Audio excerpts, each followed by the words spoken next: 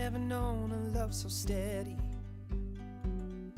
Even gold won't turn your tide.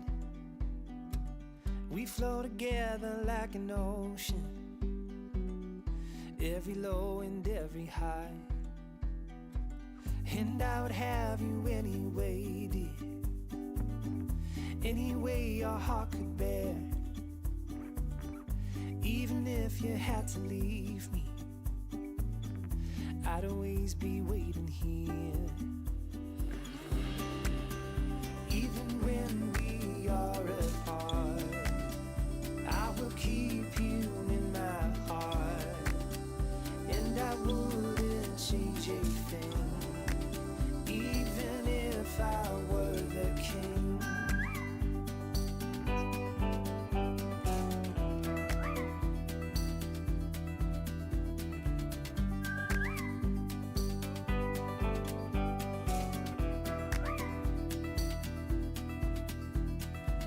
I've never known a brighter sunset, but every day I see it rise. I never thought it could be better until I saw it in your eyes. Even when we are apart, I will keep you in my heart. I will hold the world at bay just to see you smile again. And when time begins to fade, I will love you just the same. And I wouldn't change a thing, even if I were the king.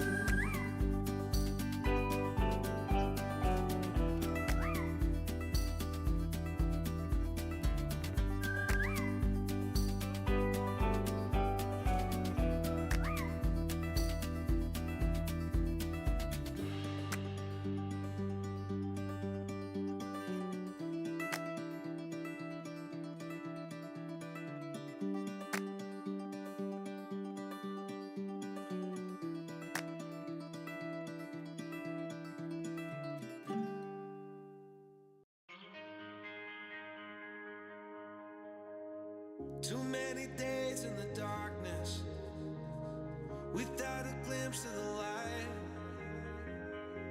Running tired and broken and scared, but I swear I'll never give up the fight. I see you broken and beat, head pulled down over your eyes. Every part of you wants to surrender, darling, you were meant to survive. With every start, we are born again. Open your heart, spend less time in your head. With every start, we are born again. Open your heart, spend less time in your head.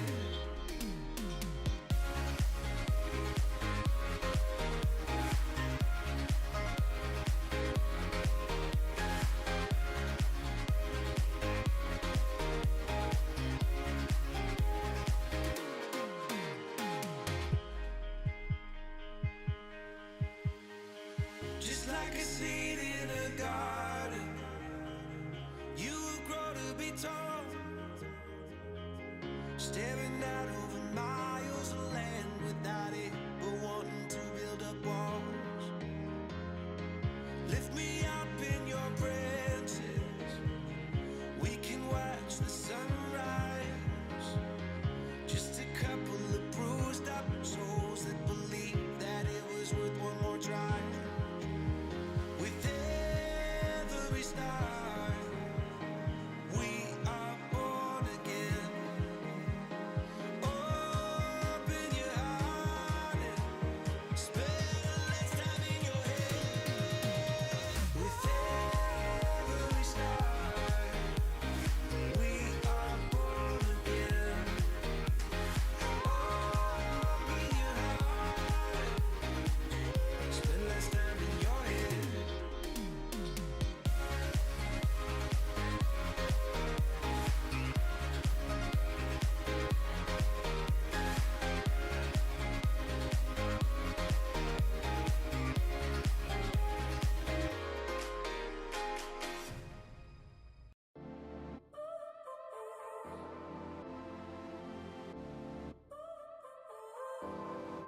So now you're here again, knocking at my door.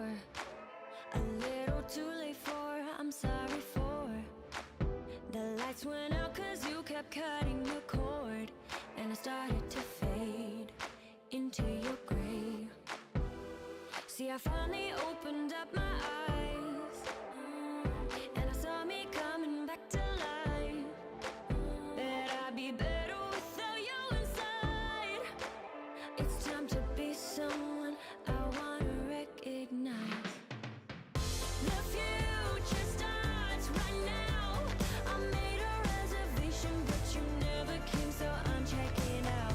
The fire you stole away, I know one day we'll come back around. The future is now.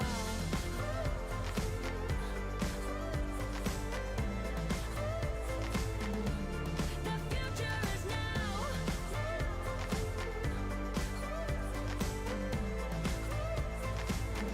The future is now.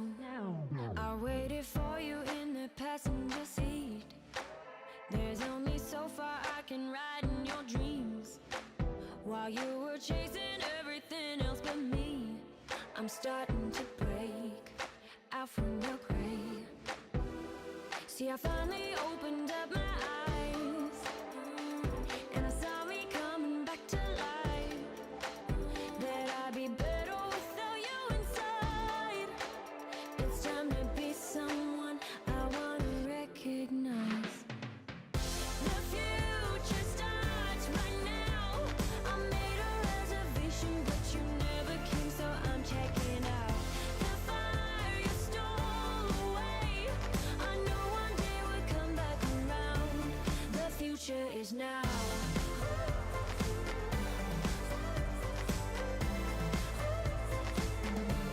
The future is now.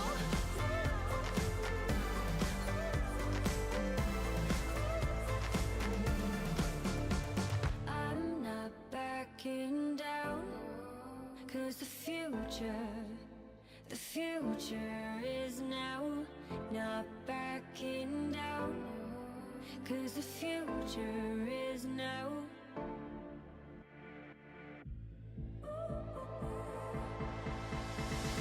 The future starts right now. I made a reservation, but you never came, so I'm checking out. The fire you stole away, I know one day we'll come back around. The future is now.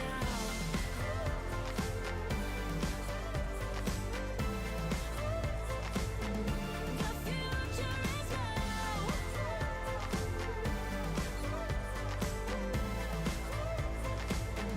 The future is now.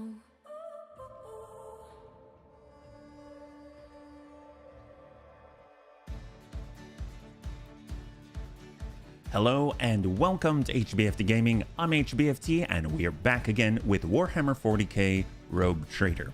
That's right, we are back, and by the end of the last stream we were searching for all of the best weaponry in the world as we went all throughout the warp and expanded our vision into the deep dark beyond. But it always remained in the back of our minds that if we really wanted to take advantage of the downrange firepower that we had, there was, after all, only one thing that could provide us with it and what we were seeking.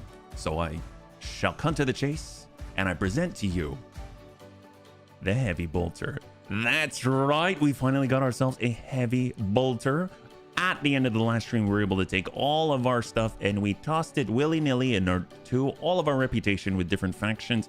And apparently the Drusians, why? They've got quite a lot of heavy stuff. And we like heavy things and heavy firepower, heavy armor and all of the above. So now we can test it all out. Obviously, I kind of had to respec Argenta because she didn't have the strength to even hold the thing. But she's got her HBolter. She's got recoil gloves, which will reduce the recoil of this beast. And we haven't even tried it yet. And most of all, we have now returned to Footfall. That's right, we've returned to Footfall out here. And you can see on the map that we came back to the Shadow Quarters because we talked to the Liege and he unlocked this archaic zone for us where there's so many dead people If you recall the last time, we weren't able to get down here and loot all of the stuff. Well, apparently, when you come down, you loot a lot of bodies. That's about it. As we click on through, you see a lot of signs that these people hurt each other rather than being clawed by some unholy mess or some type of other external factor or massacre. So, as we cleared the zone down below, there weren't any fights or story or anything like that. I found this. You can see it says to the mutants lair. I don't know if that means that we found the X-Men's lair. Maybe Professor Xavier is inside. You can see right here that it's a little bit dangerous. The dead are covered in ulcers and several show traces of repulsive mutations. That makes me instantly think of Nurgle, but then again, pretty much any sort of chaotic incursion shall, well, it will incur some prices, and those prices could, after all, be mutations of some kind, including Slanesh and tentacles and all that, yeah? Hey there, DZ, good to see you, welcome. Well, we shall head on in, and we shall see what we shall find. We'll go in and do a quick save here because I have no idea what is inside, and off we go. Because after all, we finally made contact with Janus, and Janus is an agricultural world, is now allowing footfall to survive, so they're no longer worried about a famine, so they're more likely to cooperate with us. So here we are. This is apparently a mutant's lair. We're going into the lair of Gambit, Wolverine, all of the above. We'll go in and take a look at the goods. Always dig getting more goods because that gets us more reputation. I cannot wait to show you the rep. Oh my god, Mutant Infector. Oh, we can look at them ahead of time. Oh, that's super helpful. Source, mutant. They have a lot of knives, and they've got contaminated weapons that inflict poison when they attack in melee. All right, okay, so we want to keep our distance. There's a nice choke point right here. This is fantastic. I think I will actually start with... my thoughts. Oh, I'm sorry. Well, excuse me. I woke up with a feeling of wonder, as if a field of flowers was blossoming nearby. Oh, we've heard this. A child was saved from death. 1,000 heretics were burning alive, begging and sobbing and howling. And that's a happy thought for her, by the way. I just want to point that out. That's not like she's just, you know, reciting the Emperor's Prayer. That's her actual dreams, yeah. I know, hey, Janus rhymes with Canis. Ooh, well, you know, if it comes down to Abelus or Canis, we shall choose the... Oh, that's great. Thank you so much, DZ, for that gem. Gotta love it. Let's go and bring Abelard in. We've got Lady Kaja. We want line of sight. We want Pascal right here. It looks like we're about to open up this assault like a can of worms. So let's go. I kind of wish that I could just shoot right off the get-go. Can we start with shots? Can we do that? We've never tried that before. Can we start with frags? That seems like a good idea, don't you think? I want to try. Here we go. Although maybe they'll talk to us. No, they're red.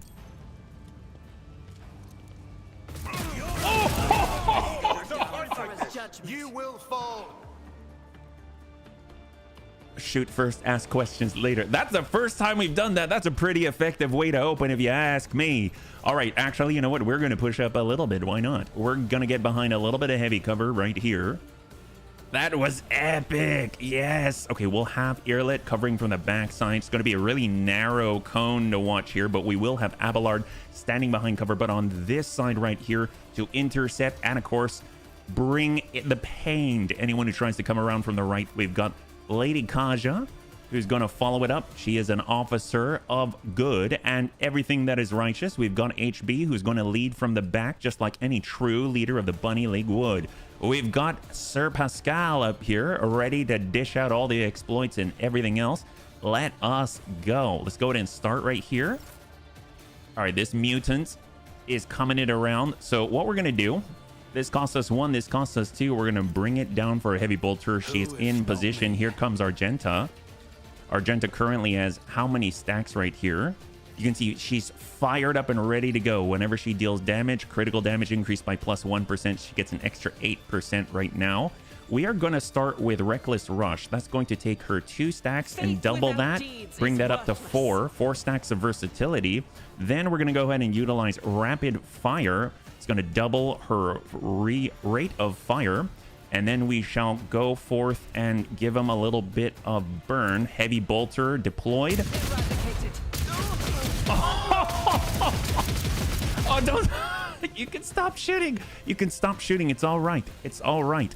And then we shall As the furious Emperor recital. commands, I act. She's very furious. And look at that. We are getting on up there. Beautiful. And hold. Here comes the mutant from the right side. In on Lady Kaja. Kaja takes a hit. Ruby flashes are I probably should have kept Kaja on the middle instead of the outside here. We've got Argenta. She's back online. Should we come around? Should we come around? Seems like the right play. We could probably tag maybe 3, or we could just annihilate the guy on the left. Let's come over to the right side here. She will revel in all the slaughterage. And then Wildfire. So that's a new one that we got access to. This makes the next attack cost 0 AP. And this attack will increase her stacks of versatility. There we go. And then she's got 2. So, we pretty much have to use the burst fire right now. We've got 12. We've got the guy out here. We're just going to hit as many as we can. It's a little bit of a narrow cone. We'll send it downrange. Heck yes! Dear God, so there were 14. Now there are 10. And she's got... Oh, this is going to cost us 1. She could send another burst. I really want to do this. I really, really do. This is what we're going to do. Rapid fire.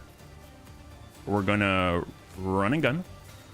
She can shoot 16 times with that heavy bolter, but she's going to send a singleton. She can shoot anybody at all that is a valid target, because she's got the blessed bolter casing, allowing it to hit guaranteed. We'll get right behind cover again, and let's hold. Let's see if we want to get... we can totally hit this guy. Tell you what we're going to do. We're going to go in and stack him. He's super, super close. Right now, he's got 0% armor, 22% dodge. So let's go ahead and mark him as prey. And we actually have a new plasma pistol from all of our reputation gains. It is the Ritobi pattern plasma pistol, dealing a solid set of firepower more in the damage range. And on top of that, better armor penetration as well. So we're just going to snap off shot 95. Heck yes! And the big thing, of course, is the fact that he gets that AP back that was essentially free with regards to AP, not attacks, but free with regards to that AP. Let's go ahead and stack 140 on the assailant on the right side, hunt down the prey. Beautiful. And then we shall use... Ooh, actually, we only have a singleton, so we got to switch over for our shots here. We're using the Eldari long rifle. Oh, we don't have a shot yet, do we? Single shot. Oh, this is just a turn that she got. It is not actually the big stuff. So we're going to use... Flip this over and perfect spot. I understand. She'll gain extra cover efficiency and prep for the next turn. Here we go. And it goes back to the turn that we wanted. We shall use some of our AP for raid. That's going to increase the critical hit chance against the main target. We'll go ahead and hunt a different prey. We want to mark as many as possible. And actually, what's he at right here? 40% armor, 27% dodge. We'll go ahead and expose that weakness for 6 stacks. Now he's got 13% dodge. That is fantastic. And we're going to go ahead and boost our recoil. Boost our recoil control. And we'll hold right here. Here come the mutants. He's going to go to Abelard pretty soon. He's going to be able to clear that guy is my hope. He's got 26 here. Abelard's up. Follow my lead. Come up. Sworn enemy is going to deal extra damage against that guy. And here we go. Brace for impact for 0. And we shall slice and dice. There it is. 45. A huge, huge hit there. We could get on the other side. Do we really want to? I think we're going to go in for defensive stance. And the nice thing is, if we use Daring Breach, that's going to allow him to just keep striking, because it takes away his attack limitation for this turn. So let's just keep dumping it until that guy is gone. And Sworn Enemy no longer. And it gives the turn back to Irilet before she's even taken her actual turn, yeah? Based upon green hair decorations in the area, I'm going to say it's Nurgle. When the mutations as well. Oh, green hair. You're talking about all that horrid, horrid poison, yeah? Let's go ahead and mark the guy down below. And welcome left. Green fog. Yes. Let's go for in my sights and hold. She's prepped. for when it is actually her turn and let us go back to Abelard. He will now A relocate, tactically sound approach. and he's got a ping. Heck yes, and strike again. Victory is imminent. Oh dear God. Reduced to dust. Daring attack indeed. They were at 14, they're down to 6. This is fantastic, and he can continue his carnage Tried and pull tested right up to the tactics next. are the best ones. And let's hold. Infector's inbound. Ooh, straight to Lady Argenta. Well, she actually just picked up the Infernical as well, which is a almost like a jet stream, really thin jet stream flamer. So it's finally Lady Kasha's turn. We want her to move so that she's got line of sight to a lot of people. We'll flip this over. You can kind of see it a little bit better if you've got a gun equipped. So we'll stand right here. I have read tomes of military And we'll flip it back to her tactics. staff and let us try and gather them all next to this explosive canister of some kind. And again, or actually, I just kind of want to draw the guys from the left away from Abelard so we can strike again. There it is, and we get a kill. Beautiful. All right, we've got... Oh gosh, this is going so well. My goodness, my goodness. Waking Nightmare not really needed right now. So let's just... She has how many? Yeah, we're going to give Voice of Command to Argenta. That's great. We'll give her more points, and we can actually test out the Infernical at close range. Not a servitor. So she's going to dash away. She's going to utilize Reckless Rush, which is going to cost 1. Actually, I just want to double check. It does cost 1 to shoot the Flamer shot, so we shall go Reckless Rush. Actually, we can... You know what? Here we go. And send the burn. 84! Dear God! Flip it back to the Heavy Bolter, and now she has 11 stacks of versatility. She's getting stronger and stronger and stronger by the second. And we haven't even passed the first round yet. Oh, they're spreading the disease. I'm definitely sensing a little bit of Nurgle here. We'll go in and give a nice little pop. Although I probably should have used Claim the Bounty. That was a bit of a mistake. That's okay. We can come it around. I'm not too sure. Let's occupy the same position as Argenta. She is close to this guy. That's going to be okay. From here, she can see the guy in the distance. Another mutant at 140 wounds. She's stacking that up. That's the new prey. I am not your Xenos pet, monkey. And then now she's got 2. She's got 2 action points. We have a good position precise attack. For the next attack against a target affected by exploit, target's cover efficiency was reduced. I kind of just want Claim the Bounty for some... No, we'll do Call the Bold for the next turn. Extra damage and a whole bunch of bonuses. And then we shall... Perfect spot. Is beneath me. Just jazzing up her next attack and hold. The nice thing is we can immediately give her another attack. We'll give her more bonuses. And then we'll give her... Actually, we'll do Air of Authority for Resolve Gain. And then we're going to utilize Bring It Down. Is this the fight where they're trying to destroy the shuttles? No, we did that one already. We were able to make it out alive, yeah? And what do we got here? We'll do Claim the Bounty. I am not your Xenos pet, monkey. Oh, did that work? Claim the Bounty. The bounty hunter makes a free single attack with a selected weapon. Oh, did that not work? Oh, I guess it didn't work. I don't know what happened. That's the last I saw. I thought you had to reset. Oh, no, no. I mean, we did reset and try again. We reset by losing the encounter, but so far haven't needed any sort of weirdness or anything like that, yeah? I'll see to it Oh, it is a little bit different. That one, I think, was... It was at a starport, and currently we are in the mutants layer down below. Almost like seems like Teenage Mutant Ninja Turtles, you know what I'm saying? Okay, with these shots, I'm thinking I want to send a really tight burst, but I think with this is the nice thing about the Infernical. It actually allows us to pinpoint the shot. So we'll go in and send a little bit of burn his way, 95. There we go, he's toast. And we'll flip it on over. We're going to revel in the slaughter just a little bit. And where are the enemies? We've got 3. We've got 1, 2, and 3. Way on the distance there. So I probably want to run and gun if possible. We're just going to be shooting at a singleton, it seems like.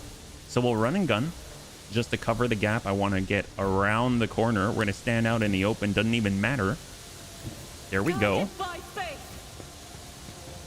And we're going to Wildfire, which makes the next attack costs 0.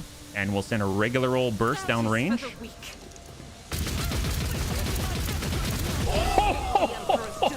Oh my god, and that guy is more than dead, dear god. Oh, gotta love the heavy bolter. All right, coming around to the left. Oh, is that, oh, you got, that's right. There's 2 left here. Well, you know, we're just gonna let that guy stew just a little bit. I think she's gonna be just fine. Oh my god. And that's great. Let's get around the corner. All right.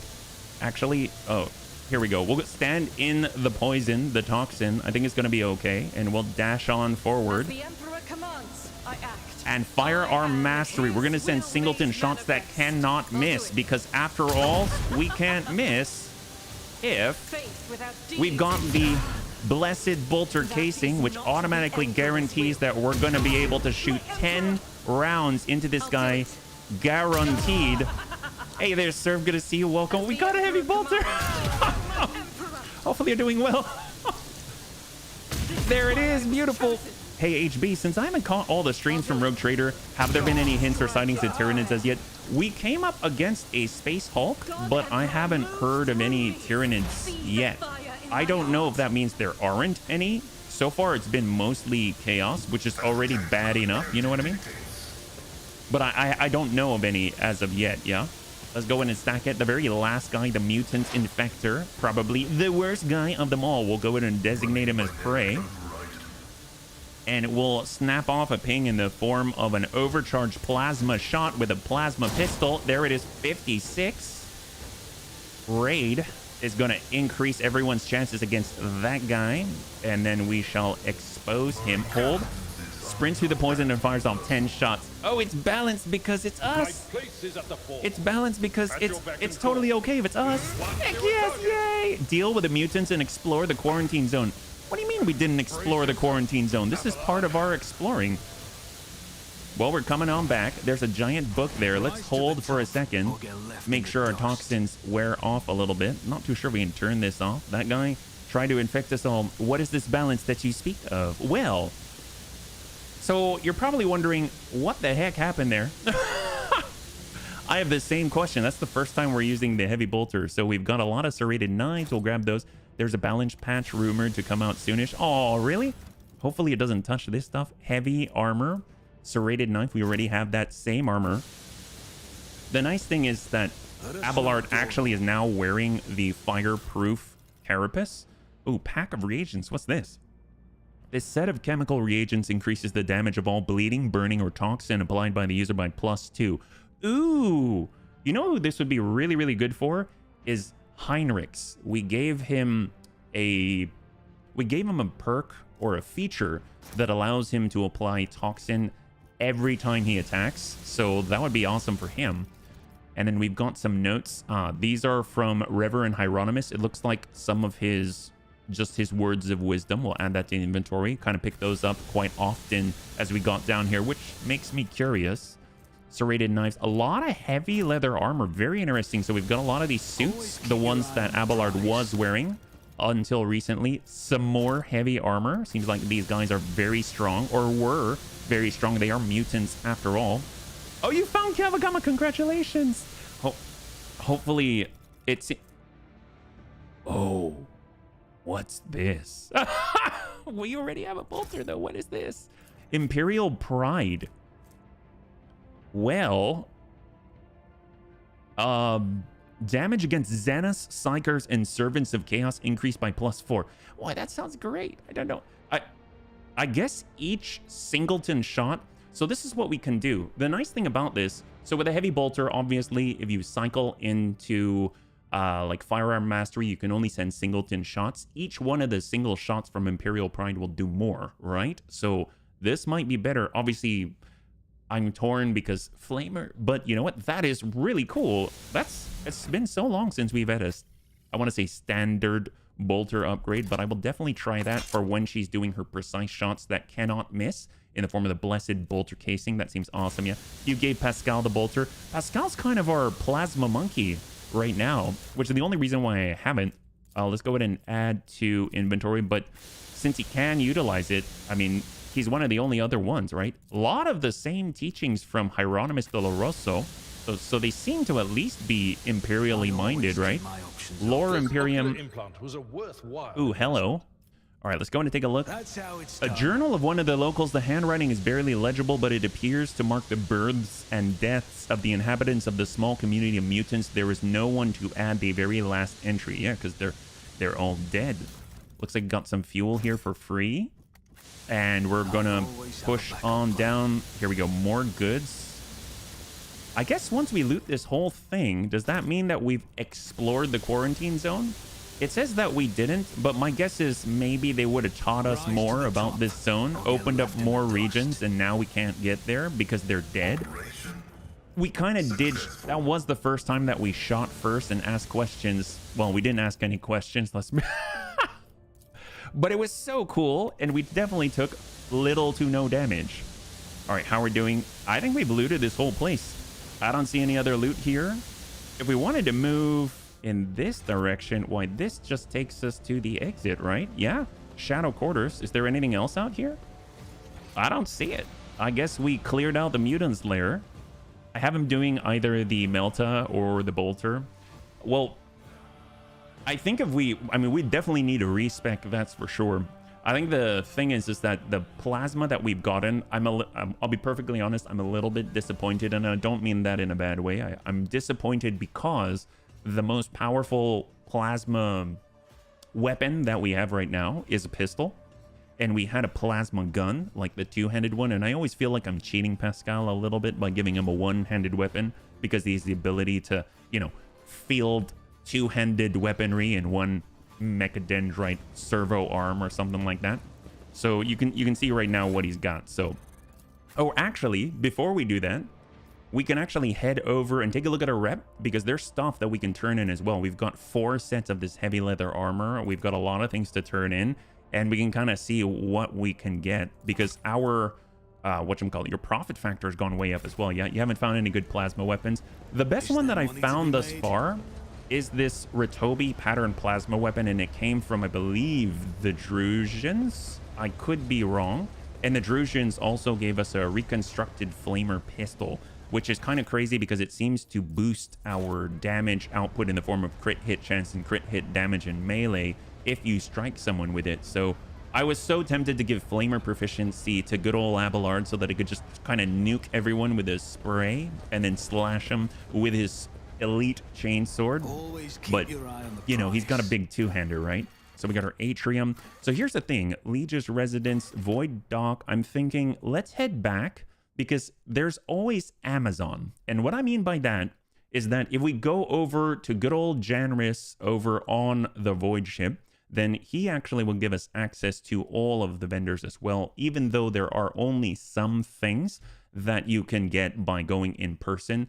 And although I guess since we're here, one of the questions I want to ask Hieronymus Doloroso, who's in the atrium area, is just why all of the mutants have his texts of teaching. I know he can't really control who gets it and who utilizes it, and in fact, it's probably good that he's spreading the word so effectively, but it's a little weird. They keep throwing that in our face and we don't ask about it, you know what I mean? You can reset all points, but you can't change the origin. Oh, for respecs, yes.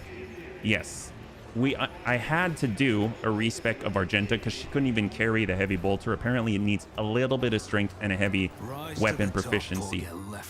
We'll come back to Hieronymus. We're gonna have to return. After all, there is some rumors and side contracts, and it's Footfall of all things, but it's just more convenient if we head up to the Void ship and prepare ourselves. Yeah, Serv's far. Serv seems like you've gotten really, really far. Yeah, we're all level 22.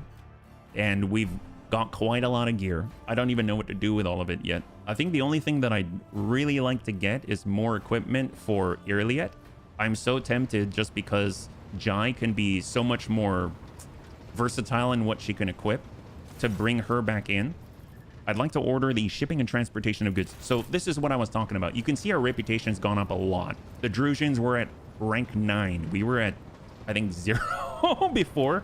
And the reason why, as we were searching on the last stream, we actually got a lot of holy gifts, and oh my god, holy gifts give so much. It's ridiculous. And when you complete some of the projects for your different outposts, they'll actually give you reputation as well. So we've got a profit factor of 48, which is insane. And look what's on the next.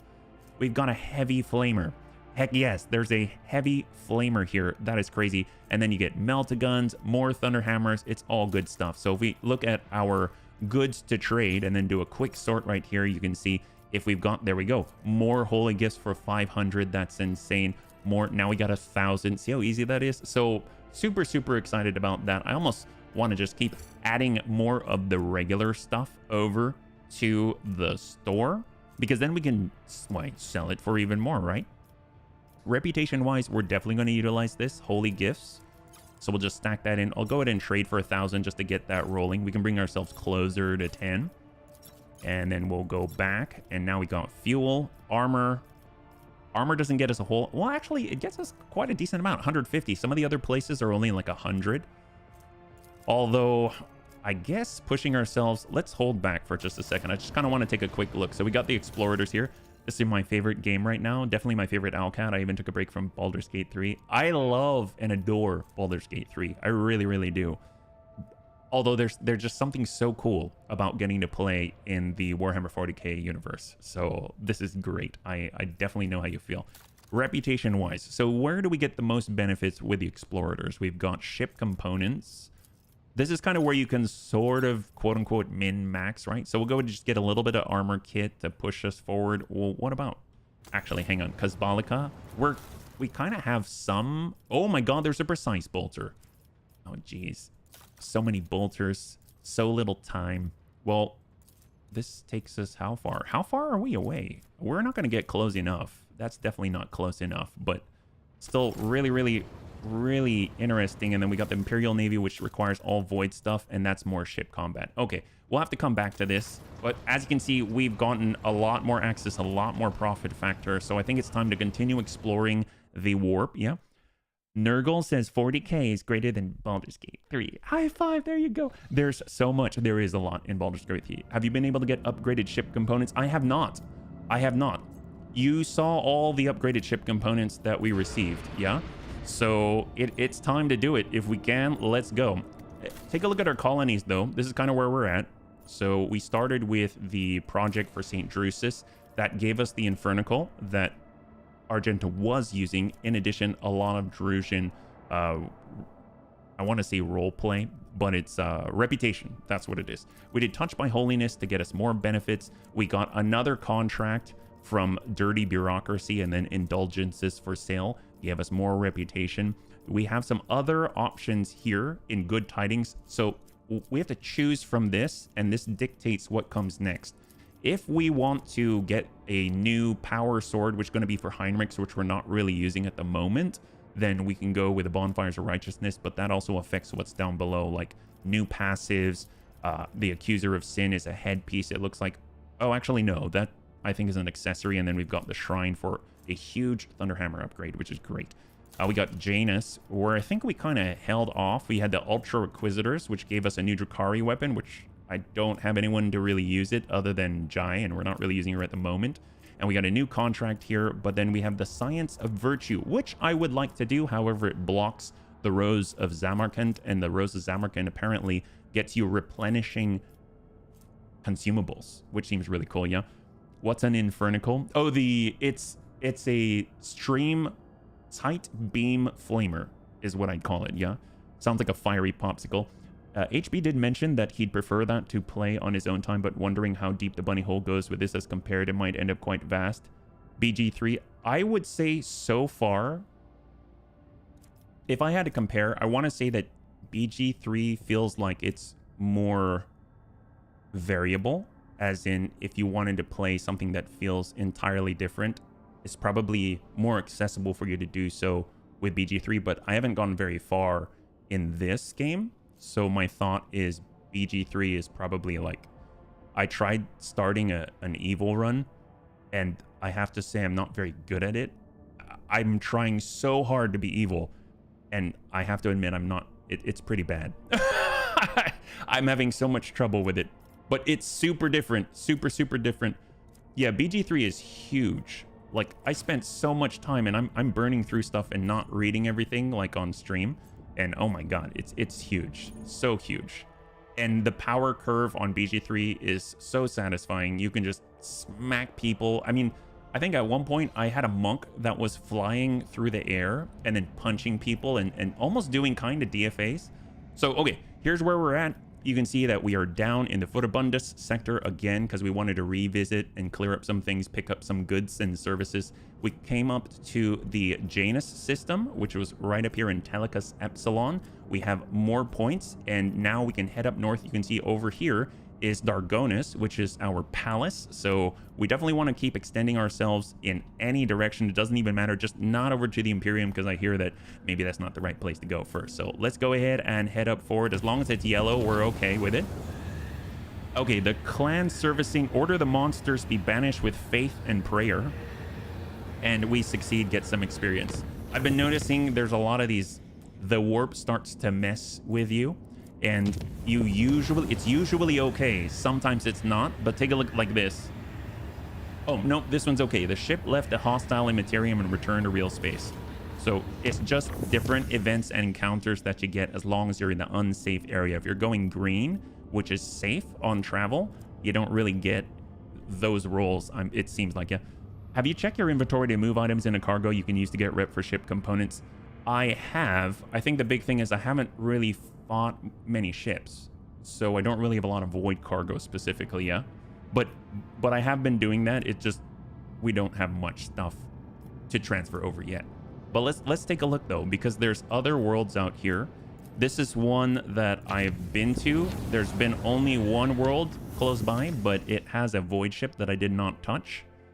I was just trying to get back to the Furibundus sector, and it kind of, this is where we were. So you can see right here, there's this gutted void ship. No idea what this is all about. So we're on our way.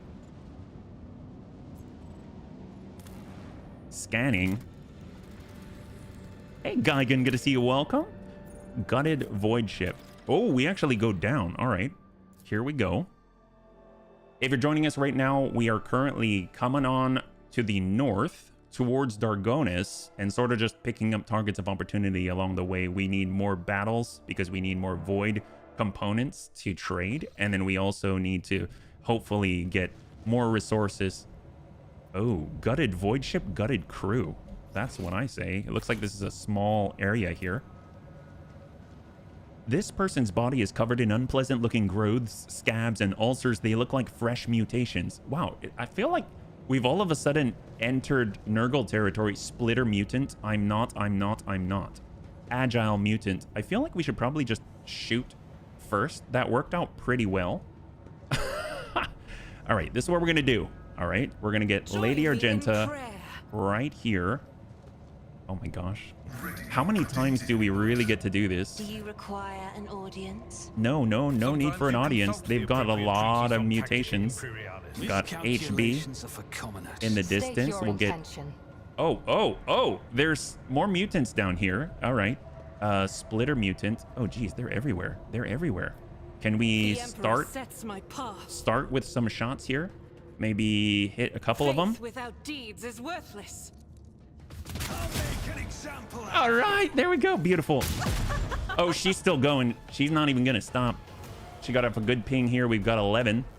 We've got one. That guy's a lot beefier than I thought. We'll get Lady Kaja here to kind of draw them out of that position. We'll get Pascal forward. We'll get Abelard ready to charge on through. I'd really like it if he comes around and then sweeps from this side, so we can kind of have them, force them to look in different directions. We've got Irliet. What's a good spot for her? I mean, I almost feel like Argenta should just be like right out in the open, just blasting people without a care in the world. Half cover behind a small little brass railing. I'm sure that's great.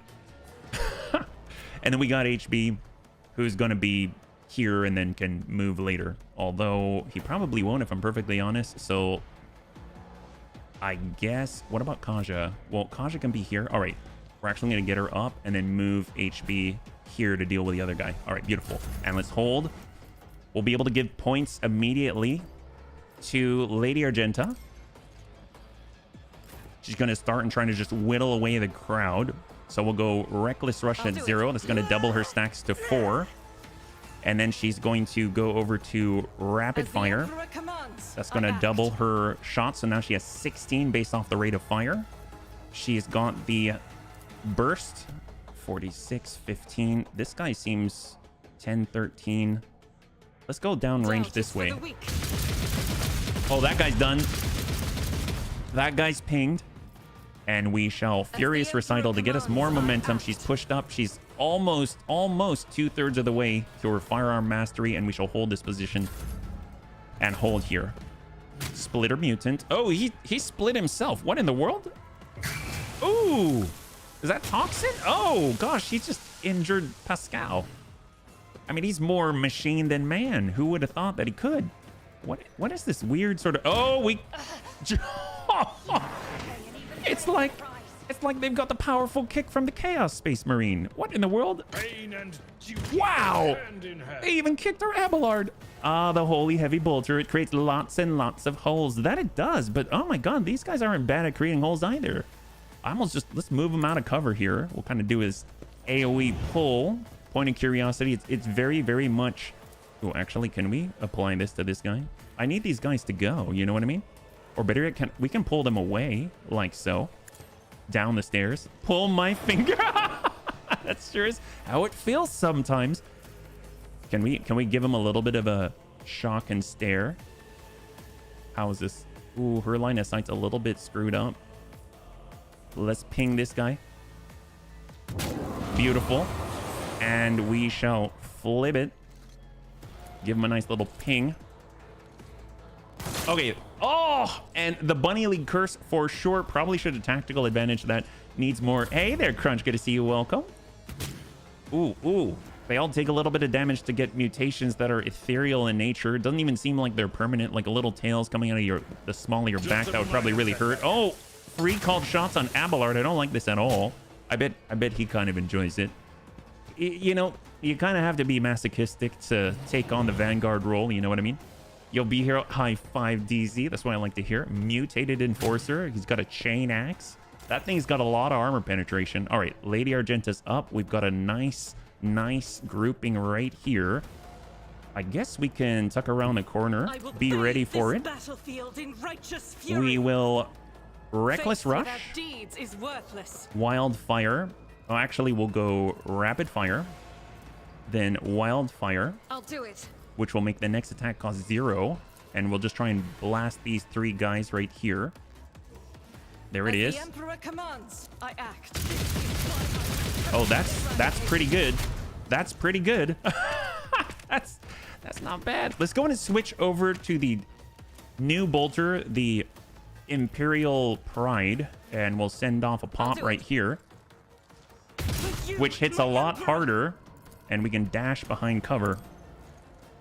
Where they're triple F burgers. Oh man, always the triple F burgers. Yeah, well, we can't always eat burgers. I tried that over in the Philippines when I was a kid, and they said you should probably eat some other nutrients, you know what I mean? Oh, into the poison. There. Oh, there she goes. Everyone wants a mutation. It's like they can't get enough. I mean, how mutated can you get? Ooh, this guy's agile. Oh dear, he just kicked HB. HB's on the ground. How agile? Oh my gosh. They're really into this whole prone thing. Prone and poison, I've noticed. Well, let's see. We've got a pretty good chance here. Let's go ahead and call our prey. With that guy? Sure. And then this guy needs to go, so we'll stack up the exploits on him. And then we're going to help with our recoil a little bit. We're going to make sure that Lady Argenta is covered with a communion. That's going to reduce the recoil. And then we shall take our plasma pistol and take a shot. Hope to get shot to finish. There we go. We just finished that guy. Beautiful. And because he was prey, that gives an extra turn to our good Lady Iliad. Can we move? Yes, we can move. Oh, that's fantastic. That is fantastic. I almost feel like we should just hang back just a little bit. We'll apply a little bit of the stacks. Now he's up to 9. That is huge. He's already prey, but let's go for Call the Bold. That's going to buff the next attack. And let us hold here. That was with the free turn. So right now he's got 11 stacks on him. If we expose him immediately, he goes from 58% dodge down to 15 and 0% effective armor. That is crazy. So we'll use raid, which increases everyone's chance against the prey, and we'll hold. And Irliet's up. She'll go ahead and claim the bounty free shot. No weakness is hidden from my side. Oh, we were so close. That would have been so good. Probably should have been a little more aggressive, but you know what? That's okay. We'll take the shot, and shot to finish, 95. Beautiful. There it is. Other nutrients are overrated, unlike burgers, fries, and milkshakes. The best nutrients around. Yes, they are. They're pretty darn addicting. Let's bring it over to the... Oh, gosh. Everyone's taking all the good spots for cover. Let's stand behind this little brass railing. It worked enough for Lady Argenta. We'll go ahead and stack on the one who's closest here. God, I'd really, really like it if we could give it to anyone with AoE right now. And then we're going to go for in my sights. Is there anyone else? There's 7. 1, 2, 3, 4, 5, 6 in the distance. Okay. And where's the 7th? Are they like behind us right now? I don't know where they are, but you know what? That's okay. That's okay. We're just going to deal with what's in front of us. No problem. I wish I could see that guy though. So we're going to go prey application to the guy in the front. Don't count out spicy tater tots. Ooh, spicy tater tots are amazeballs. And let's go in and lock this in. That ends her turn. It goes to Abelard. Abelard is stunned since he was standing down. All the poison. Oh, poor Lady Kaja. I'm not liking it. Not liking it at all. Abelard's overexerted from laying down on the job. Ooh, Lady Argenta. Oh, thank you, Lumux. Well, here's what we gotta do. We gotta bring them all closer, bunnies. As duty demands. Heck yes. And of course, oh my gosh, we've got to give an extra turn to our girl, Lady Argenta. Why navigators are feared. And we shall come it around the corner. Rapid fire. Stack Reckless Rush. She's got 10 stacks of versatility and give him a burst. Here we go. Is a prayer. And then there were 2. We've got 2 enemies left. All valid additions to this non-cardiologist approved gastric all-star. They are an all-star list. You're not wrong at all. You're 100% correct. They're totally belonging on the all-star list. All right, we got the line. We're going to switch our prey, redesignate. There are 2 left. I'm not too sure where the last one is. So we see this guy. The last one is... Oh, he's been hiding down here the whole time. We didn't even see him. My God. Well... That's a little embarrassing. Perfect spot for the next turn. And we shall call bold and hold. All right, that leaves Lady Argenta. She will tuck up. Does she have line of sight to all these guys? She only has it to the 1. Now she has it to the 2 right here behind the little railing. She'll revel in a little bit of slaughter. And she'll wildfire, which is going to allow her next attack to attack for 0 and send shots downrange. Now there's 1. Heck yes. And then there's just this guy right here, and we'll hope for the best. 47%. 127. All right, let's go ahead and dash behind cover. And that was her turn. That's a pretty darn good turn. We'll just maybe make this guy come back this way a little bit. Isn't this a job for the serfs? There we go. And then we'll give him a little bit to think about. Hopefully it stuns him. We can take a look. I don't know if it stunned him. He's stunned for a round. Oh, that's fantastic. So he loses his turn. This is so awesome. I was going to say unfair, but it's totally not unfair. Oh, what about Irliet here? Yeah, she can take the 2. Not accustomed to being Lots of bacon. around. Ooh, bacon is excellent. All right, here we go. Wanderer's Portent. If I must. Fortune 30. He's got 45. Hold. Hold. He loses the turn. He's stunned. Lady Argenta's back online, and now we've got the line rapid fire, and we'll send 16. For the weak. Yay! All right, cool. My faith shields me. So much for this gutted void ship. Wow, this feels so much better. I'm so glad we've got a heavy bolter. All right, let's continue to explore completely peacefully. So one thing you may notice is that actually the one with the best med kits right now is really Pascal. It didn't really dawn on me that intelligence helps your Medicae skill, and he's got the highest intelligence by far. So we kind of made a little bit of adjustment there since we were respecking. See, we got 23. We'll put that back on. All right, perfect. Here we go. Oh, HBolter is amazeballs. The Swedish smell coming from the dead body seems odd, and the blood has an unusual hue to it. When I hear Swedish, I immediately think Swedish meatballs. I mean, that's what they are right now. Cogitator's machine spirit stays silent in an attempt to reach the dead systems of the destroyed ship. If they're dead, I mean, can we at least silence the computer? Maybe they'll go to rest a little bit, get some more cargo. Gotta love it, yeah. And what do we got here? Ooh, clear a passage. Let's hold on that. I don't know what's gonna come through that passage. Oh my gosh, chain axe, improved flak vest, and a lot of improved armored body gloves, all regular stuff. Love to turn it into cargo.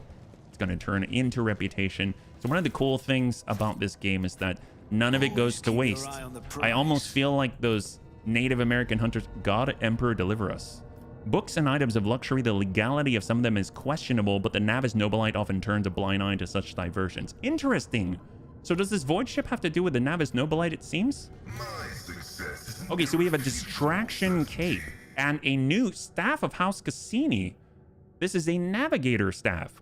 Very interesting. So seems like this whole place was maybe a void ship belonging to something akin to the equal of House Orselio. So let's, first things first, let's go in and take a look at that cape. That's a brand new cape, distraction cape. This cape lowers all enemy perception by negative wearer's fellowship bonus within a 5-cell radius. Well, who has the best fellowship? Honestly, it's HB. If we look through all the bunnies right now, 25, 30, 70, 30, 39. I mean, that's pretty decent. 45. So she's like second best. So it'd be great if HB were a melee character or someone close to the enemy, but I don't know if that's necessarily going to help us right now. So let's go and take a look at the staff instead. Hey, Surf, thank you so much for the redemption. Why doesn't this man have a hat? Oh, well, thank you. Now I do. Thank you so much for the redemption of... Oh, I got it on backwards. Should I wear it backwards? Should I totally be one of those young ruffians who decides to... Yeah, oh, right. Here we go. Hey, Cyber, good to see you. Thank you so much for the redemption of the Neuro Helmet 2.0. I really appreciate it, Surf. Thank you. All right, so we've got a brand new staff. This one is Infusing 7, so it actually is a higher power level for the staff. All allies targeted by Navigator powers gain plus the perception bonus divided by 2 additional movement points on their next turn. Very, very cool because she's often buffing a lot of our allies. Allies targeted by Navigator powers gain a +7 bonus to all characteristics until end of Navigator next turn. Bonus stacks and is prolonged until Navigator's next turn every time it stacks. Although, if I'm perfectly honest, even though it's a higher power level, I kind of like the Devastating staff because the first use of her power does not set power on cooldown, and that just seems cool because it seems like there's a lot of bursts. So we'll come back to that. Yeah, did you see my post in miscellaneous? Which one? Probably, maybe. Cool bunnies wear it all backwards. Oh heck yes. Should we wear it backwards? All right, if we're wearing it backwards, or if we're going to be cool, we got to do as cool bunnies do. Here we go. I don't know how this is gonna... Does that mean that I'm gonna think back? Oh my gosh, the mouse is moving. All right, here we go. All right, this is kind of weird. I have the tag. This is... I don't know how I feel about this. Yeah, that's not working. Apparently, the Neuro Helmet, it doesn't like it to be backwards. It's a one unidirectional helmet here. I think... Let's see. Oh, yes, I did see Cyber. You can see right here. Look, I already reacted to it. There you go. No, that is super cool. Thank you for sharing the art, man. That's really, really cool. It totally looks like Duck Hunt. Yeah? You aren't cool. Oh, true, because it was heresy. I know. We're playing an Iconoclast Dogmatic run. There's a reason for it. All right, so one thing to do, we got to clear the passage. 100% for athletics here. And what do we got? Ooh, there was like a blood stain. That's not good. Oh!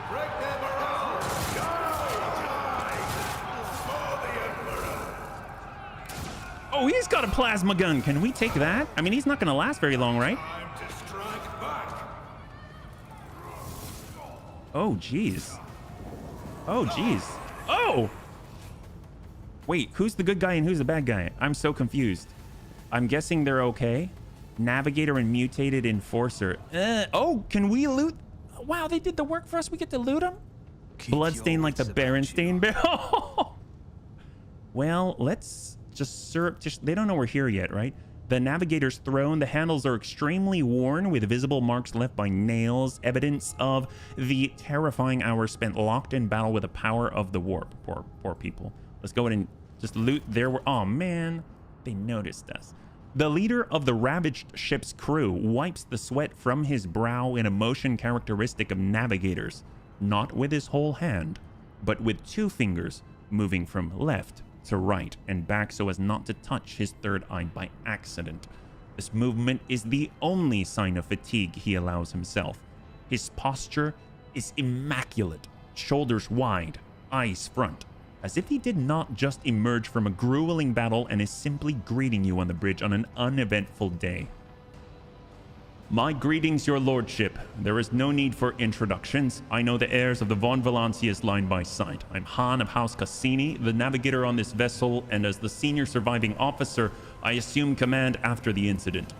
Lady Navigator, what an unexpected and pleasant meeting, considering the circumstances. Han decorously dips his head to Kasha. I have not had the honor of being personally acquainted with you, but of course I know the emblem of House Orselio. How fares the honorable regent? Kaja, Orselio. She offers a reserved nod. Cordiality will not disguise the ice blue coldness of your words, Navigator Han. However, I will tell Regent Aronto that you inquired after his health. You may pass on my best wishes to Novator Cassini. And now let's set the pleasantries aside. I'm sure the rogue trader would like to ask you a few questions. As Han speaks, others glare at you with dour tension. Up close, you can plainly see that every one of them is a mutant. Their faces and bodies bear the mark of incredibly grotesque deformities, the same as the muttering madmen who attacked you. However, Hans's associates seem perfectly clear-eyed, showing no signs of madness. What happened to the ship? And the crew, Han? The ship is assigned to the port of Dargonis. Oh, what? Like our Dargonis? Some time ago, the captain was instructed to deliver a package, urgently by hand to you, your lordship. We were even shown a pic of your face. What? Who broadcasted that? That's what I want to know. It's not like we made a big hufferfluff of, oh wait, we did just march in a giant parade in front of everyone for Governor Medina's place. Okay, never mind. The navigator's voice seems calm, yet there's tension in his eyes which are trained on you. First thing I made with my gift myself wasn't part of the starter kit designs. I've had a laser beak I bought years ago. Made his counterpart Buzzsaw. Ooh. The disaster struck during the warp jump. I will never know all the details, as I was preoccupied with my primary duties. But for some reason, the captain decided to open the package. That, as you may have noticed, had a most destructive impact on the crew. Han frowns. That package contained a chaos artifact, a chaos bomb, if you will. The moment it was removed from its protective cocoon, the crew began to lose their mind and mutate. The first to be afflicted was the captain himself and the senior officers, but the effects spread with incredible speed. Every deck was consumed by it, every last one. The raging mutants, no longer sane, damaged many systems. The ship was in distress, would have almost certainly been destroyed, had I not resorted to making an emergency exit from the warp. The people you see here are the only survivors, or rather the only ones who were able to retain both their lives and sanity. I gathered everyone I could, isolated the source of danger, sent out a distress signal. We were adrift, waiting for help to come and fighting off mad crew members. Then you arrived. So the Chaos Bomb package was meant for the Bunny Man. Who's the sender? As far as I am aware, the order came from Kunrad Vom! That's how they know our face. Oh, God, that guy. Oh, someone get that guy. Question is, how do they know about you when they have been out of touch for some reason? You just got made rogue trader. Yeah, seriously. HB is infamous throughout all dimensions. Oh my gosh. As far as I'm aware, the order came from Kunrad Voitvir, the master of whispers in the rogue trader's own retinue. It is likely he arranged the delivery either personally or through intermediaries. You know what I bet it was? I bet in case he didn't finish the job, he wanted it delivered to me. And if there was any other von Valancius rogue trader that showed up, it would appear to them. So it's kind of like an insurance policy, you know what I mean? Abelard's face turns a deep puce. That blasted traitor beat us to Dargonus and is now free to act with impunity. It would not surprise me to find out that this was the work of sorcery. How else could he have reached the world in such a short time? Han pauses, then adds bluntly, almost brazenly. Your reaction suggests that you were not expecting a package of this sort. That is good to know. I'd almost convince myself the bunny trader was deliberately collecting chaos artifacts. I mean, I can understand that. I do have some deformities myself in the form of these bunny ears. Well, technically he's still alive, so he might have sent it to you. Ooh, good point. Do not dare accuse me of colluding with chaos. Do not even suggest it. Oh no, he can suggest it. I'm not tainted by chaos, and I knew nothing of this package. I give you my word as a bunny trader. Oh well. Everyone trusts that. The affairs of a bunny trader do not concern you. Do not trouble yourself with needless questions. Look, we'll use our word as a bunny trader. He gives you a searching look, then bows his head. I beg your pardon, your bunny man. I saw the terrible death of the entire crew with my own eyes. I was forced to bring the ship out of the warp by means of an emergency maneuver, and then I had to fight my own former comrades. Insane and twisted. I am tired. However, the sender wanted all of this. Han makes a sweeping gesture at the destruction and the corpses of crew members around him. To happen to your ship, not ours. Were you not affected by the mutations and madness? Well, that depends. I was born a mutant, you see. Han smiles, grimly and wearily. Navigators are taught to resist the influence of chaos, and so I have been as best I could. But I will be frank with you. I cannot be certain that I have avoided it completely. There have been no visible indications. Yet. All signs point to Han telling the truth. But you also notice clear evidence of just how difficult it is for him to struggle against the corruption. He's extremely tired, practically exhausted.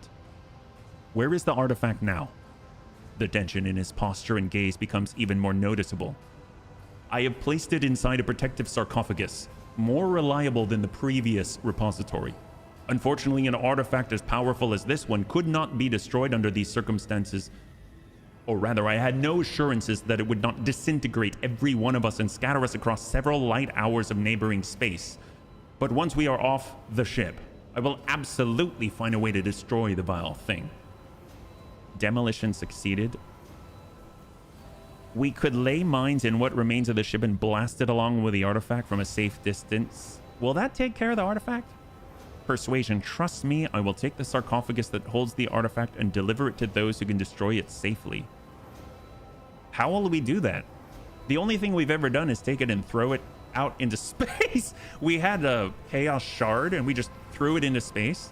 We had an artifact from Aurora and we just threw it into electricity. I mean, our methods of getting rid of things isn't the most advanced, let's be honest. I think bombs are probably good, yeah. Face it, Cassini, you cannot leave this ship. The corruption of the Chaos Bomb did afflict you, albeit not as strongly as the others, and you know this. I can tell by your reaction. Ooh. So we've got some choices to make. We can either look at the artifact, which he is very hesitant to do, and if we do, then we might get affected, right? We could tell him he has to stay here and guard it for all time, like the Guardians from Indiana Jones in The Last Crusade for the Holy Grail. I don't think that's going to go very well. We should probably just destroy the place. And if we persuade him and take the sarcophagus with us, I mean, that's just going to come to our ship and Kunrad Voitvir will get what he wants. So I'm kind of leaning towards the demolition side of things. So we could lay mines in what remains of the ship and blast it along with the artifact from a safe distance. I have the resources and the knowledge to do it. Your words give Han pause, but he seems convinced. He relaxes a little, but then asks, cautiously as if testing the waters. What about me and the crew? Will you take us with you? I'm taking you aboard my ship. There, my word is law. No one will dare to take issue with you despite the mutations. Ooh. You can come with me, but the remnants of the crew will be terminated. These people are beyond salvation. They're corrupted by chaos, or you've all been tainted by chaos. Death to the mutant.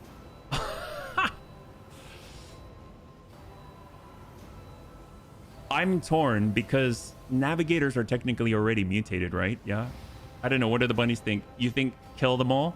Because the thing is, if we bring him on board, then this may go on and we may, I mean, they may just wreak havoc. We basically invited sleepers onto our ship. Yeah. You have Voidborn on the ship. Yeah, we do. So the mutations I'm not too worried about. It's more of whether or not they can, will they always have to control themselves? You know what I mean? Novice are psychers, not mutants per se. Well, you know what? We do have a lot of people. We've got a lot of people. Bring them. All right. Yeah, I'm feeling you. All right. We'll take you aboard the ship. There, my word is law. No one will dare to take issue with you despite the mutations. All right, here we go. Oh, God, thank you. Han salutes you before adding, Lord Bunnyman. Oh, boy. I took them in. You should worry. Yeah, I am worrying. I'm not saying I'm not, but poor guys. Deal with this. So let's see. We've got secret goods. Nothing happened so far. So expeditionary footwear. Whenever the wearer uses a navigator power, they gain plus 15% dodge until the end of the round. Oh my God. Well, that is a must. So take a look at this. If we go over to inventory right now and we look at the boots that she has, Lady Kaja has these boots. Wearer gains perception bonus percentage dodge until start of their next turn for each enemy affected by their psi power or psyker staff. So the crazy thing is, if we do like lid the stair and people are alive, that's basically, right now she has a willpower 9. So that would be, even just 2 people is 18% already. This is just straight up. This is 15% dodge. So she always gets that. I think what she has is better because she's basically using psychic powers every turn. So, but then again, if the enemies are dead because she's too, you know what, we'll just stick with what we got. But very, very enticing indeed. Definitely like it. I don't think we have any other navigators, so I don't think they're necessarily going to use it yet. I mean, how can we trigger the inevitable consequences without bringing them onto the ship? That's true. You have too much compassion. You need to think in universe, not about our society. Well, here's the thing. If in the very beginning of this series, actually it was on this second stream, I made a decision to play the part of the Bunnyman from another dimension, another world, another universe that's coming to the 40k universe. So I'm not exactly going to do exactly what a resident that grew up in the 40k universe would do. And that means I'm going to make a lot of mistakes. So I do have too much compassion, but, well, I do have a lot of compassion and I'll stick with it. And then we'll see where it ends up. It may just be a lesson in what not to do, all right? That's kind of the fun of it, I think, which is the Bunnyman sort of takes on the role of doing all the things he probably shouldn't and hope that we still survive, right? that's my, at least my hope anyway. So far we've looted this whole area. I don't think there's any more loot right here. I don't think we can get in any of the side rooms yet. Heresy. Hey, Graham. I've been doing Iconoclastus, sometimes Dogmatic. That's kind of what I've been doing just naturally, yeah? Let's play the game with all the questionable situations that we ourselves create. Heck yes, it's true. I'm not saying that it's going to be smart, but then again, let's be real. The bunnies don't watch the Bunnyman because the Bunnyman is smart. Here we go. Let's go. All right. We have pretty much taken a look at everything. We've got to blow it up. Not even going to look at this artifact. We don't want to look in chaos because we're too scared. I mean, because we are firm followers in the God Emperor's wisdom, and he would never wish for us to take a look at this thing. Can we blow it up if we look at it? Is that how that works? Gutted void ship? I guess not. We got plasteel here. So we've actually looked at all the things in this region now. So we've scanned the ship. We've scanned the planet. We now have new people on our ship. And we have new places to go. We've got Orselio Prophecy. I'm not too sure what that's all about. Apparently that comes from down in Telecus. If we go up to here, I don't know if we need to chart new routes when we get there. Warp released us from its embrace, so we'll just push on. And it's not letting us chart new routes from this location. If we visit, I believe we've scanned all the worlds because it's just worlds. There isn't really anything else in it. The Silence of Mer Segret. We can utilize 3 points. So we've already scanned this phlogiston. I think we may have grabbed the phlogiston already, but let's just go ahead and take a quick look. Because resource-wise, we need these, yeah? It's 5. Shut down extractium? No. No, we actually want to continue that, right? And we already explored that. Okay, perfect. So let's head on out. So we can actually utilize 3 points to make a new path, and we've got 15 navigator points right now. I'm assuming it's because we just took on another navigator. So let's go ahead and utilize 3 to take us over to Mundus Valancius. So there's 3 points. Chart the course. And then we can utilize 2 to bring it to unsafe. So that's 5 points. And that brings us back to 10. And we can actually head right on over should we so choose. So if we go over there and then chart new routes, it might branch out a little more. So we'll go in and do a big ping and a scan. We have new zones, new connections. Fantastic. Lapidus Mortis, Litoribium Maledicta, Mortis Aeschis, and Odonathus 11? Huh. Well, let's go in and take a look at where we are. Because this is Dargonus, this is our palace, this is our headquarters. Lord Bunnyman, Master Helmsman on the line. I can report that the quest for the capital world of the Von Valancius dynasty is finally at an end. Dargonus is straight ahead. We have received countless greetings. Your subjects would like to know when their master will be arriving. The merchant captains taking refuge in the orbital docks of Dargonus race to send you priceless welcoming gifts. All right, I like these guys already. Hoping to buy your favor and to make an impression on the rogue trader. Oh, that sounds pretty good to me. Well, tell Dargonus that rogue trader's coming home. Oh, whoops, I hit the wrong one, didn't I? Did I hit the wrong? It will be done, Lord Bunnyman. Whoops. After the connection to the Master Helmsman is cut, the device crackles with Heinrich's voice. Lord Captain, I will be pleased to accompany you during your visit to Dargonus so I can personally introduce Achilles Scalander, a servant of the Golden Throne who previously attended Lady Theodora on Dargonus. I'm counting on your benevolence. The Voxcast ends with a click. Wait, counting on our benevolence? That makes me... That sounds like we are not going to like this person for some reason. Well, I guess if he likes it and... We don't really necessarily like Heinrichs, but I think about all the paranoia-laden stories about mercy, you know, chaos, tyrannids, exploited, sometimes tragic, but great storytelling. Very true. Phlogiston. Let's hold. We don't have too many extractums, yeah? I hear your game strategy, but don't we want games to be a fun diversion from real life? Real life's about filling in the pages in the book of bad decisions, isn't it? Or is that just me? No, I 100% agree with you. How did this world look before it was enveloped in this fiery shroud? Was it your ancestors, Elentak, who disgorged its core in some ill-considered act? Yeah, probably. I don't really know. I don't really care. We already scanned it earlier. No, I agree with you. I think being able to kind of escape from the reality is great. But honestly, just being here is already an escape enough for me. And otherwise, I'd have no North Star. So, and I kind of like to think of the Bunnyman as the guy that sort of just blunders into things and somehow makes it out. So I kind of want to see how the blunder will go. All right, what do we got?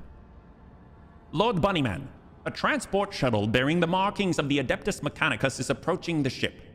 Magus Tarsus' delegation intends to board our ship and gain an audience with your lordship. This is exactly how they phrased it. He intends, not humbly requests. Many of my tech comrades neglect diplomacy when interacting with the laity. It is regrettable.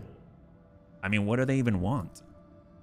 The honorable servants of the Omnissiah have ignored our request. Such arrogance is hardly trivial. It rather appears to be part of their intimidation tactics. Wait, why are they trying to intimidate us? Because we're not so mechanically inclined? Well, tell them to get lost and learn some manners. Punish them for their disrespect by letting them dock at the farthest and most dilapidated airlock, so it takes them an eternity to... You know, this kind of sounds like the Bunnyman that I know. Like, really passive-aggressive and, you know, just to exert his dominance. You know what I'm saying? Receive the delegation. They may indeed be here on important business. Oh, I want to do this just because it's hilarious. Yeah. Punish them for their disrespect by letting them dock at the very farthest and most dilapidated airlock that we have, so it takes them an eternity to traverse the entire ship. Ah, yes, a most humane punishment, your lordship. Requesting permission to be present at the audience granted to my tech comrades. Yeah, go for it, man. Here we go, let's do this.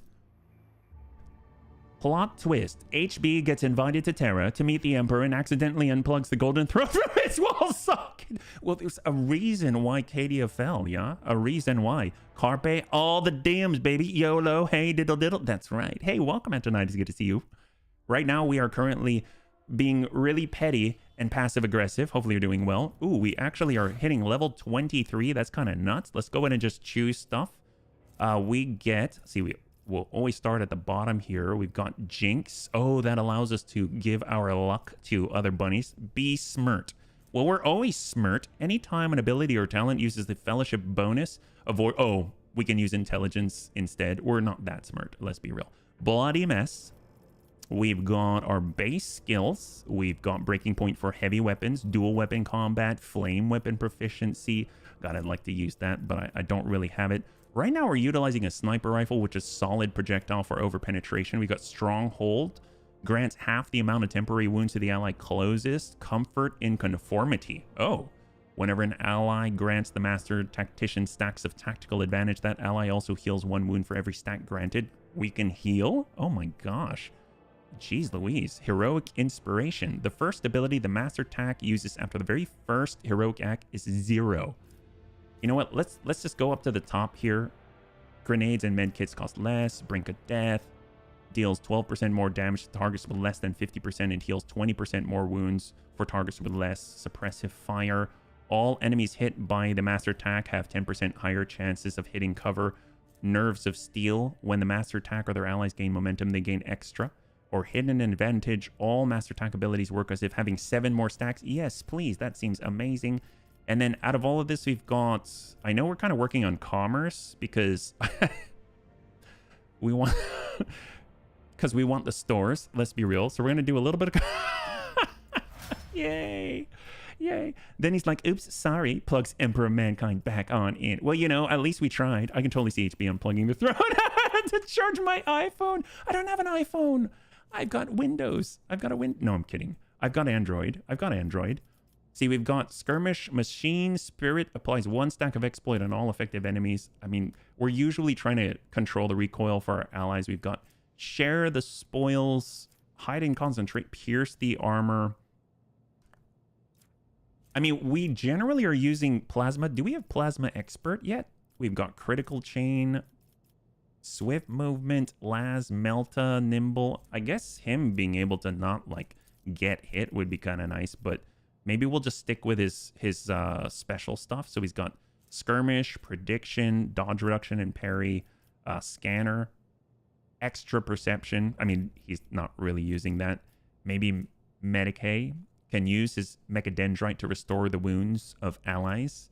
And it has a cooldown of 99 rounds. So that's basically 1 use per. Increases tech use and demolition by +10. I mean, the tech use alone is good if we haven't already taken. We've got advanced skill. Yeah, let's get the, we'll get the tech use. That seems really useful. Utility Mechadendrite. And then he's kind of going with the Medicae tech use logic. Here we'll go tech use again. So we're just like stacking the heck out of this. And then we've got Irliet, yeah.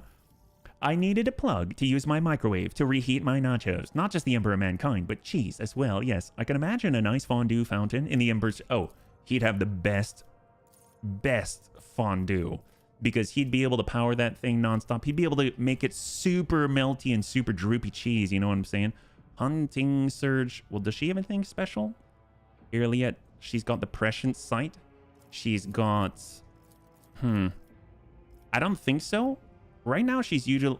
Ooh, if we gave her Drukhari weapon proficiency, she can use other things too. Does she have Eldari? Is there like an Eldari expert or something? Oh, is this blasphemous? Should we allow her to utilize Drukhari weapons? I don't know if she'd like that, but it kind of feels good. Melee range, pierce the armor, critical hit, target armor reduced. I think we'll go with it because, let's be real, she absolutely gets crits. And then for Lore Zenos, she's kind of our Zenos person, yeah? Hated Windows 8, but enjoy the Windows phone tile interface. You have an Adeptus Mechanicus phone and not a Navis Nobilite one. Yes, yes. I'm glad you know, because we didn't even. Taunting Defense. Vanguard gains parry against enemies that consider the Vanguard a priority target. I mean, with Taunting Opportunity, it kind of goes hand in hand. And Chain Weapons. Right now, he's using a two-handed sword. It's just sort of a sword. The Nimble's nice, but not necessary. We've got... Oh, if we use the Flame... I'm really torn. I really want to do this because that flamer we got is like chef's kiss. So I know this might seem blasphemous, but I really want to try it. We're going to do flame weapon proficiency. And I'm actually going to go right now before I forget. And we're going to go to Abelard. So here's the thing. He has a melted gun right now, and he's got this cool power claymore. But if we take a look, here's the reconstructed flamer pistol. It deals almost as much damage as the melted gun, but nowhere near as much armor penetration. If we stick this here, it reads, when hit by this weapon, all melee attacks against a target gain plus 10% crit hit chance and plus 15% critical damage for 2 turns. That's crazy. So then obviously we need to get him a really nice one-hander. So if we just add this to cargo, I mean, a nice one already is this chain sword, but there's a better one with the elite chain sword, because if you look at the elite chain sword, it is, well, I mean, it's pretty awesome. 14 to 17, and then he gets the parry too. So we'll go like that. That's awesome. And then I'll just give HB the chain axe. We'll just swap a little bit. Yeah, let's go over to Kaguya. Much wider firing arc on the flamer. It's true. It's true. It's not a singleton. It actually has a spray. All right. So what do we got here? Going down to the navigator abilities. So she's got Course Untraveled. Whenever a navigator uses a navigator power that hasn't been used in combat, extra perception, blood augury, damaged, they get additional warp damage, bonus damage stack from each hit. Her perception's super high. We'll do blood augury. That's awesome. And then she is, what's she working on right now? She's got her awareness going. Not Medicaid, not persuasion. So let's go with the awareness. She's kind of our awareness monkey. There we go. And then last but not least, Lady Argenta. Better give him the don't burn yourself. Oh, well, he actually has the don't burn yourself armor right now, so we don't need to. But that's a great point. I didn't even think about that. Okay, so for Lady Argenta, she has, I mean, kind of been working on Medicaid. Oh, demolition. That's right. She's our demolitions expert. And then here, awareness. Does she have, I saw it earlier. She's got all these bolter things. And then there is, I saw it earlier. I think it's towards, it might be near the top. Huh. I actually don't know. Well, let's go with Arch Militant gains a +2 bonus to armor. Not really needed. Damage output. Arch Militant attacks targets that have their dodge reduced by any effects. Oh. 10% critical hit chance. Parry reduced. 20% critical damage. You know what's crazy is there was a cloak that reduces enemy dodge by 5% that she shoots at. This would be really good for that. When entering combat, she gains ballistic skill until end of combat for her weapon skill bonus. Ooh, plus 12 to ballistic skill. That's really nice. And then exploit weakness that have their armor reduced or deflection reduced. Let's go with... Actually, I like this. Gain a stack of versatility. Increases critical hit chance by 10% until the end of the turn. We'll grab that. That seems great. Okay, perfect. Let's do it. Or your allies. There is a cloak for burning. I'm not really sure who will... Oh, that's right. We're meeting them, huh? Oh, we know this place. This is like the museum in the beginning of the game with the Lehman Russ battle tank. We'll go over to the edge to double check. Yeah, there's nothing else here. Just these guys. Oh, this is the most dilapidated one? Wow. Here we are. I wish I had Windows. Can't believe they bought Nokia, then gave up. I enjoyed developing in Win Mobile. Ooh! A group dressed in the crimson of the priesthood of Mars walks toward you. Their gazes are fixed on Pascal. You note that the group is not monolithic. Some of its members are more heavily armed and follow a large tech priest clad in battle armor. Others keep a respectful distance and cast inquiring looks at their own leader, whose hunched posture belies his tall frame. Despite the hood hiding his face, you recognize him as Opticon 22 from Footfall, whom you encountered on Footfall. So they're with the Explorator fleet. The enormous tech priest points his hand at Pascal and lets out a booming roar, not unlike a factory alarm. It makes your very bones vibrate. Herald serval skulls marked with the emblem of the cog follow in his wake, and they blare shrilly. Thou shalt not suffer a heretic in thy forge, for rust begets rust. Pascal, Hanuman, in the name of the Adeptus Mechanicus, you are under arrest. The hunched servant of the Omnissiah turns to you. Diplomacy mode engaged. Announcement. The Adeptus Mechanicus offer their apologies. Would like to inform you of the necessity of conducting an operation to detain, arrest, terminate a faulty unit on the Rogue Trader's territory. Study the two priests of Mars. You identify the rare armor the enormous tech priest is wearing as a Secutor's plated mechanized suit. It carries the imprints of many battles and has markings that announce its status as a relic. Some of the armor's damage looks fairly severe to the point of endangering its operation. Okay, this is good news because it means, I am no saint. So it means if we kill that guy, why, I think Pascal's gonna get some new armor. Heck yes, high five! The slivers of flesh revealed under the steel are marked with terrible chemical burns. Every now and then, convulsions shake the tech priest's body, and a painful sounding hiss comes from his vox. The tall tech priest who spoke to you looks more peaceful and makes a point of not drawing his weapon. There is an air of concern about the way he frequently glances over at his fellow, scrutinizing his condition. Who dares to arrive on my ship uninvited? Or on what charge are you trying to arrest a member of my retinue? There we go. That's the way, yeah. That's one way to get an upgrade. You know, I feel the need to acquire some extra enhancements by acquiring loot from their corpses. That's the only way to do it. This heretic is accused of stealing personal identification codes, spreading tech heresy on the world of Kyabagama, and making an attempt on the life of a servant of the Omnissiah. The deafening roar from the tech priest's vox makes you grimace in pain. You touch your ear and notice blood on your fingers. The faulty unit will be removed. In the name of the Omnissiah, I condemn you.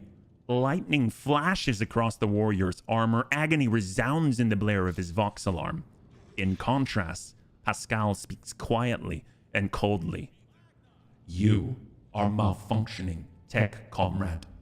I deem your logical conclusions questionable. The statement is false. Tech brother Tarsus Hanuman is willing. His last name's Hanuman? So we have Abel Hanuman, who's on our ship. This guy is Tarsus Hanuman, and we've got Pascal Hanuman. What the heck is going on? Tech brother Tarsus Hanuman is willingly undergoing holy torment, deterioration, which, however, does not critically affect his cognitive capacity for data analysis. Unit calling itself Pascal Hanuman, we have information that implicates you, having learned that you are a member of the retinue, a maintenance specialist in the service of Rogue Trader von Valancius. We have come here with the goal of meeting you, intercepting you, engaging you in combat. Oh, all right. Well, at least he knows what he's getting into. Does the big fellow have to roar? Do you have proof this tech priest is who he claims to be? Oh, yes. What's happening on Kyabagama? That planet belongs to me, and we haven't even been there yet. What do you have to say to this, Pascal? Pascal replies firmly, his vox crackling with a hint of indignation. I deny these charges. I never plotted against my tech comrade. My cognitive purity vows were never distorted. My unique identification code was never stolen. I am the true Magus Explorator, Hanuman. I am not guilty. The tech priest's deep guttural roar blends with the servo skull's high-pitched whine. False witness! That an untrue blanket statement. I guess tabletop RPGs does cause people to turn into murder hobo bunnies. You kind of need... Yeah, you too? Well, let's see. Do you have proof that this tech priest is who he even claims to be? Confirmed. According to the archive entry 1E99237, Magus Explorator Tarsus Hanuman served on, maintained, the ship, identifier classified, in the capacity of a reliquary caretaker. He sustained extensive damage to both organic and sacred part of his body in a series of sacrilegious breaches of the right of operation, an assassination attempt. Owing to a statistically fortunate coincidence, by the Omniscience grace, enough of his operational capacity was preserved for him to don a Goliath model sacred battle harness, which would preserve his vital functionality. Archive entry personally data sealed by the captain of the identifier classified. The sound from the tech priest's vox is like the moan of a bending steel beam, a servo skull declares. For vengeance, I thirst as I tread the path of vengeance, following a blasphemous miscreant's bloody tracks. Analysis of the security system showed that the assassins, heretics, infiltrated the reliquary using Tech Brother Tarsus's unique identification code. Someone had stolen, duplicated Brother Tarsus's identity, which is a grade 3 transgression, and the unit making the allegedly criminal claim of being Pascal Hanuman is known to have previously entered the stolen code. Wait a minute. What's even happening on Kiabagama? That planet belongs to the Bunny Man. According to Vox interception data, the planet's fabricator sensor made incorrect, blasphemous modifications to Manufactorum working procedures, which qualifies as a lapse into sacrilege. The Adeptus Mechanicus are hereby officially notifying House von Valancius of having commenced an investigation into operation to remove fabricator sensor Cubus Delphim. Estimated time to procedure completion, 3.7 solar years. Our data suggests the unit which used Megas Explorator Hanuman's identification code performed an unauthorized upgrade on the planetary Vox array and introduced data deemed to be scrap code into its operation. This fact points to this unit's criminal complicity with the heretic Cubus Delphim. Get off. Does the big fellow have to roar? I'm not handing Pascal over to you unless I see evidence. Let us get to the bottom of this matter together. Get off my planet now. And if you ever try to arrest anyone in my domain again, you will regret it. I'm not going to send them. Look, I'm not handing Pascal over to you unless I see evidence. Let's get to the bottom of this matter together. Request approved. Ready to work in cooperative mode. Tarsus gives you a haughty look and lets out a howl of wrath. Archiving. Tech Brother Tarsus opposes lay participation in the investigation, search for the truth. The unit Opticon 22 advises in favor of the House von Valancius representatives' participation request. I insist on a joint investigation. Arresting a bunny trader's retinue member without any justification stands in breach of the law and my privileges under the warrant of trade. Request for cooperation reviewed and accepted. I request Tech Brother Tarsus's consent to the co-participation of representatives of the von Valancius dynasty in the investigation proceedings. A sacrilegious conspiracy. I refuse help from lay persons. I am a cog of the Deus Mechanicus that grinds down corruption, and I will carry out the sentence immediately. Yay! Oh, I was hoping you'd try to attack. Oh my. Wow. 3.7 years, or we can go and solve that like in an afternoon, yeah? Is angry your normal setting? Pascal freezes, but green sparks light up in his visor. He extends a hand toward Tarsus and replies in a clanging voice, "Let the cycle be discontinued." You realize Pascal's words are coming from both his own Vox and Tarsus's. Then every sensor on the executioner's battle harness lights up at once, blindingly, and the wounded, armored Leviathan lets out a deafening roar of pain. Attention! Priority notification. Service units of the Cap Thread supply line are unauthorized to confront Roguetrader. Command, retreat and reinitiate negotiations. Wait, what? Heretic Pascal will wreak punishment upon you in the name of the Deus Mechanicus. What in the world? What? Your arrogance Oh. will be your downfall. He said he's not authorized, but... To chaos. Okay! The green is Necron. Well, alright, so this guy has an Omniscient Axe, we know it well. Causes bleeding. Embrace the machine, gains immunity to fatigue, disturb, perplex, and stagger. Okay. Shock damage suffered is increased by plus 25%. We do have an arc rifle, but I don't think we've got it equipped. He has plus 4 deflection, 40% extra armor, and suffers negative 20% to dodge. And at the end of each turn, this creature suffers 10 direct damage but gains a stacking plus 5 damage bonus. He's a berserker. Also, at the end of its turn, this creature makes one attack against everyone within its melee. Oh my god! So that's basically Abelard. Because I ain't getting into melee with that guy.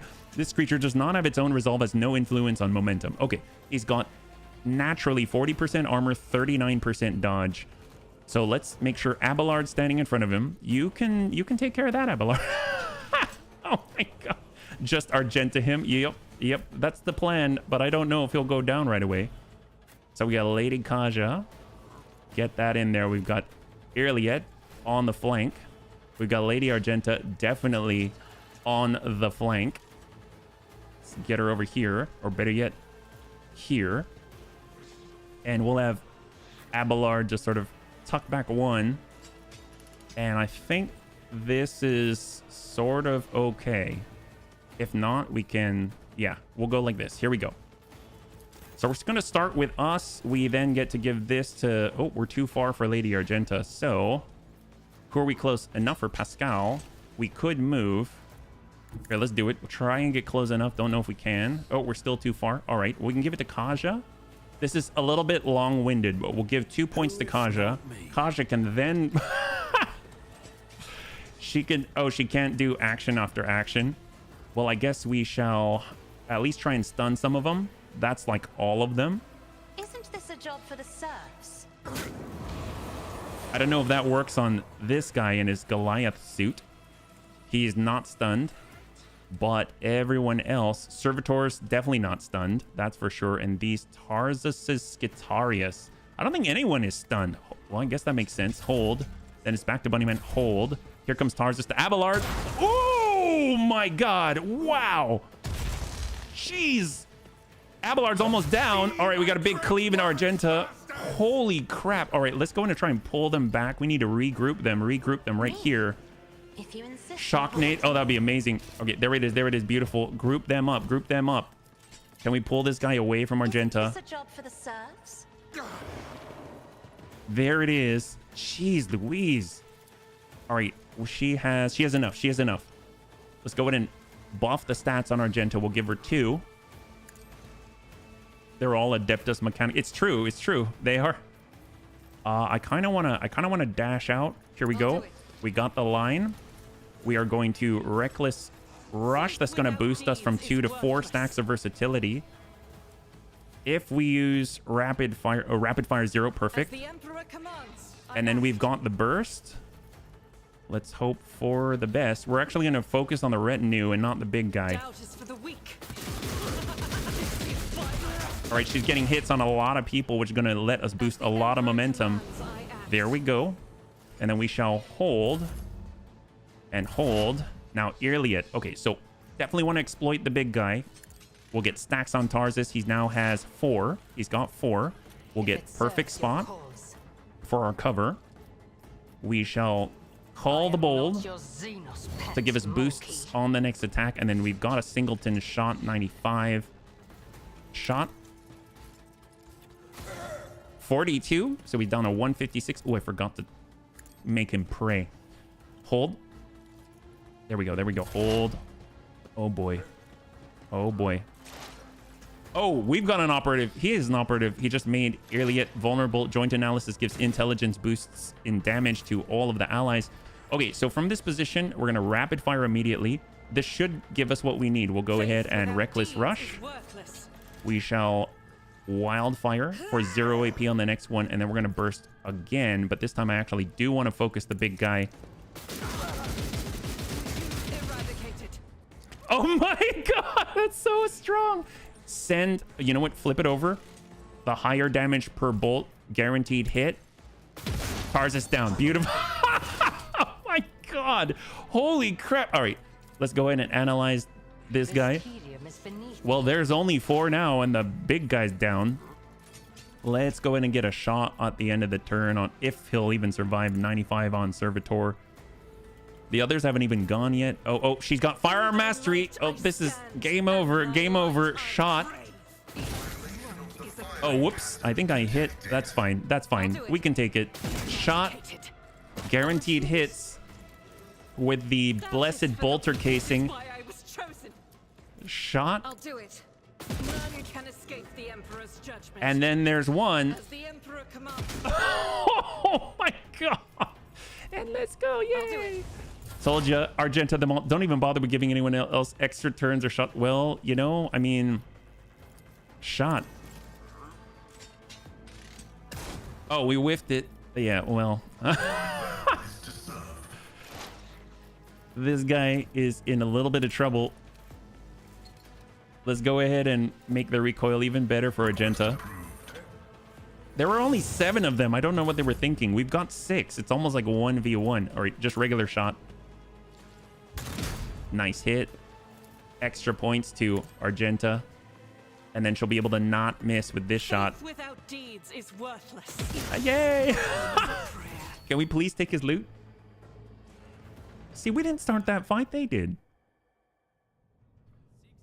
Requesting cessation of hostilities. Help your brother. I mean, can we just say, like, I mean, he started it. That guy started it. It wasn't us. Let's see. Point to Tarsus. Help your brother. Pascal, what have you done to Tarsus? I'm sorry you had to kill a comrade. I'm not tired at all. In fact, I can finish you off too. Do your worst. No! He's kind of our trade gateway into the explorators. I'm sorry that you had to kill a comrade. I also have a negative assessment of this event. The Adeptus Mechanicus still accused the unit identifying itself as Pascal Hanwan of criminal theft of a unique identification code. Unlike Tech Brother Tarsus, I am not authorized to immediately arrest, execute the unit, but neither am I authorized to drop the inquiry. There are no apostates among us. The piercing voice from the Vox synth is more overwhelming than Tarsus's thunderous roar. Tech Brother Tarsus and the machine spirit that lived in his battle harness succumbed to the suffering that beset them. Their judgment was rash and erroneous. Now their torment is over. I declare them martyrs, and am requisitioning Tarsus Hanneman's neural augmetic for the purposes of preserving his blessed memory. As astonished tech priests look on, Pascal leans over the slain man's body and extracts the augmetic from his skull. His movements are as precise as they are respectful. Is he scalping his brother? Like straight up? Hey, Pascal, whatever you just did, it's working. Keep going. That sounds like us. He started it. We finished it. Yes, we did. Well, with each word, Pascal's voice grows more powerful and majestic. You saw the agony your tech brother Tarsus was in. His unbridled, pain-spurred faith intimidated you, yet you were silent. Reverence stopped you from raising your voices to proclaim that the machine spirit with which his mind had merged was morbidly afflicted. The imperative of reverence had paralyzed your will, and you watched the tragedy unfold in silence. The 6th universal law states that comprehension is the true path to knowledge, yet the procedural cycle has robbed you of your comprehension. Therefore, let the cycle be discontinued. There was a clang as Opticon's knee presses into the floor. Crimson hooded heads are bowed. Let the cycle be discontinued. The radiant light pouring out of Pascal's visor grows dimmer. Static creeps back into his voice. Let the cycle be discontinued, tech comrades. Pascal? There's just one small point I'm not really clear on. What the heck just happened?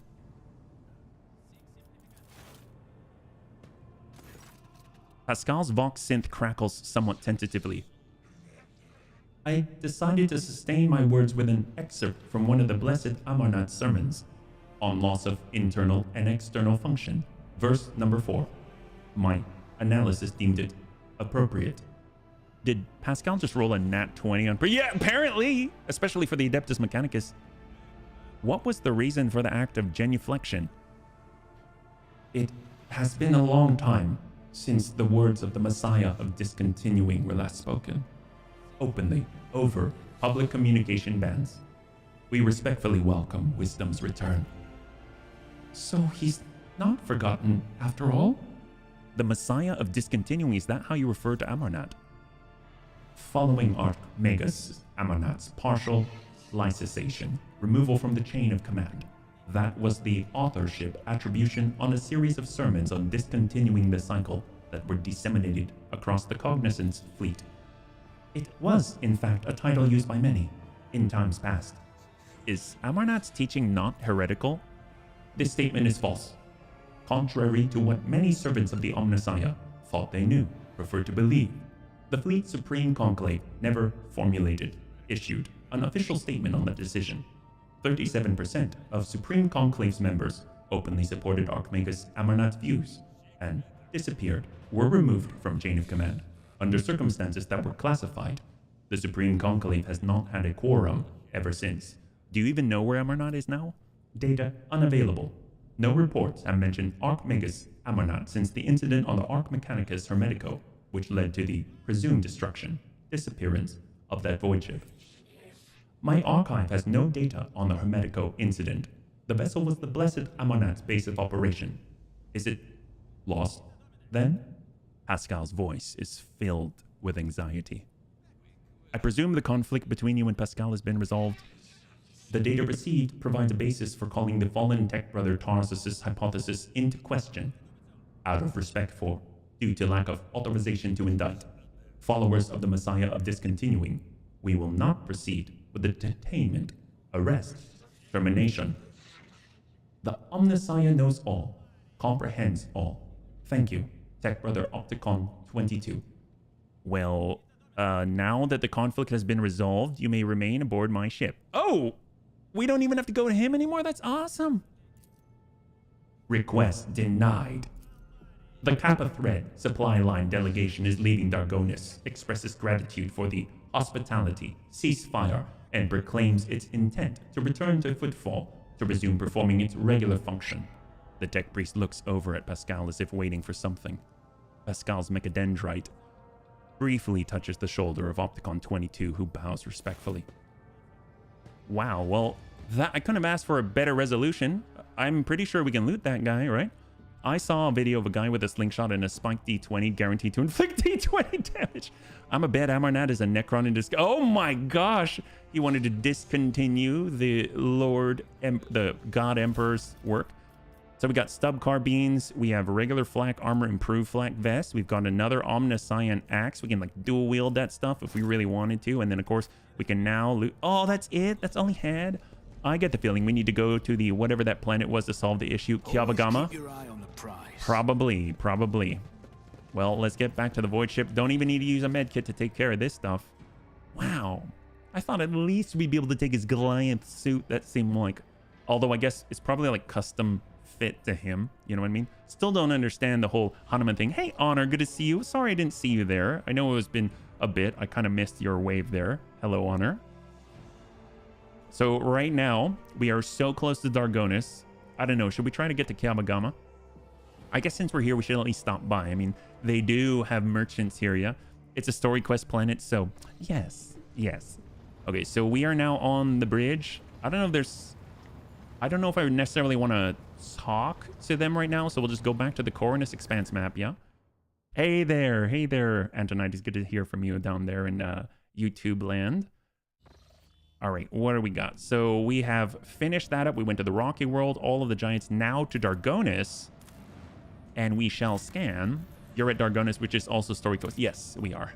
Von Valancius Palace. All right, that's what we're talking about. Well, this should be entertaining and exciting. It's going to be interesting. We walk in with an Eldari, right? I wonder how they're going to feel about that. But they want to give us priceless gifts. I think our profit factor is about to boost through the roof. It's going to be amazing. Unless they steal all their stuff. I appreciate it, man. Thank you so much. And it was my fault anyway to miss the wave. I didn't see it down there till now. And it's a little bit late for me. Ooh, hello. This is our palace? Why, it's quite modest. Holy crap. Long live the bunny trader. Glory to the great bunny trader. Greetings, your bunny ship. Oh, they love us. Oh my god. Oh, they've got nobles talking crap about us. I knew it. All right, we'll catch you in a little bit, sir.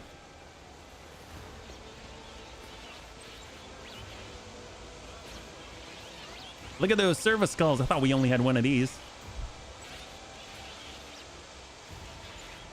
Mortis.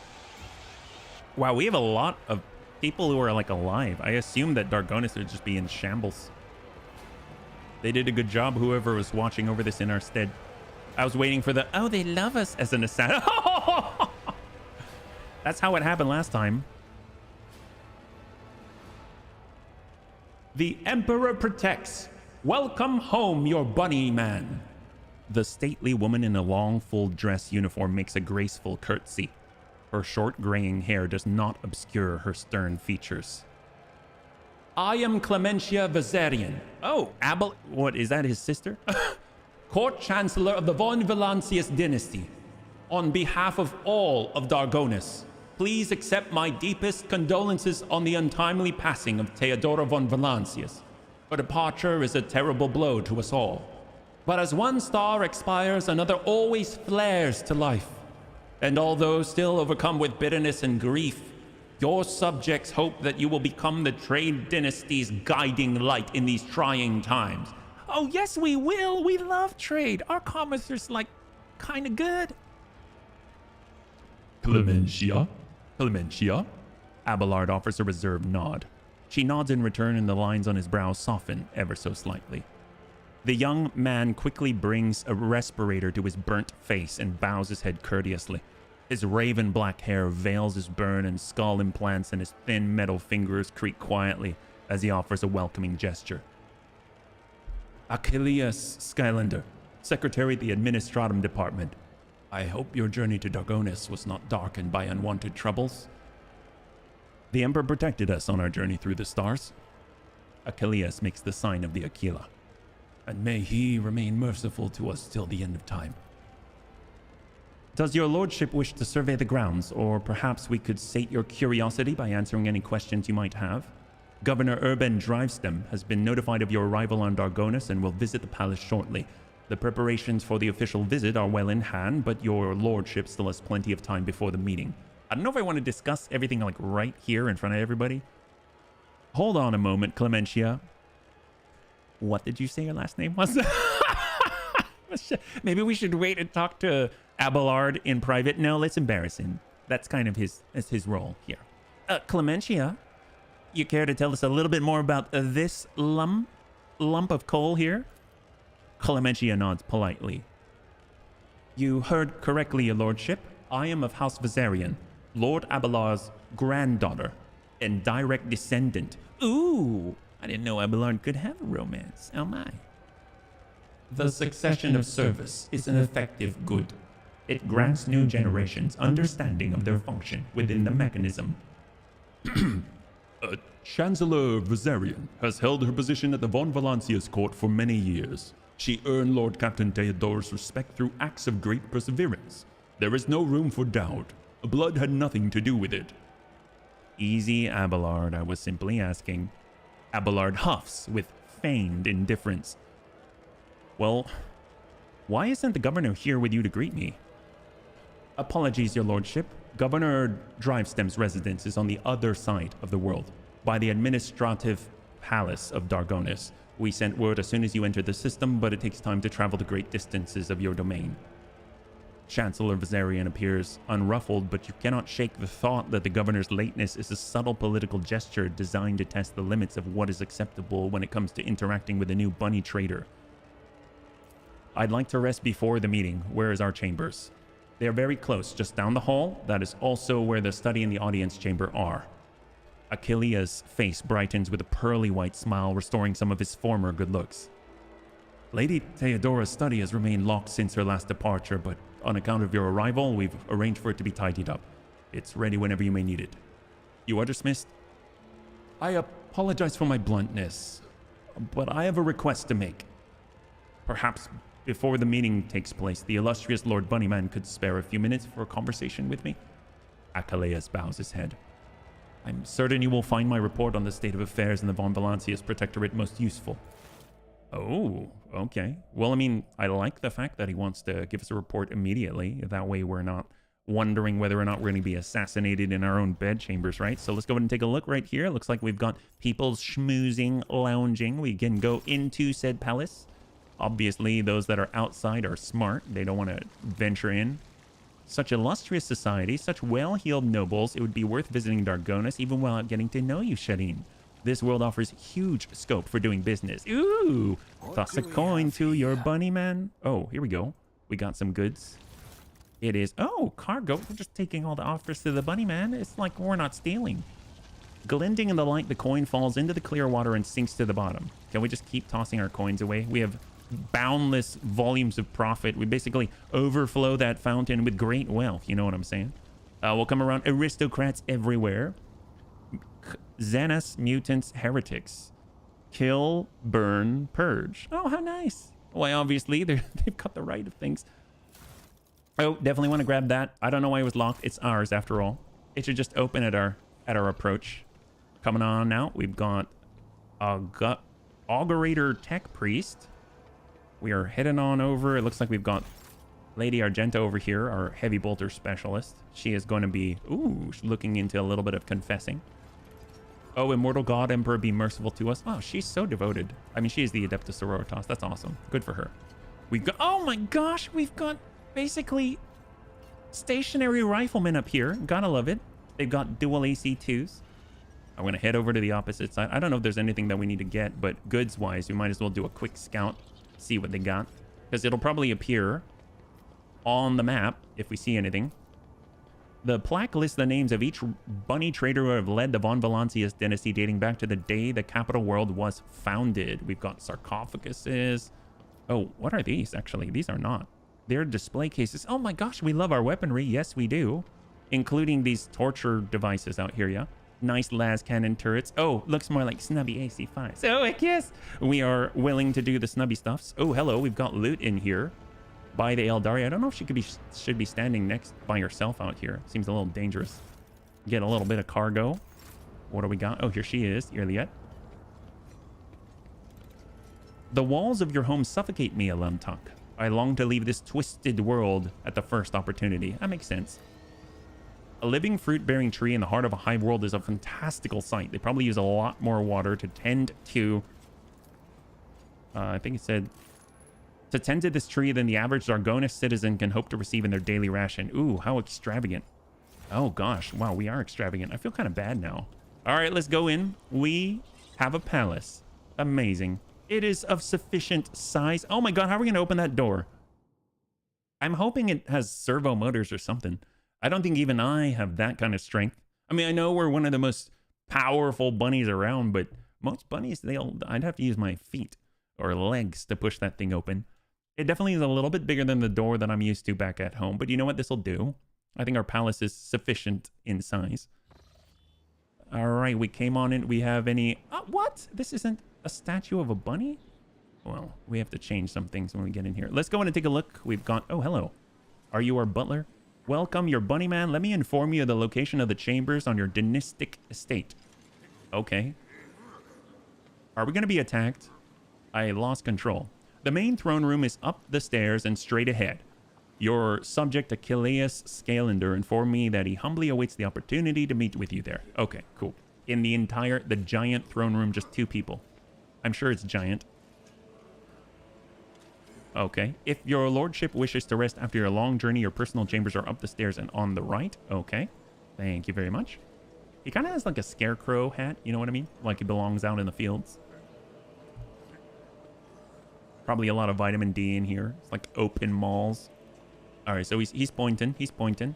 If you need anything, whatever your soul desires, I'll be right next to your chambers, eagerly awaiting your orders. I don't know if I want you just creeping around our chambers. You know, things are different here. Bunnyman needs a little bit of privacy. All right, so let's go and take a quick look. This is a... oh, hello. We have more loot. I love our palace already. There it is. We got goods just chilling there. A toolbox here. Rechargeable batteries. Gotta love it for our bunny phones. And he said straight ahead. And so up to our right is our chambers. Probably there. And then we go down here to the throne room, which is sufficient and... Oh my god, can we sit in our... How does anyone sit in... Is this a throne? What is this? Do we at least get a chair? All right. We need to talk. Oh, I'm sorry. There is our throne. Okay, that is sufficient. Let's... The Von Valancius dynasty throne, a visible symbol of the bunny trader's power, which now belongs to you.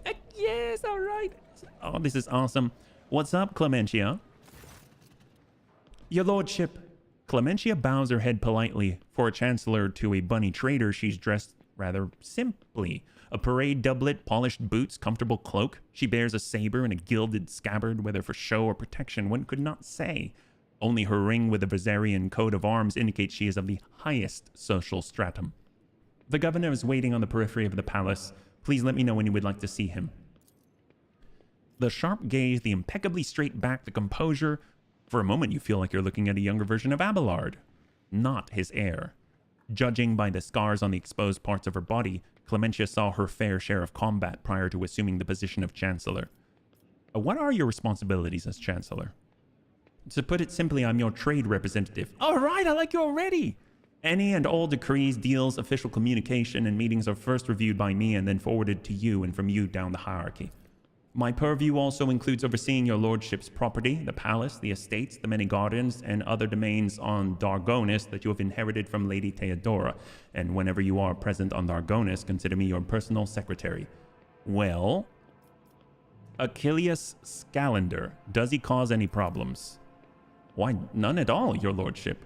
Secretary Scalander is an outstanding individual and a loyal servant of the Von Valancius dynasty. In Lady Theodora's absence, we collaborated on a number of issues related to the well-being of your domain, and he's proven himself quite capable.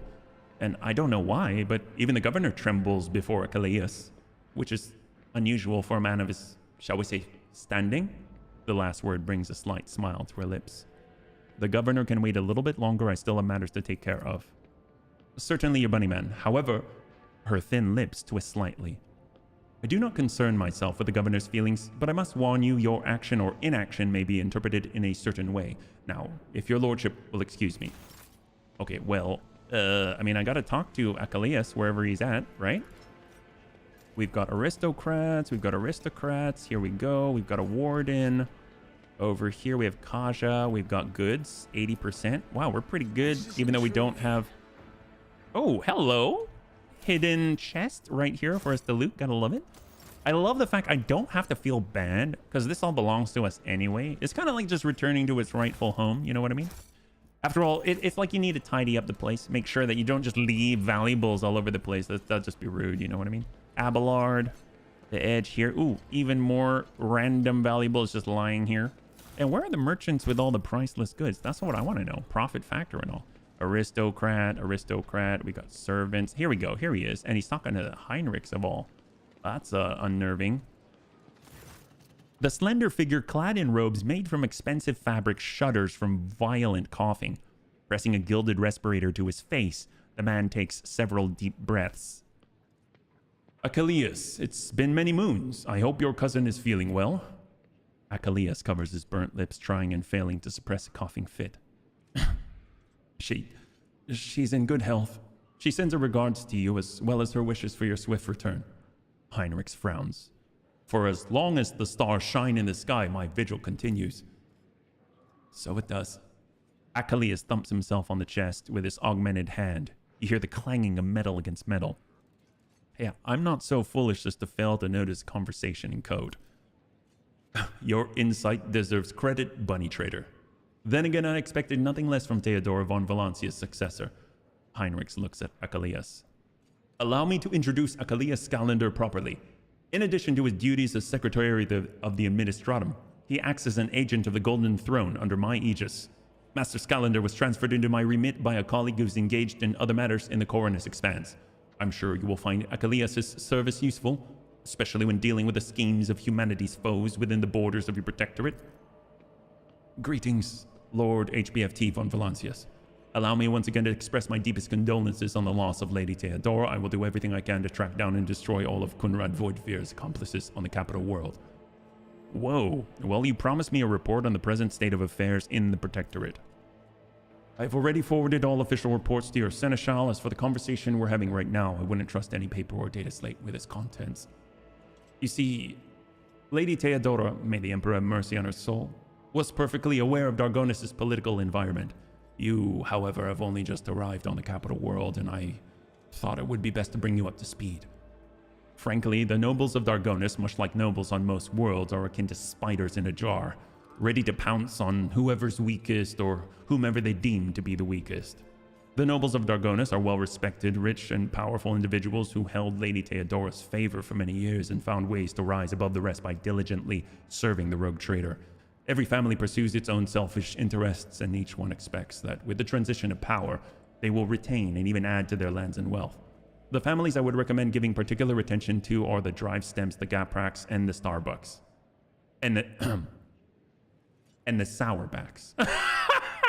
Well, you know, I mean, man, I enjoy coffee anyway. I mean, it's okay. You can call them whatever you want, Achilleus. I should also mention the Verzarians, not a noble house per se, but a family that was part of Lady Theodora's inner circle to the Blue Blood's great displeasure. Well, can you tell me about the Drive Stems? The Drive Stems are the ancient governor house of Dargonis. Predictably, the greater the wealth of the Von Valancius protectorate, the fuller their coffers grow. Their reputation is flawless, except for one detail. We have evidence that urban Drive Stems rivals seem to have the misfortune of regularly falling victim to Zenith's raids. I find that these attacks are always a little too advantageous for the Drive Stems, but we lack solid proof and it might never surface. The closer an official is to a rogue trader, the braver and safer they feel. I would just like to remind everyone that rubbing shoulders with Zenith is a heresy that can be overlooked only in the case of the Von Valancius heir, not his servant. Well, what makes the Gapraks special? The Gapraks hail from a remote forge world, and among their distant relatives there are many servants of the Omnissiah, and the house itself is close to the cult of the Adeptus Mechanicus, both in spirit and in their business connections. The Gapraks oversaw the industrial shipments within your protectorate until recently. Ever since the astropathic communication with Kavagama was severed, they've been quite concerned about the security of the planet placed in their care. Well, what about the House Sourback? Religious and hardworking, and they definitely like their coffee. The Sourbacks own many enterprises, including distillation manufactorums that produce promethium. I must note that lately members of the Sourback family have been prone to overly liberal statements about the Von Valancius dynasty. They believe Lady Theodora is a bit too keen to leave her worlds without proper oversight. Well, what can you tell me about the Verzarians? The Verzarians? I mean, they're a line founded by Lady Theodora's Seneschal and such are nominally considered nobility, at least from the standpoint of the Imperial Navy from which Lord Abelard hails. On Dargonis, however, their position is precarious. Firstly, they never were granted an official title, a process which has been impeded for decades by the old houses of Dargonis, and secondly, the other families do not see them as equals, but more as upstarts clinging to the rogue trader's favor. The Verzarians are responsible for the capital world's fleet and the majority of the cargo shipments on a domestic route. You'd think that the Gapraks would really like them, or the Drive Stems would really like them, because if they command all of the cargo, then that makes them richer, right? Enough about nobles. After hearing all that, I now feel the urge to have every one of these sycophants executed. Oh my! Enough about the nobles. Was there anything else you wanted to report? There was, your bunny man. And this time it concerns the main reason for my presence on this planet. Zenith and the threat they pose both to you and to humanity as a whole. The last few months have been difficult for the people who report to me, my eyes and ears scattered throughout the Corvinus expanse.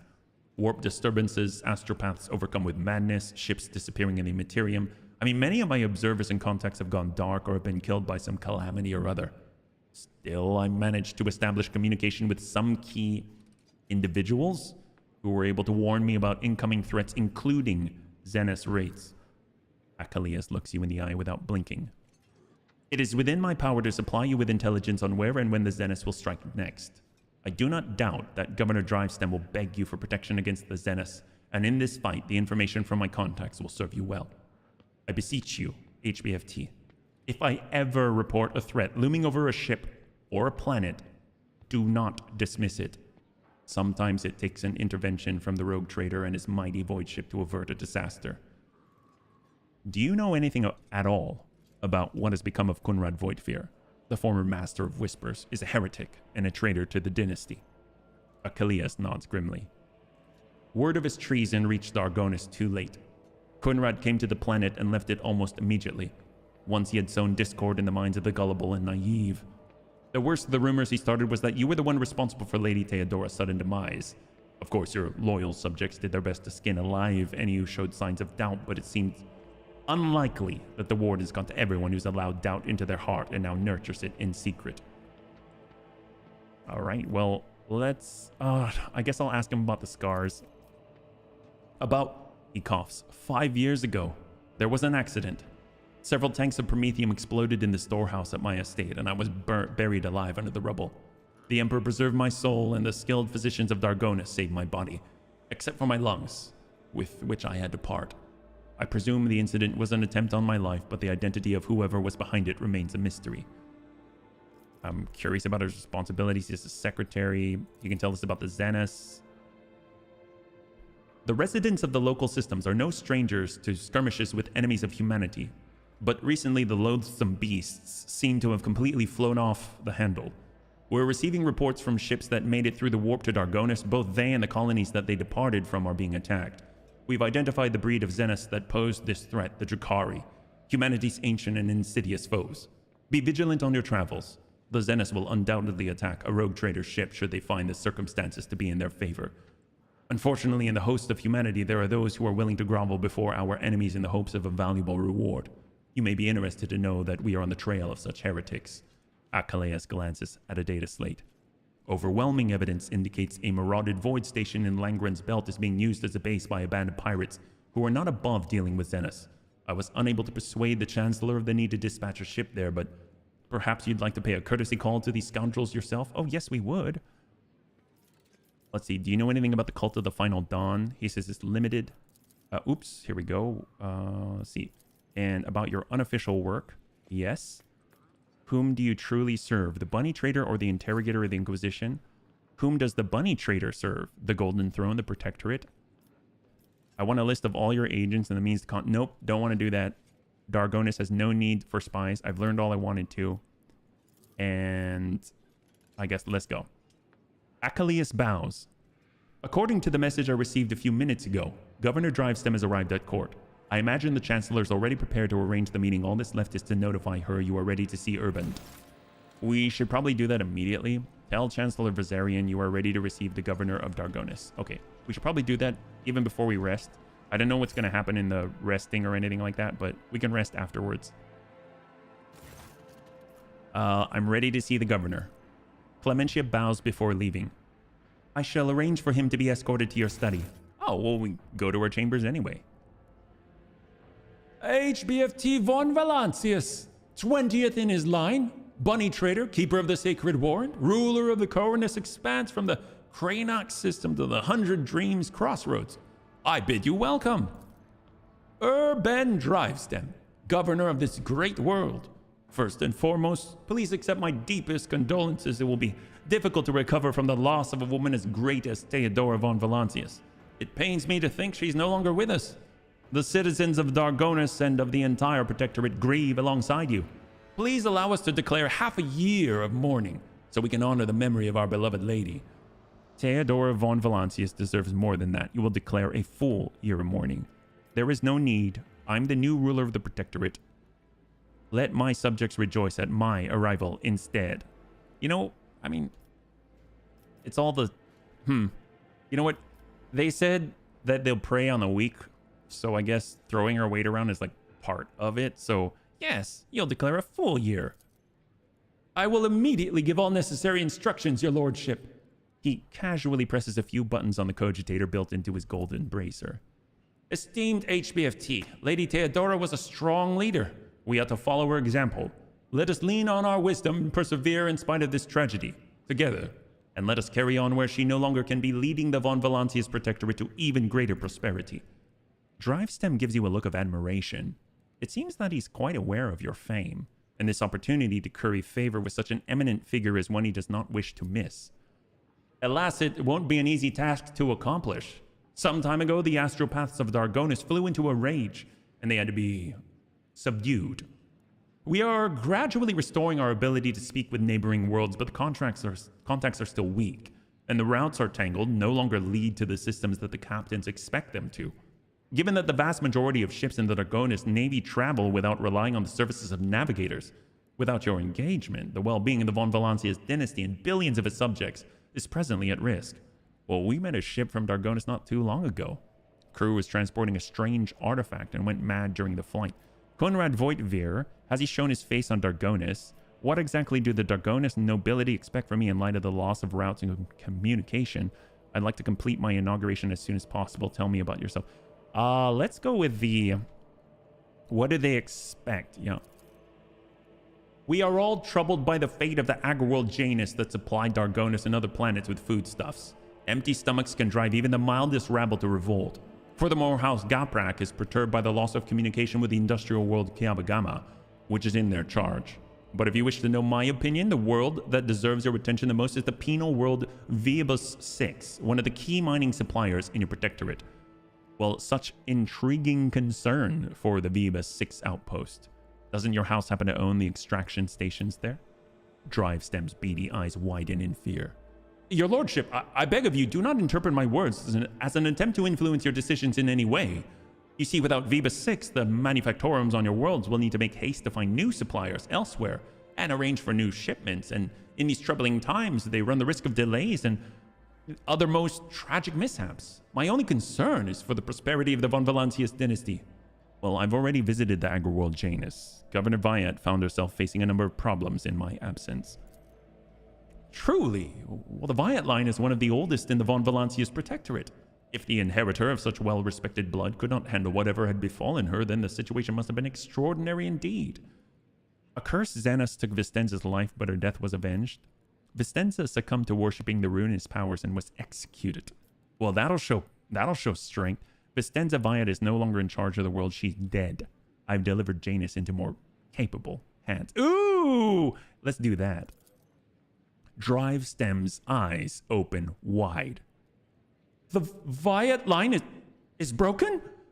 Such horrible news. It'll shake many who are connected to the Viats and who are used to the immunity that comes with our class.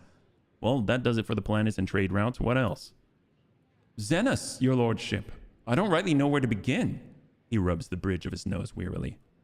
Otherworldly beasts are not an uncommon sight in the Coronus expanse. I mean, they've been a menace to the worlds the side of the Maw for decades.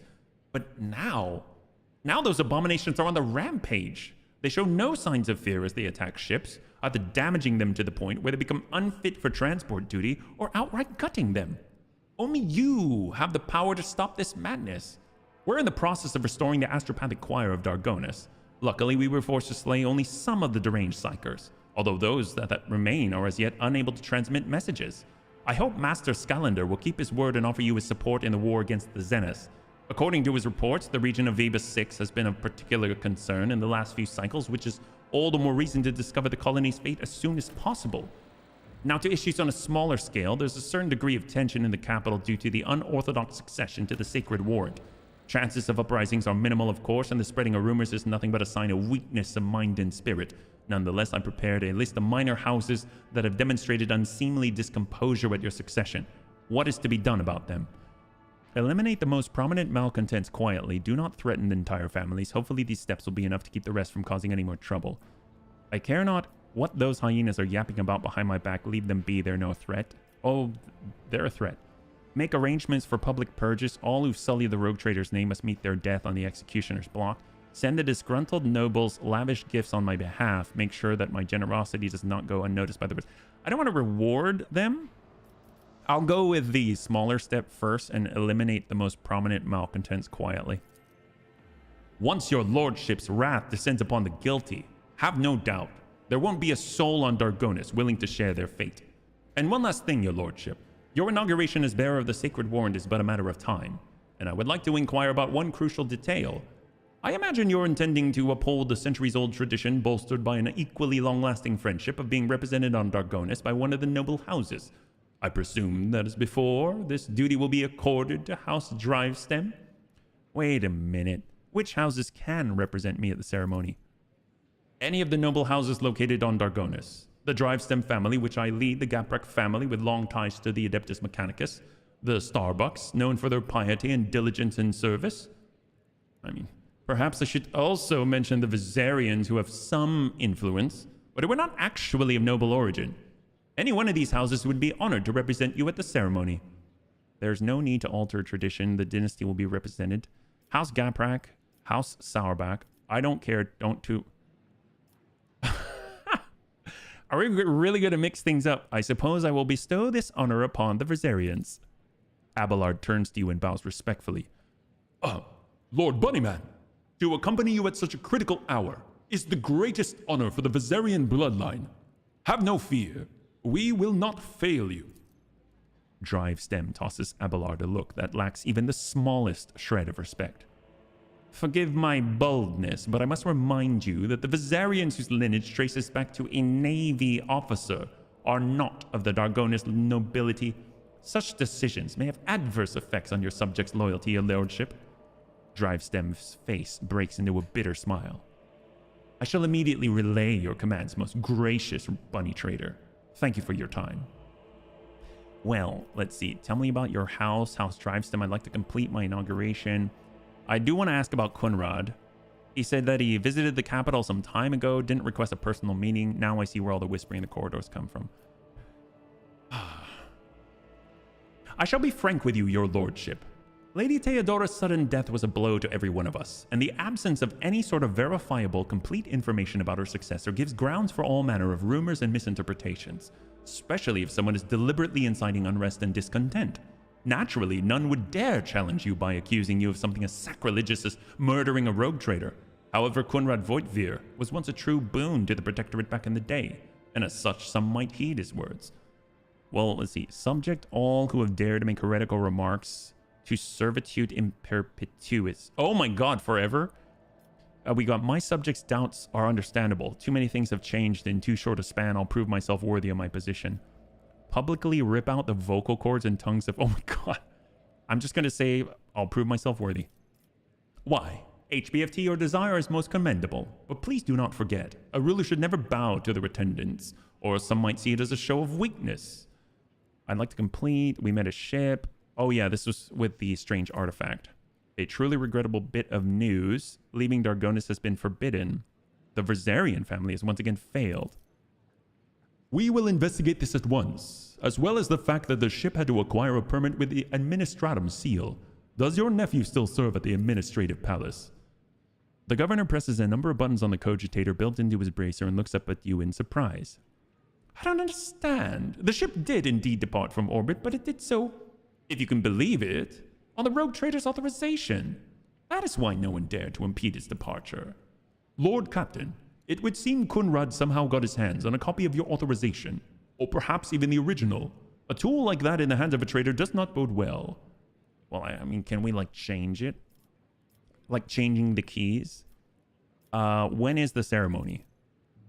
Until you deal with pressing issues, it'll have to be postponed. Tell me about yourself. Ancestors walk side by side for a long time. Humble servant. At Urban's last words, Abelard lets out a sound that could be interpreted as a snort or cough. Okay, well, let's just end this. This guy's very long-winded. Reclaim what was lost. So let's go ahead and take a look at our chambers. The antique piece of furniture, obviously well cared for. We've got goods right here on the desk.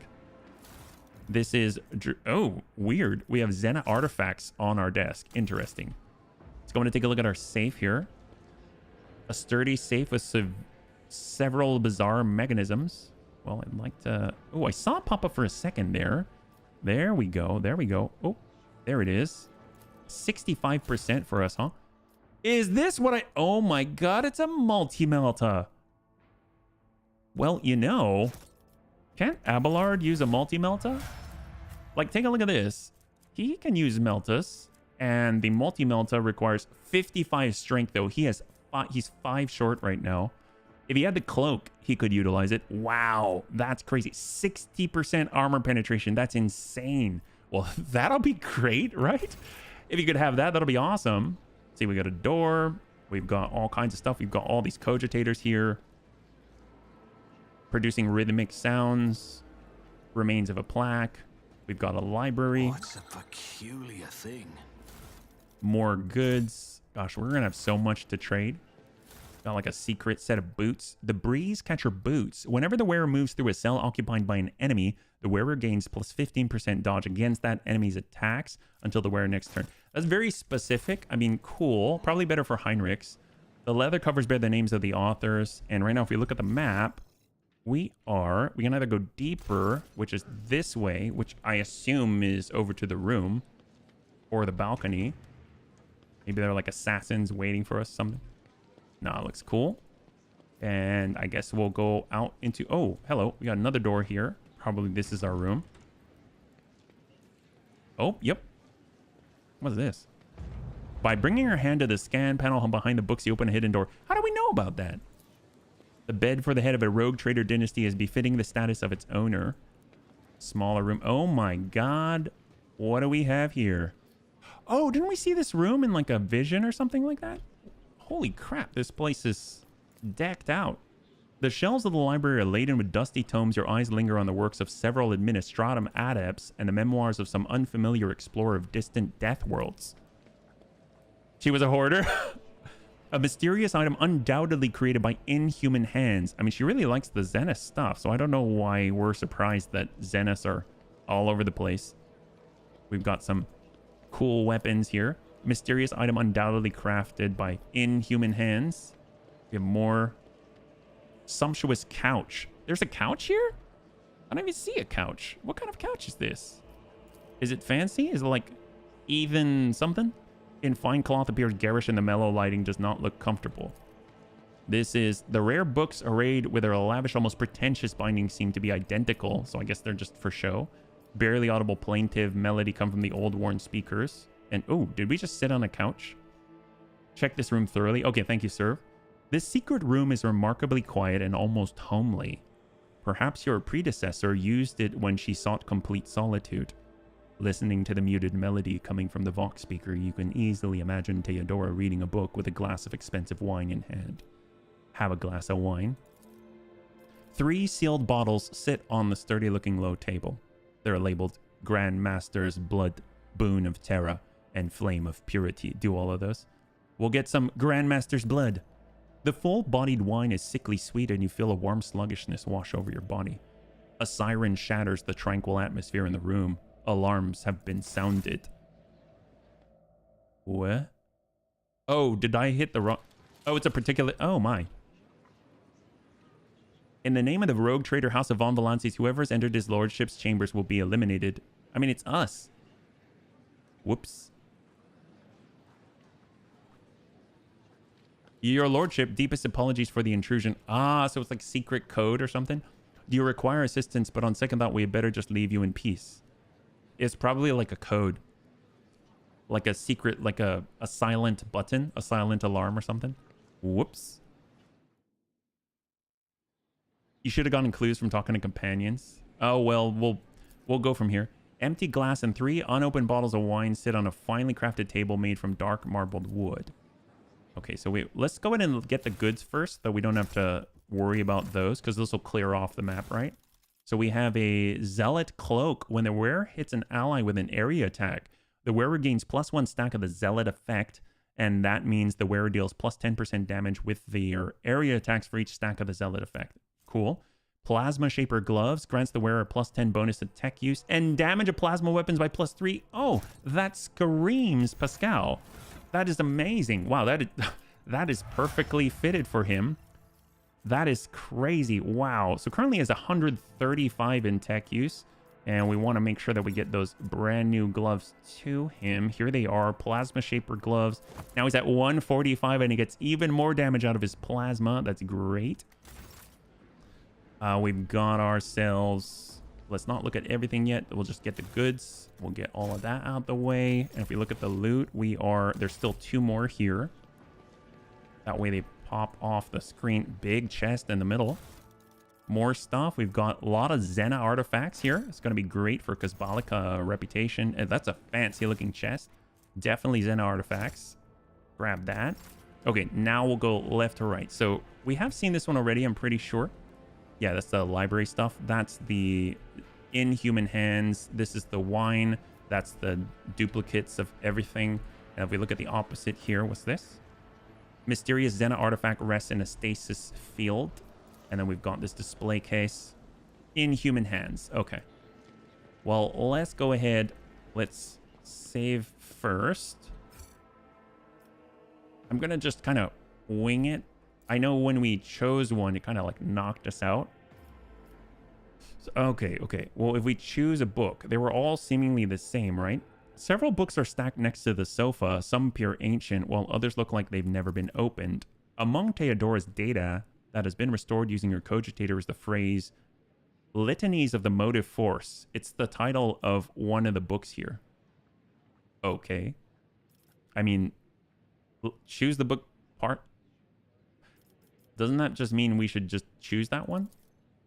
As you pick up the book, a hidden button in its spine clicks under your finger. Okay. Change the music. The vid screen of the data slate before you displays the name of several Vox symphonies. You recognize the melody that is playing right now. It is the first of 36 parts of the Symphony of Honor and Duty. We'll do part 2. The music momentarily grows louder, filling the entire room, and goes back to normal seemingly without any change. And then it says we've got these 3. We'll do Flame of Purity. The wine fills the glass, glittering in the dim light of the room like liquid gold. Its tangy flavor burns your throat, leaving behind a spicy, biting aftertaste. You hear a short, faint hum as an unseen motor stirs into motion. The room responds to your actions with a quiet, grinding sound, and a small nook reveals itself in the nearby wall. Inside, you find a data bank bearing the Von Valantia's coat of arms. Heck yes! All right! High five! There we go! Oh, that's amazing. I don't know why that worked. We just got the data slate, right? So if we go over to Notables, Anvers, Archaea Tech. Here we go. Data bank from Dargonis contains the information contains have been carefully encrypted. That's great. That's great. Wow. We got a lot of stuff there. That's amazing. Well, let's go back out. We could rest, but we're not gonna. And we'll head back into the main chambers here. Not seeing anything else just pop up on the map. And we've come on through. Beautiful. So I'm curious if the opposite side has anything in this door here. It looks like it doesn't. I'm seeing chaotic markings here, like this blood that appears and disappears. So I would like to stop in. You can see it right here. Clementia Versarian and Achilleus. Actually, no, we don't need to go here. How's our journal? I wonder if we leave, if it'll give us a map of the area and we can choose where to go, right? So let's head out of the palace. We kind of went down here earlier, didn't detect anything. And let us go to the outside. So obviously on the outside, we have some of our companions as well. Like Irlia doesn't want to be inside. We've got Lady Kaja, or Lady Argenta. And then we've also got Jai out there who's kind of schmoozing with the aristocrats. I feel like Jai would be super helpful to have around right now. Because she's sort of like the aristocrat schmoozer, it seems like. So I could really use her counsel. But we're not really traveling as a party right now. And it does seem like Lady Theodora kept a lot of Zena stuff. Here, we're going to head down. Here we go. Curious if it's going to open up the map at all.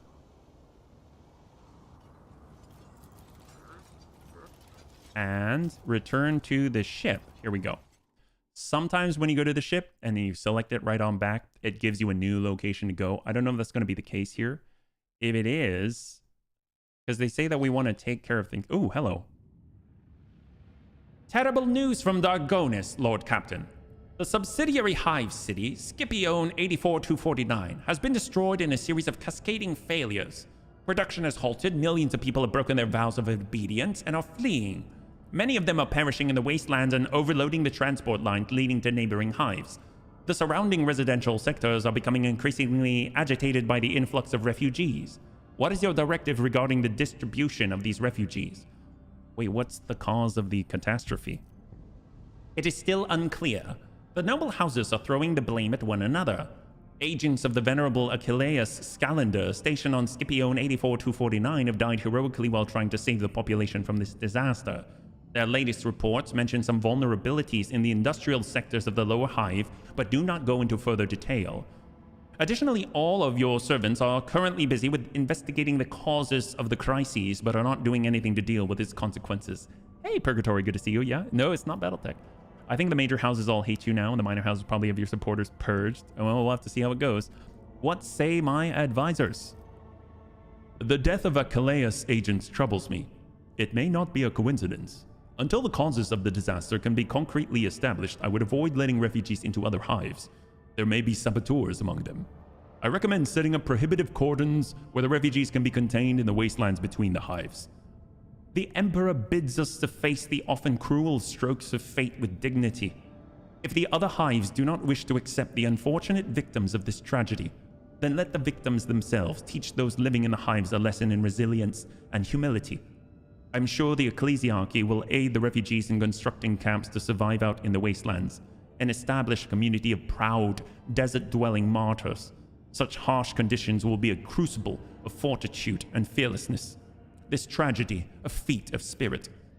The noble houses are trying to wash their hands of this. How predictable. And yet it is their duty to see to it that the planet meets its tithe obligation and brings glory and revenue to the treasury in your absence. Let the aristocrats take care of the refugees and make sure they don't stop until every last refugee has some task to fulfill. Oh, okay. Well, Purgatory, thank you so much for being here. If you gotta go, I understand. Thank you so much, man. Abelard, remind the noble houses of their duties. Argenta, see to it the ecclesiarchy would not ignore the laments of the poor and set up prohibitive cordons at the perimeter of the hives. I mean, the nobles would probably take advantage of the situation. I feel like the ecclesiarchy, like if we have them out there, we can still recruit them and do things with them. I'm going to leave it to the ecclesiarchy here. He who dares to remain deaf to the pleas of the destitute shall be branded a traitor to the faith. Large labor settlements were set up around the ruins of Scipione 84-249, to where the refugees from the wastelands and neighboring hives have been rounded up. In the harsh wasteland scorched with industrial poison, with only a bare modicum of food and clean water, the settlement residents began the arduous and dangerous task of rebuilding their fallen home.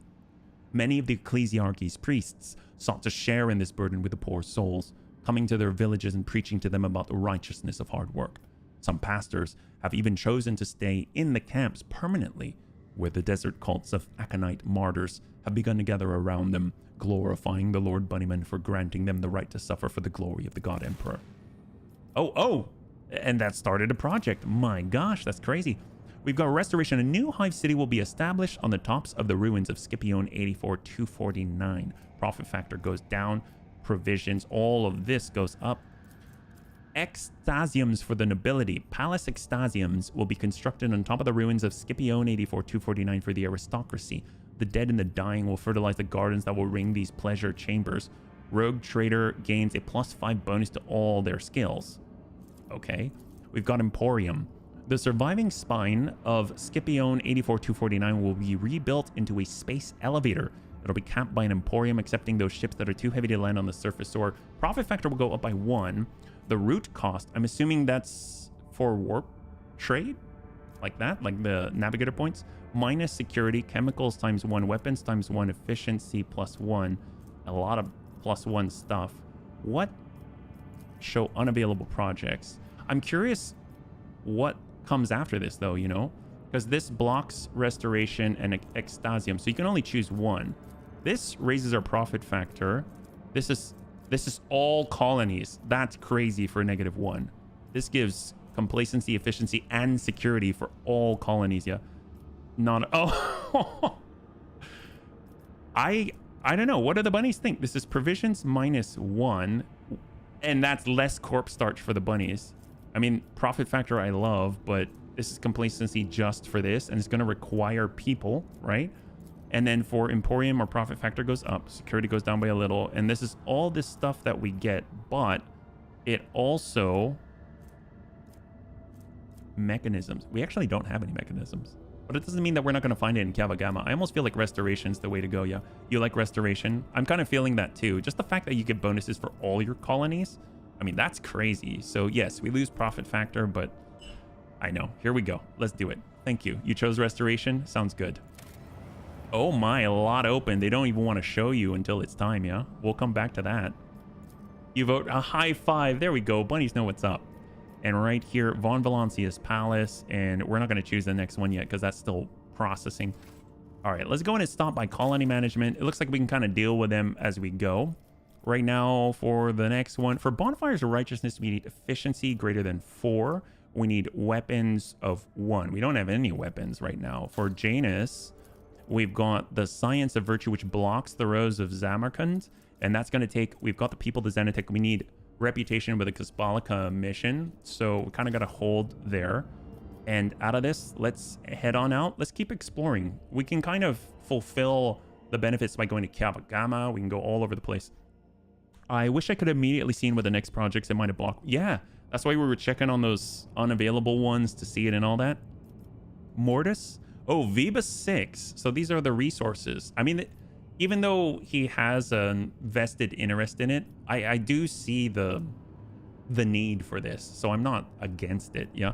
Mundus Nullius, Laetosian's Passage, Orcelio Prophecy. I mean, that strikes my fancy just because of what it is. We've got World of Warcraft Frozen Prince.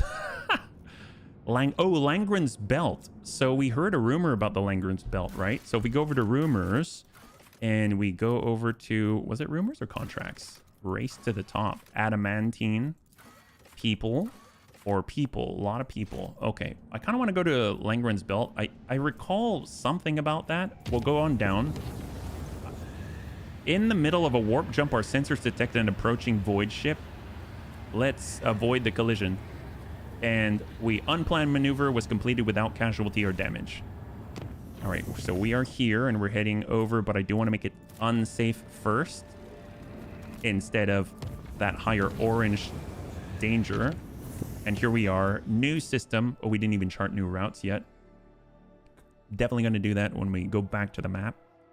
But I love this. So we got to keep an eye out for adamantine or ways to get people. We have more fights here too.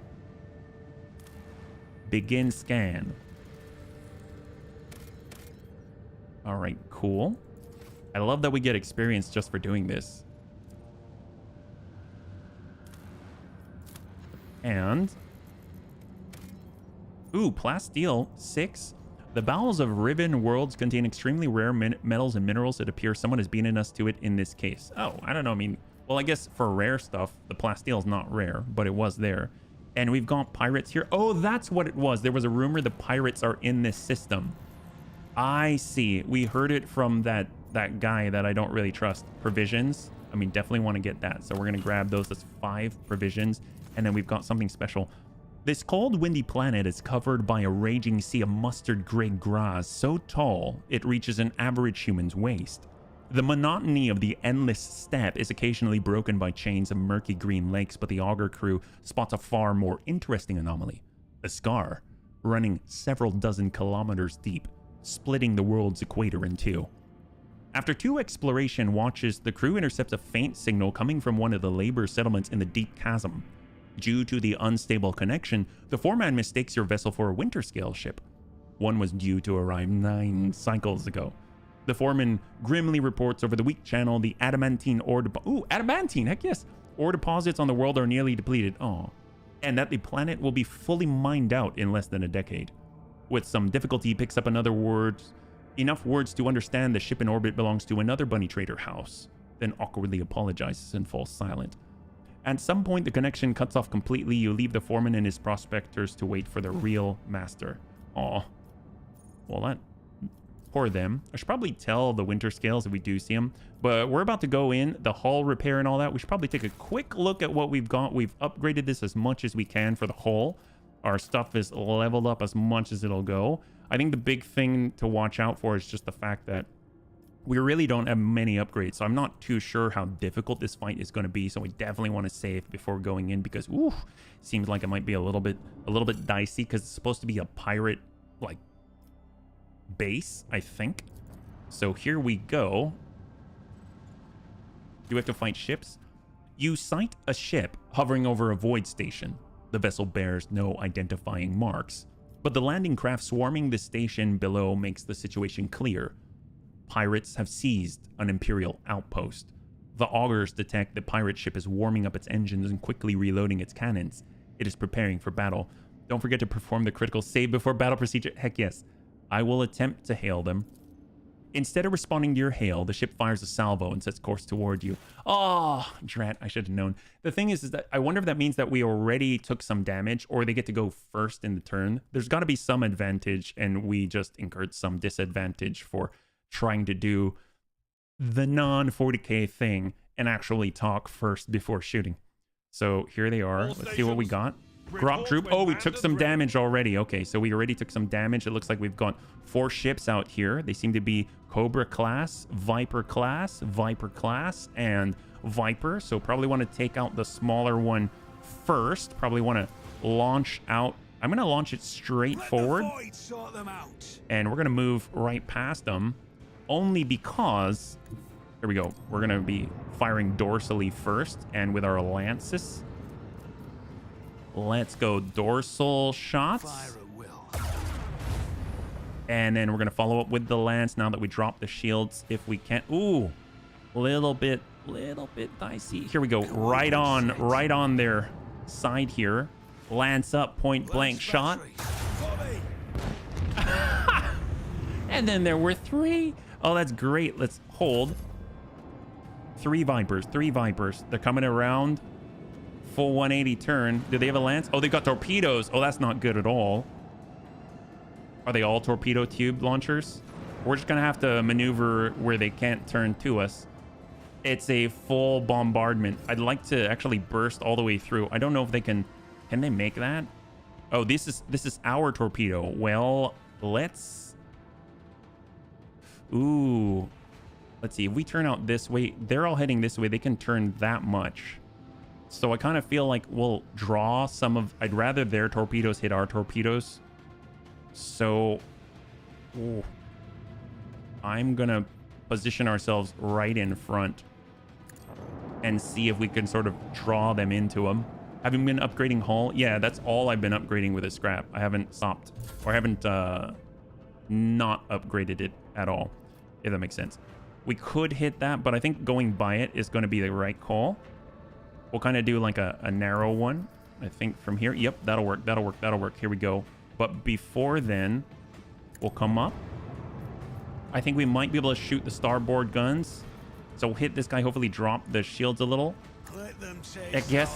Thank you, sir. You've been helping me with that, yeah? We've got the dorsal guns shots. And then we're going to skim right by, like, seriously close call right here. Lance him. They get harder when you meet Zenith. Well, the holo shields already were pretty rough, yeah? And then we're going to skate right by. They can't turn that quickly. And let us go. There it is. Eat that. So that clears the torpedo. We're taking some broadside shots to starboard. The Lathgrav Culverin. I wonder if that's the special name. Viper class destroyer. They've got torpedo tubes and they've got Lathgrav Culverin. Dorsally mounted macro cannons. So if we stay behind them, we should be relatively safe. Ooh, boy. We lost shields. Time to restart. I don't know if it's going to be fast enough. Now we learn their torpedoes have a reverse gear. So restart the shields. It might be too late for this. Those are their torpedoes. Okay, so we've got torpedoes. They're behind us. I don't like that at all. Oh boy, oh boy. Well, we can already shoot Starbreaker Lance weapon. Wait. When did I install a Starbreaker? Oh, cool. I don't remember doing this, but I don't remember a lot of things. With the force of a supernova. Oh, all right. I love it. Well, yes. Glad we did that. 45%. Let's... Ooh. We can't turn fast enough. We can do a Yui. We could also turn more. 90 degrees. If we come out this way and then another 90, that'll allow us to turn into them. At the very least, we'll be able to get our lances on the other guy, I think. So let's go in and try the new heading. It's going to extend our... Yep. We can come around a little bit farther. Not enough for the lances, but I almost feel like maybe the U-turn would have been the way to go, but then we'll be in sight or striking range of that. So let's at least get around. Then we'll launch the torpedoes after we flip around. So on the pass, though, I would like to get starboard guns on these guys. I think that'll connect. Yeah, point blank. Here we go. All hands, prepare for acceleration. Starboard guns. Shot. Macro cannons. Open fire. Those are our Stygies cannons there. The lances, we're not going to be able to get the lance around. Come through. And then we'll turn it right behind because those torpedoes can't turn that fast. Let's go ahead and launch the torpedoes down range. And then, of course, we got our... Yeah, it's not going anywhere. Let's hold. Hopefully we'll survive. They've got to do some pretty extreme maneuvers to get shots on us. One turn for self-destruct, launching more tubes this time. I've been replacing my weapons with longer range. Oh, heck yes! I mean, if I could, I would. I definitely would. Oh, boy. He's trying. Oh, I don't like this at all. Oh, my gosh. We are so lucky. Okay, this is for our torpedoes, and we are out of range. Oh, my gosh. Well, let's at least... Here, we'll try. Their torpedoes can't hit us from this position. So we'll hold there. Now it's up to us. We really, really pushed it on the last one, so I don't think they're going to let us go at it, but they will blast us in the butt, but we have full value here. They can definitely pull alongside. If we don't get those shields back up soon, they definitely can. Instant torpedo control. Gives control to the nearest torpedo salvo, granting it 5 VMP. Only works on a torpedo salvo that was launched on another turn. That was last turn. How far out? Just the nearest torpedo salvo? I'm going to try this. So it's these torpedoes. Does that mean we can...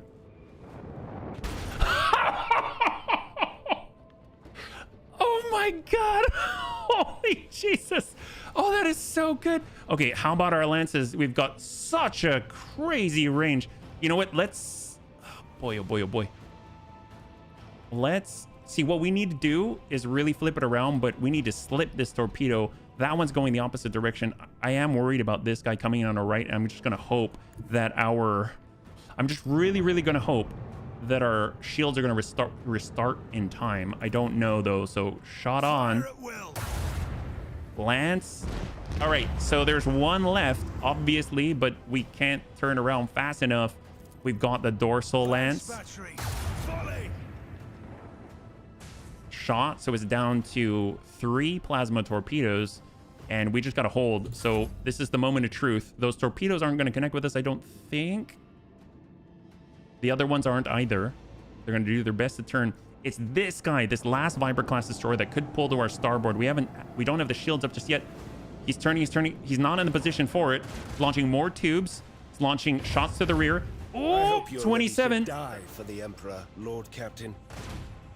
This is it. Oh, I think we're dead. Oh, we're not dead. We're not dead. All right, flip it. Where the heck do you find... I don't remember, sir. I don't remember. It might have been from our reputation with the Imperial Navy. Let's try the swing run. We'll flip it. We'll flip it around. We've gained some distance here. There we go. Play chicken. We're coming in. Yep, that's what we like to see. All right, here we go. Shot on top of the ship. Which one's on top of the ship again? And then we've got the other lance here. Please. Let's live to fight another day, they say. Shot out. And I mean, gosh, we can't do too much now. Hold. Please, please live. Oh no, the plasma torpedoes.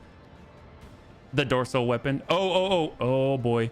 Oh boy. Oh no. It's over. Oh, that was close. That was close. Wow. We can do that though. Wow. So I guess the big thing is if we shot first, then it'd be okay. But because we didn't shoot first, that was enough to take us out. So I think it's going to start us in the position where we already shot first. Or where we did not shoot first, right? Yeah, so we're already a little bit damaged. We can still do this though. I think we just need to play it a little differently. We've got this really crazy range on the Starbreaker lance. Might as well start with that. So if we can destroy them before we even go, you have to play hide and seek a bit. You do? How do you hide, I guess? You know? Is there a recommended way? Helmsman, take us in. We're coming around. And we shall burn. Nice thing is we've got that instant control of torpedoes, which I think is incredible. So what I'm going to do is come out this way. We'll go in and launch the torpedoes. Torpedoes away. And then on the next turn, we should be able to do that instant control, which will be great. So let's hold. Because they're going to want to turn on us. This is sitting between us and them. Fire and move away, make them waste it. Got it, got it. I mean, kind of dashing by them. Oh, coming through. They're flipping it around. I mean, we could easily take that guy out. And he's on this distance yet. Hit and fade. Oh my god, look at this. So that guy hasn't shot yet. So let's go ahead and do it. Because these guys have a cooldown on the torpedo. They can't do it again 2 in a row, I don't think. So big hit there. We can flip it if we want to. But how's our... Here's dorsal.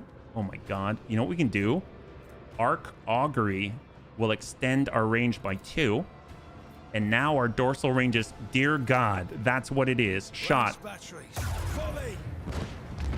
Oh! He just destroyed himself at the side of us. That's crazy. All right, down to 2 immediately. 0 damage to the Bunny League. Let's see. Mars pattern macro batteries. I mean, we could turn it in. Shields restart immediately. You think? We have... Should we shield already? We have full shields, I think, at the moment, right? Let's turn it here. We've got the lance, and then we can slip it, right? Got the lance. Perfect. Let's do it. Coordinates set. We want to slip by their turn radius. So here it comes. Close range lance, and then we'll maneuver right on by. But before then, All hands, prepare for acceleration. I guess we can just hit each of them. Your hey diddle diddling. No, this will be fine. It's working. You got trust the instincts here. Actually, I don't really know what I'm doing, but I think it's gonna work. Yeah, look at that. Look at that. If we play with a really narrow angle, take some hits, I think we'll be okay. I think we'll be okay. If we're aggressive, we can drop the guns before they deal too much damage. And look at that, look at that. Oh, we can definitely turn into that. We still have new heading available to us. It's still on cooldown or off cooldown. He's got a flip, but he's going to be, it's too tight still. There we go. Beautiful. So we've mitigated some of the damage that we would take. If we're looking at our dorsal range, I mean, that's pretty good. His shields are weaker in the front, 15. He's got 10 from that side. That's fantastic. So from this position right here, this should slice right through. Beautiful hits. They're huge. Just don't ram. We won't ram. We won't ram. I'll try not to. But this is what I am going to do. I will launch the torpedoes. And I will see new heading. I kind of want to U-turn this, although that plasma torpedo has me a little worried. This is where arc augury would have been good still. I guess we're going to have to shoot him here instead while we can. I think I will take Served's recommendation, though, and actually hard turn out of the way. So we're actually going to come it all the way around like so. We're going to get tagged, but I'm also going to restart the shields. Because, yeah, we have very low shields. We'll restart the shields already. We'll start that process. And let's go. Here we go. We still have a lot of hull in comparison, so I'm not too worried. The plasma torpedoes can't engage us. They're coming around. We will take some hits here. 2 salvos, I believe. Plasma torpedoes are going to self-destruct. Viper class comes around. Oh, he's pulling away. That's right. He's trying to bug out. Well... Actually, that wasn't too bad. We got our torpedoes. We can... Oh, let's just get rid of that guy so we can only engage one. I know hitting that guy would have been awesome, but we'll just wipe them out. We can actually flip it around with a UE. Or actually, we've got the new heading, so we can turn even harder. Bring it there. Thank you, sir. Thank you for your help. And long range. Oh, just out of range. Okay, we'll hold here. Our shields are back to full. And then they've basically got nothing. I mean, he can shoot a couple of times. That's about it. 43. And, oof. Nasty, but yeah, he's basically bifurcated by our lance. So we'll shot on this side, burn through the shields. Down to 8. We got the... Oh, the torpedo can only be instantly controlled from another turn. We are just out of it. Let's turn it. Here we go. Or better yet... Ooh. All right, I'm going to turn first. We'll shot lance right in the weak side. Point blank. Oh my god, he's got 2. He's got 2. And... Oh... I really want to just... Can we still turn? Oh, we can't. You know what? I know you said not to ram. I've never done it before, though. Let's... Flagship rams an enemy, dealing damage. Damage increased by 10% for each void movement point. Only after but only after traveling 3 cells. Oh, it has to be 2 tiles. Okay. Okay, that makes sense. Well, I mean, we can't really stop per se. I mean, I guess I can launch a torpedo right here. Torpedoes, Doesn't really away. help us too much. I mean, I can't really shoot in front of us, unfortunately. So let's hold. This is an awkward situation right now. We want to ram, but we cannot. But those torpedoes are probably going to be able to reach. Yep. Say hello. Yay, there it is. Beautiful. Oh, fantastic. Much better. On to the next one. And we get more void stuff, and a Ryza pattern plasma battery fires 1 less shot, but 21 damage per shot, but it's long range instead of short. Very nice. So it's like a Stygies, but a long range one instead. Upgrade. Can we upgrade already? Does it just take us to the void ship management? High five, sir. High five. Oh, there we go. So our scrap can upgrade our hull. Fantastic. And then for this, I love our Stygies on the right. I guess our left side can be the long side, yeah? So we'll get that on port. So we leave the standard Mars behind. And very nice. So we got a long-range broadside plasma macro cannon on the left. And then we've got a short-range broadside macro cannon with 4 shots like the Mars pattern, but 21 damage per shot. Damn the torpedoes, full speed ahead. Repunctuated historical quote. Yes. Upgrade. All right. So we are now rank 3. What do we got here? Reinforce the shields. So we've seen these before. Vulnerability scan. The flagship's auger scan an enemy ship to highlight weak point. All damage dealt to a weak point increased by plus 30%. We've got shallow jump. Flagship makes a shallow warp jump. Oh my god, that's scary. We've got strafe. Flagship fires up maneuvering thrusters and slides a short distance to the side. That seems powerful. We got shield pulse. Shallow jump. It's good. Okay, we'll go and grab it. Shield pulse. Overload the shields to disrupt the enemy's defenses. If the enemy has shields, they're moved to the opposite side from where the attack hit. If the enemy is a holo field, it loses several of the charges. Oh, that's useful against the Zeniths. The pulse can also negatively impact Zenith's technology. Well, that seems powerful. Reload all macro cannons that were fired during the acceleration phase. So you can actually shoot twice. That's cool. Focused efforts allows the use of both abilities of one selected post for 1 turn. If one or both, I don't really have multiple abilities on a post just yet, so I'll hold on that. We have the warp wave. Flows of the Immaterium cause an enemy ship to immediately turn and take hull damage. We've got reinforced shields. Chosen sector is reinforced until it suffers damage. Reinforced sector has an increased chance of absorbing half strength. I kind of want the I like the movement stuff because it lines up our weapons and allows us to do what we normally cannot. The shield pulse seems cool too. Expends 20. Oh, it expends our shields. I'm gonna go with the strafe. Oh, can we do both? Oh, we have to choose. So shallow jump. Is there a new one here? Reinforced warp wave? No, there isn't. Okay, so well, let's go with strafe. Like that seems awesome. Expeditious reload. Yeah, we'll go with those two. Perfect.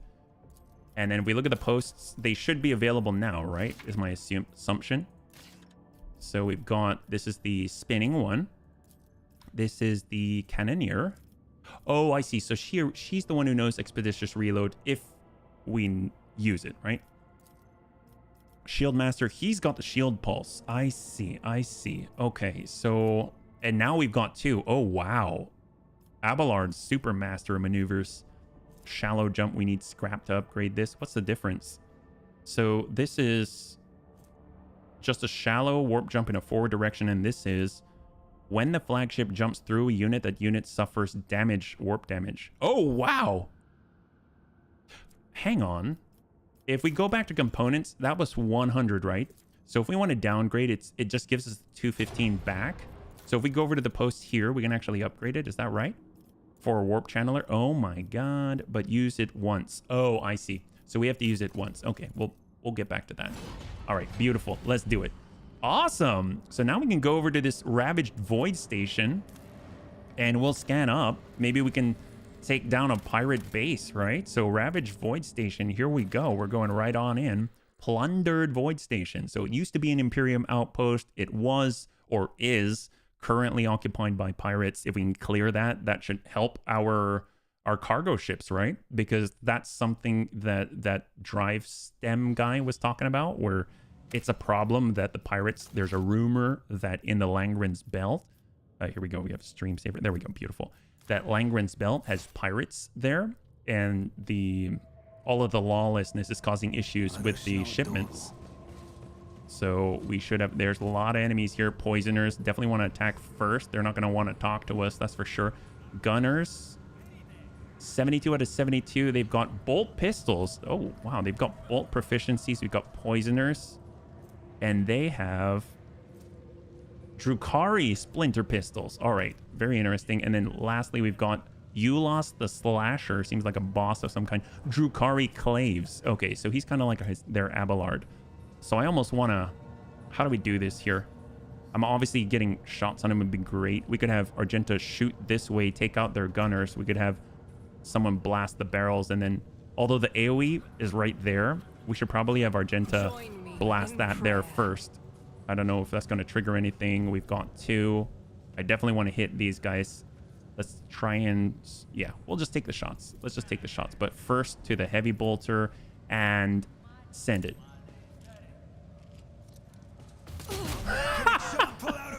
I love the fact that they're just like, what the heck's going on?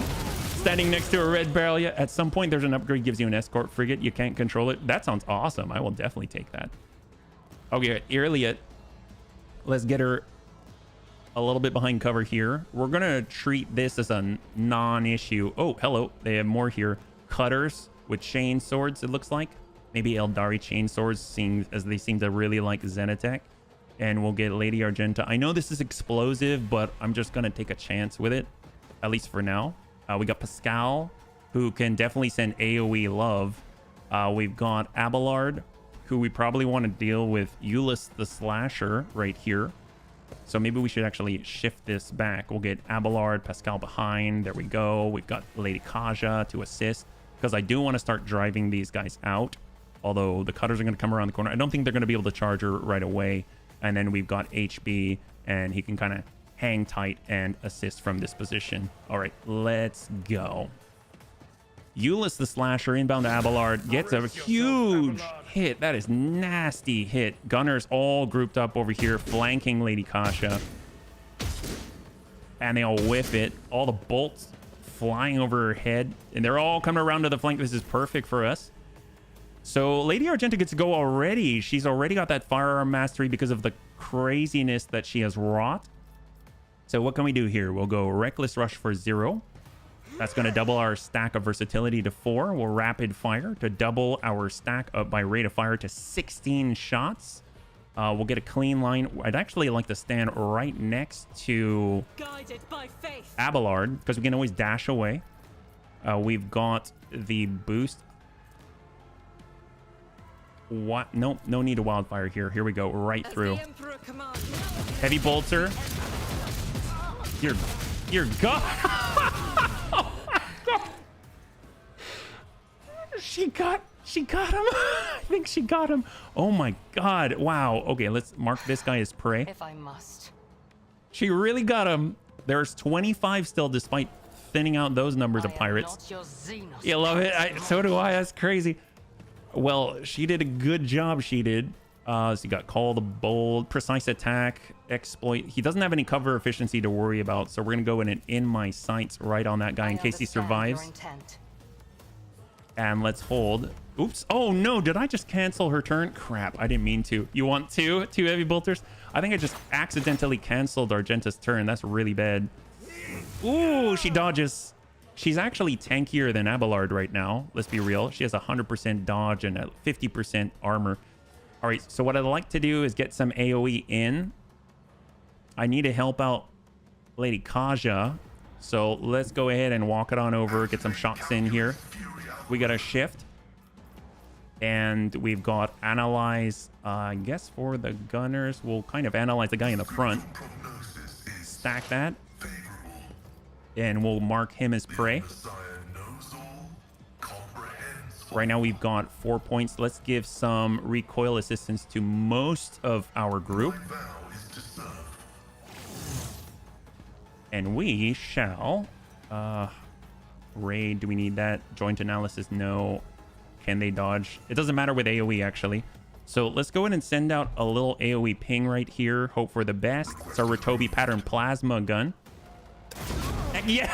Oh, that's pretty good. That is pretty good. My God. Wow. We're not close enough to strip stacks here, but that hurts. I guess we will raid. They're eating all the Argenta Daka. Yes, they are. They are. Thank you for how goes it. It goes kind of well. We haven't died yet. Remy the Lead Rain. We should be getting some pretty good stuff on this. Controlled Shot. Gil the Psycho. A lot of named people here. Oh my God. They've got a full lance of guys. Sure what it feels like. We've got Gunner. There's still so many. Now, it went up a number. Went to 26 for a moment. We're fighting against a pirates who took over an Imperium outpost, yeah? So, pretty gnarly. Okay, so we have our brand new Flamer, which I think is fantastic. So, let's go ahead and say sworn enemy to... Ooh, I guess he's right here, so... You know what? We'll sworn enemy to that guy. That's fine. That's fine. And we'll start with a little bit of... Ooh, we can't quite catch him. Can we hit the other? The guy behind? We can't. We're not in the right position for it. We could break through. It will be done. Let's go in and break through. We're going to slash this guy. We'll get onto the opposite. Oh, can we not do it from this position? Oh, drat, we can't. It has to be, I think, completely crisscross, not diagonally. Let's go with... I really wanted to do that. Well... He does have the melt. Let's go and hit this guy. Just get rid of him instead. Oh, drat, no. Okay, well... Screw it. We're going Daring Breach already. Let's do it. Here we go. Daring Breach. Brace for impact. And we're just going to start swinging. I'd rather not. 38. There we go. That's a clear. We'll be able to get some distance. Come into a charge on Euless. Shift. At your beck and call. Get in on the charge. So obviously we're low on our health, so we're gonna go in and heal ourselves, get rid of the injury. And I don't know if we can... Yeah, it doesn't look like we can flip over from that side. We've got our parrying stuff out. We could walk away, but it'll hit us for free. So I'm actually gonna cover for Lady Argenta right here. And actually, this will allow us to slash this guy then. Victory Let's do it. Imminent. Slash the slasher, but we did not succeed. Now we're behind him. He's in a pincer hold. So these Lady Kaja, I mean, she can wreck some people. Let's be real. Let's go ahead and relocate the lot of them. And can we lid this there? Yes, we can. Not a serf. Oh, they withstood it. I'm surprised. Oh, did that not work? Try it again. I'm not accustomed to being ordered. That... Wow. They're resistant to the warp damage. Did not expect it. Probably should have paid attention here. Hunt down the prey. Horde of thugs. The more that there are, they get more weapon skill and ballistic skill. Okay, well... Okay, what are we going to do here? What are we going to do? We've got the shot on the big one. Euless the slasher. We really got to thin out the left side. Over penetration's helpful. We've got the crack grenades. Can't forget about that. We've got the Eldari plasma grenades, actually. 40% armor penetration, energy damage. I mean, this looks very, very potent indeed. And there, of course, the explosive barrel. I'm curious if that can, you know, help with that situation a little bit. All right, I'm going to get on this side so that there's cover against the left flank. We are going to... She already designated prey. We'll designate a new prey with Guild of Psycho. We do have Claim the Bounty as well. Oh, I could have claimed the bounty on the gunner. I forgot about that. Now that we've done that, I'm going to analyze him, apply exploits. Hey, Antonides, we'll catch you later. Thank you so much for swinging on by, man. We have about, I think after this fight, we'll probably loot, and then we got to wrap up anyway. So thanks again, man. We'll do perfect. Actually, you know what? I don't know if we're going to be able to, if she's going to survive, but we're going to go ahead and in my sights on him, and then we shall hold. That leaves Kaja, hold.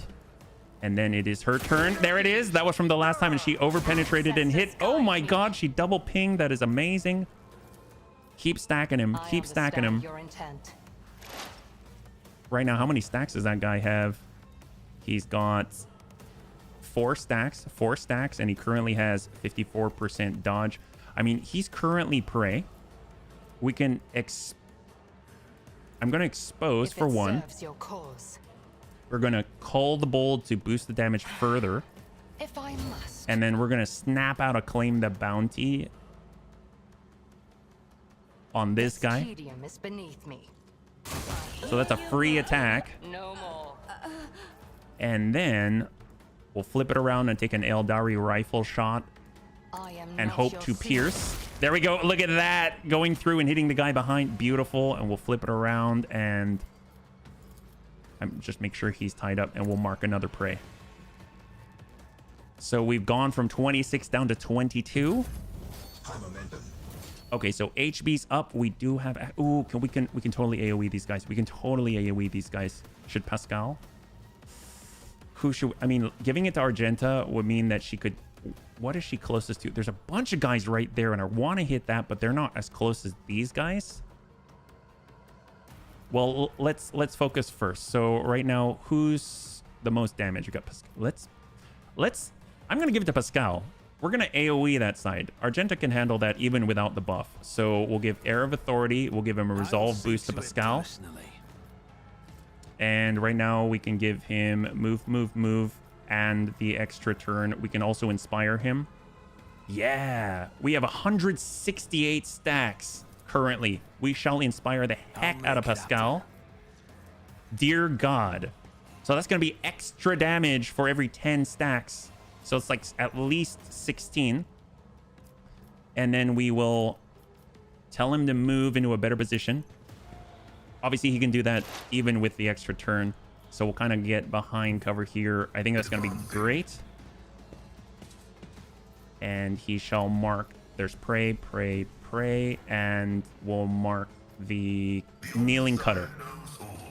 So we got a lot of prey out there as the bounty hunter, and we shall hold. And now, okay, this is going to be some of my stacks, 0, take the shot, and then the extra turn. So we're going to go press the advantage.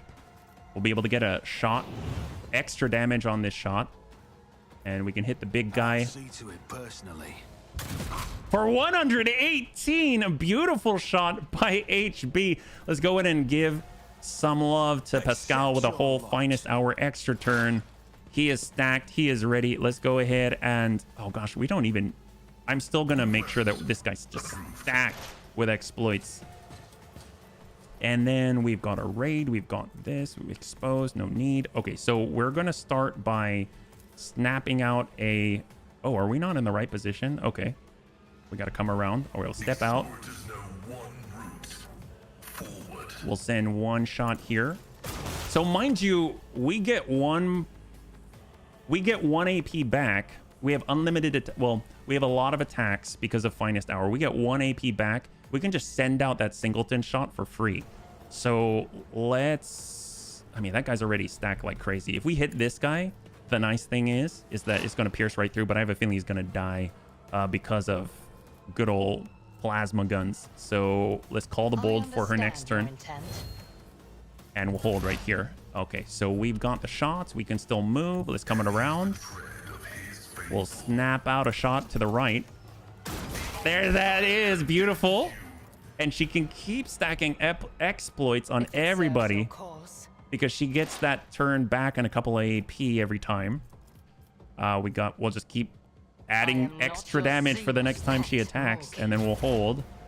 Pascal gets to tuck up forward a little bit. We've got the AoE. Send it with all the extra damage. Oh, that hit for how much? So that hit for dealt 92 energy damage, dealt 119 energy damage, dealt in an AoE, mind you, 133 because of all the boosts to that was a one shot on that entire group. Keep stacking Ulyss. If I must. That guy is stacked into oblivion, and we're actually going to in my sight on Ulyss in case he survives. There it is, beautiful. And it's back to Pascal. Pascal, I mean, I don't know if he's got... Oh, there's a guy right there. Didn't even see him. I mean, we could always swing it and hope he dies. Jesus. Holy crap. Wow. If we move here, we can't see those guys. I mean, we could send some AoE at the ground and hope it kills them. We can try that. I'm going to AoE here and just hope it just blows this guy up. Oh, we can't see it. Oh, go figure. All right. If we were to... How are we supposed to do this? We could give... I could give the points over to Lady Argenta. So we've now passed it over to Lady Argenta. She is ready. She's going to revel in such crazy amounts of slaughter. We went from 26 down to 16 enemies. She'll go ahead and dash. I want a new angle. I want a new... Here we go. We're going to dash out this way. She is going to double her stacks of versatility to 6. And then she will rapid fires 1. She only has 1 now, but she's got firearm mastery. So let's run and gun. Let's try and deal with this group instead. We're going to run right by. Got the line right here. That's point blank though. So here we go. Right here. And we will get a shot. Yep, that'll do. And firearm mastery.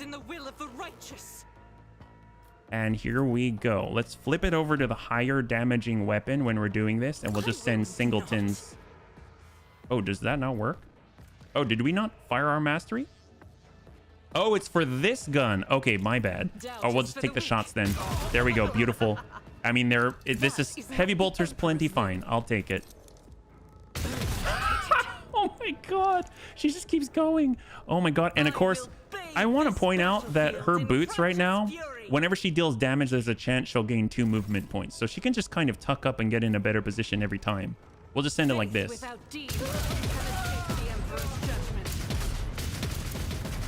Dear god. Wow. All right, shot. Yep. Shot. So mind you, they're down to 10. So we've killed 16. Our turn's not over. We've got shots down range. Okay, can we move? We cannot move.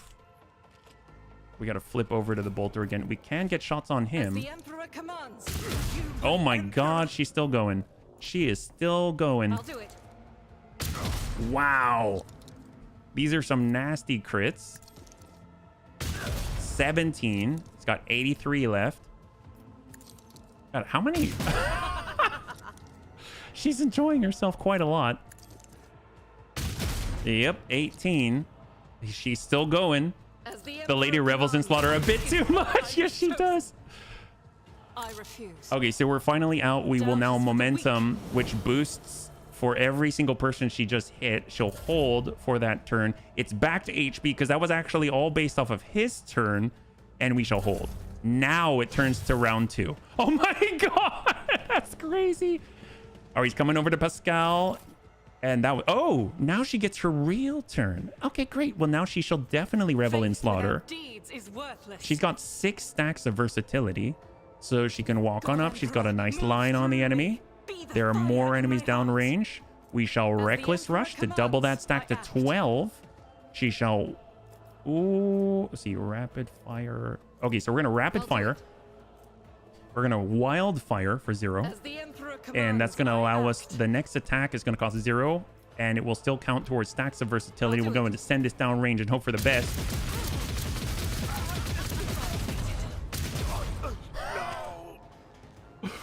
Holy crap. All right, and she's moving. She's getting a better angle because why? That angle's not good enough. Here, run and gun. Without deeds is worthless. She's still running. She's definitely gunning. Got the line, and we'll send some burst down range.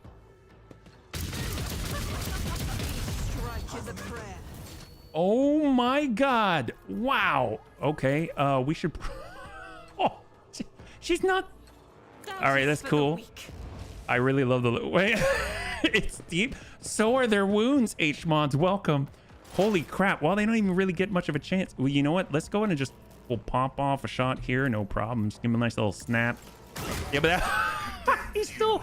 They only get stronger. He still has all the buffs from the last time.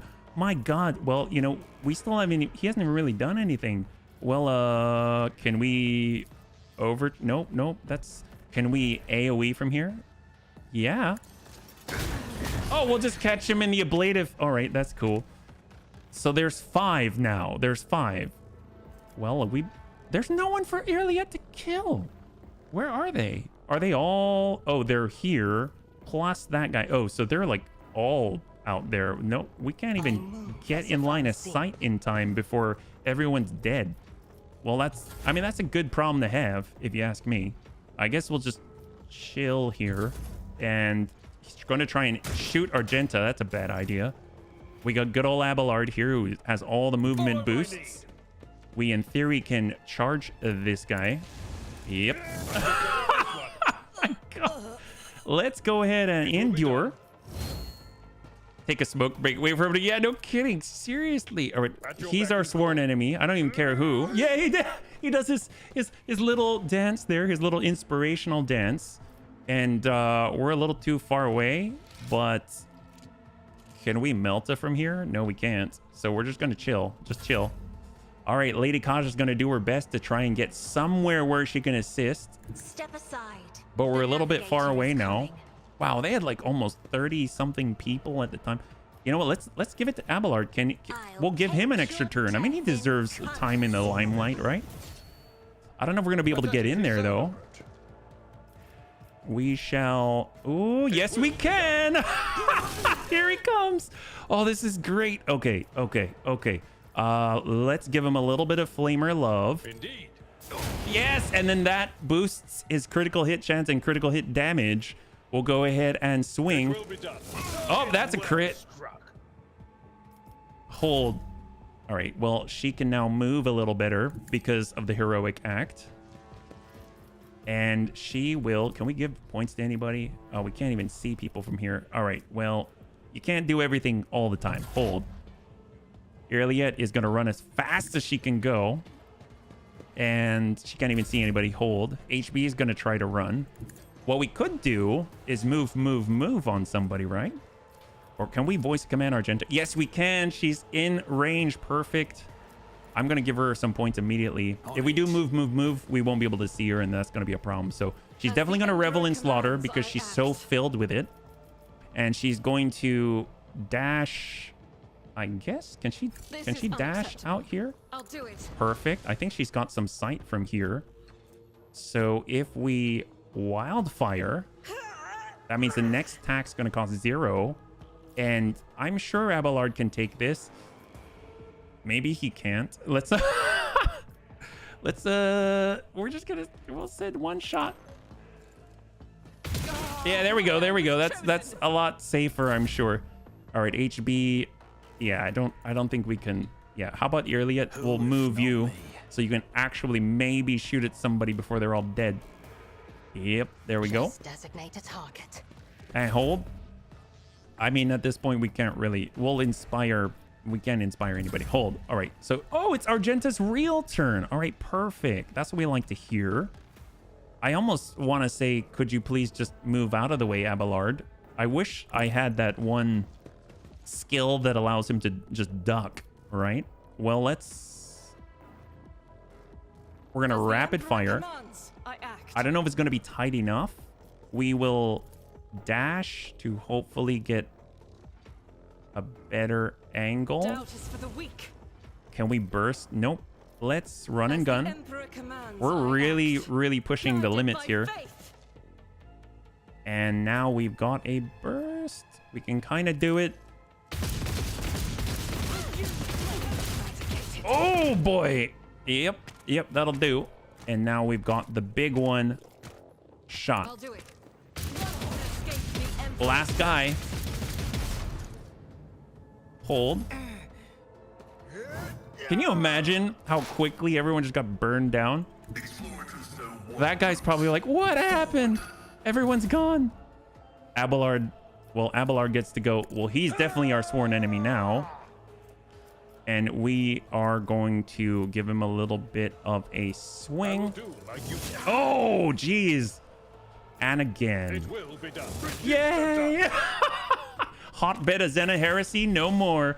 My God, we've got a lot. Oh, wow, we finished on time. I thought this might take longer than the time that we had in the stream. We're ahead of schedule. So a lot of heavy leather armor. We got more Judge Dredd. Oh, nullifying shotgun. That's different. I thought it was more combat shotgun. So we've got some special stuff here. That's awesome. Very, very nice indeed. What else do we have out here? That probably came from Remy the Rain, who seemed like a named guy with a shotgun. Probably that nullifying shotgun. We'll grab some goods. This is great. We have a Rangers Eldari. Oh my God. Wow. I was just saying there's so much she cannot wear, and this gives her ballistic skill plus 10, and she can actually wear it. Amazing. Holy crap. She can get plus 10 ballistic skill. That's perfect for Iliad. That is incredible. I'm obviously, what's her face? Jai can wear it too. Oh, whoops. I did not mean to do that. I still need to loot. We'll come back to you. We will come back. There are so many bodies to loot. There's like over 30 bodies. That's a lot of stuff. So we got standard carapace. We've got the Drukari Clave. That's new. M40 auto gun. We have the Radiant chest plate. Ooh, wow, that's excellent. Well, I think our good friend here, Abelard, now has new heavy armor. Look at that. That will boost his armor by 10%. 5 additional armor deflection. That's insane. Boost his dodge as well. And then he gets more deflection against area attacks, more fellowship, and minus dodge. So that's crazy. Look at him. That's nuts. So obviously he can now be burned because the other one protected him from that. He's got the Iconoclast for more dodge. But honestly, I almost feel like if we just get this right here, the Fireproof Cape, anyone near him, he'll remove adjacent burning. But the heroic, every heroic act, he gets up to 60% more dodge. I mean, that's incredible. We'll try the Fireproof Cape, though, just to help out with more status effects, but that's nuts. That actually leaves us with the Carapace now, which is excellent. It's only 5% less, so I kind of want to do this, because you also get deflection. So take a look at that, 45%. She gets lower dodge, she gets lower armor, but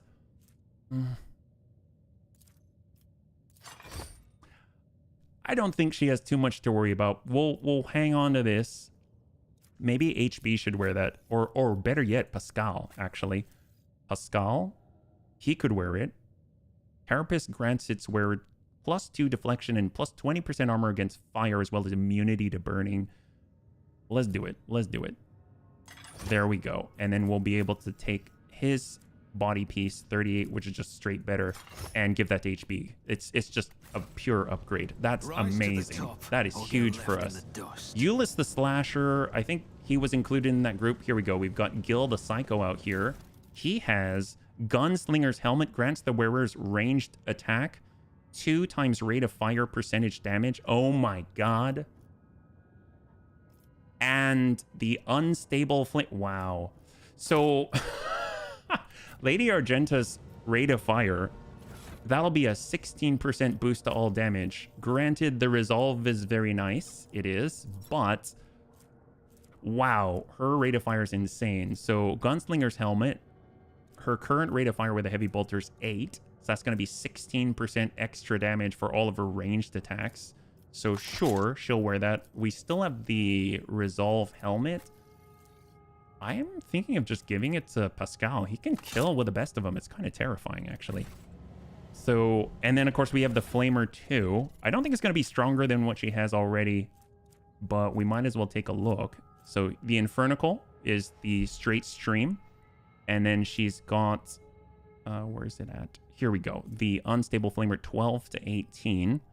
1 and 6. I mean, Abelard can also use flames too now. Oh, we'll go on from here. So what do we got? I don't think there's anything else to loot here. Cutters, if we look at the map. Oh, we missed one thing right here that we can easily get to. The box in the corner. We have a multi-key. And the very last... Oh, wait a minute. No, we still have more time. I forgot. We end at 6. Oh, this is great. So we have another half an hour. Perfect, perfect. So now we've actually looted everything. We can go over to the one door that's here and turn in. This is insane. We didn't even take any injuries. That's amazing. We'll just go ahead and do a quick save. Well, not an actual. We'll do an actual save, not a quick save. And in we go. Wow, we got a lot of upgrades. It's serious upgrades. That's insane. Always keep your eye on the prize. Oh my god. What do we have here? I'm seeing a lot of ammunition and shells. And in the distance, I don't see anything with tab. Random door.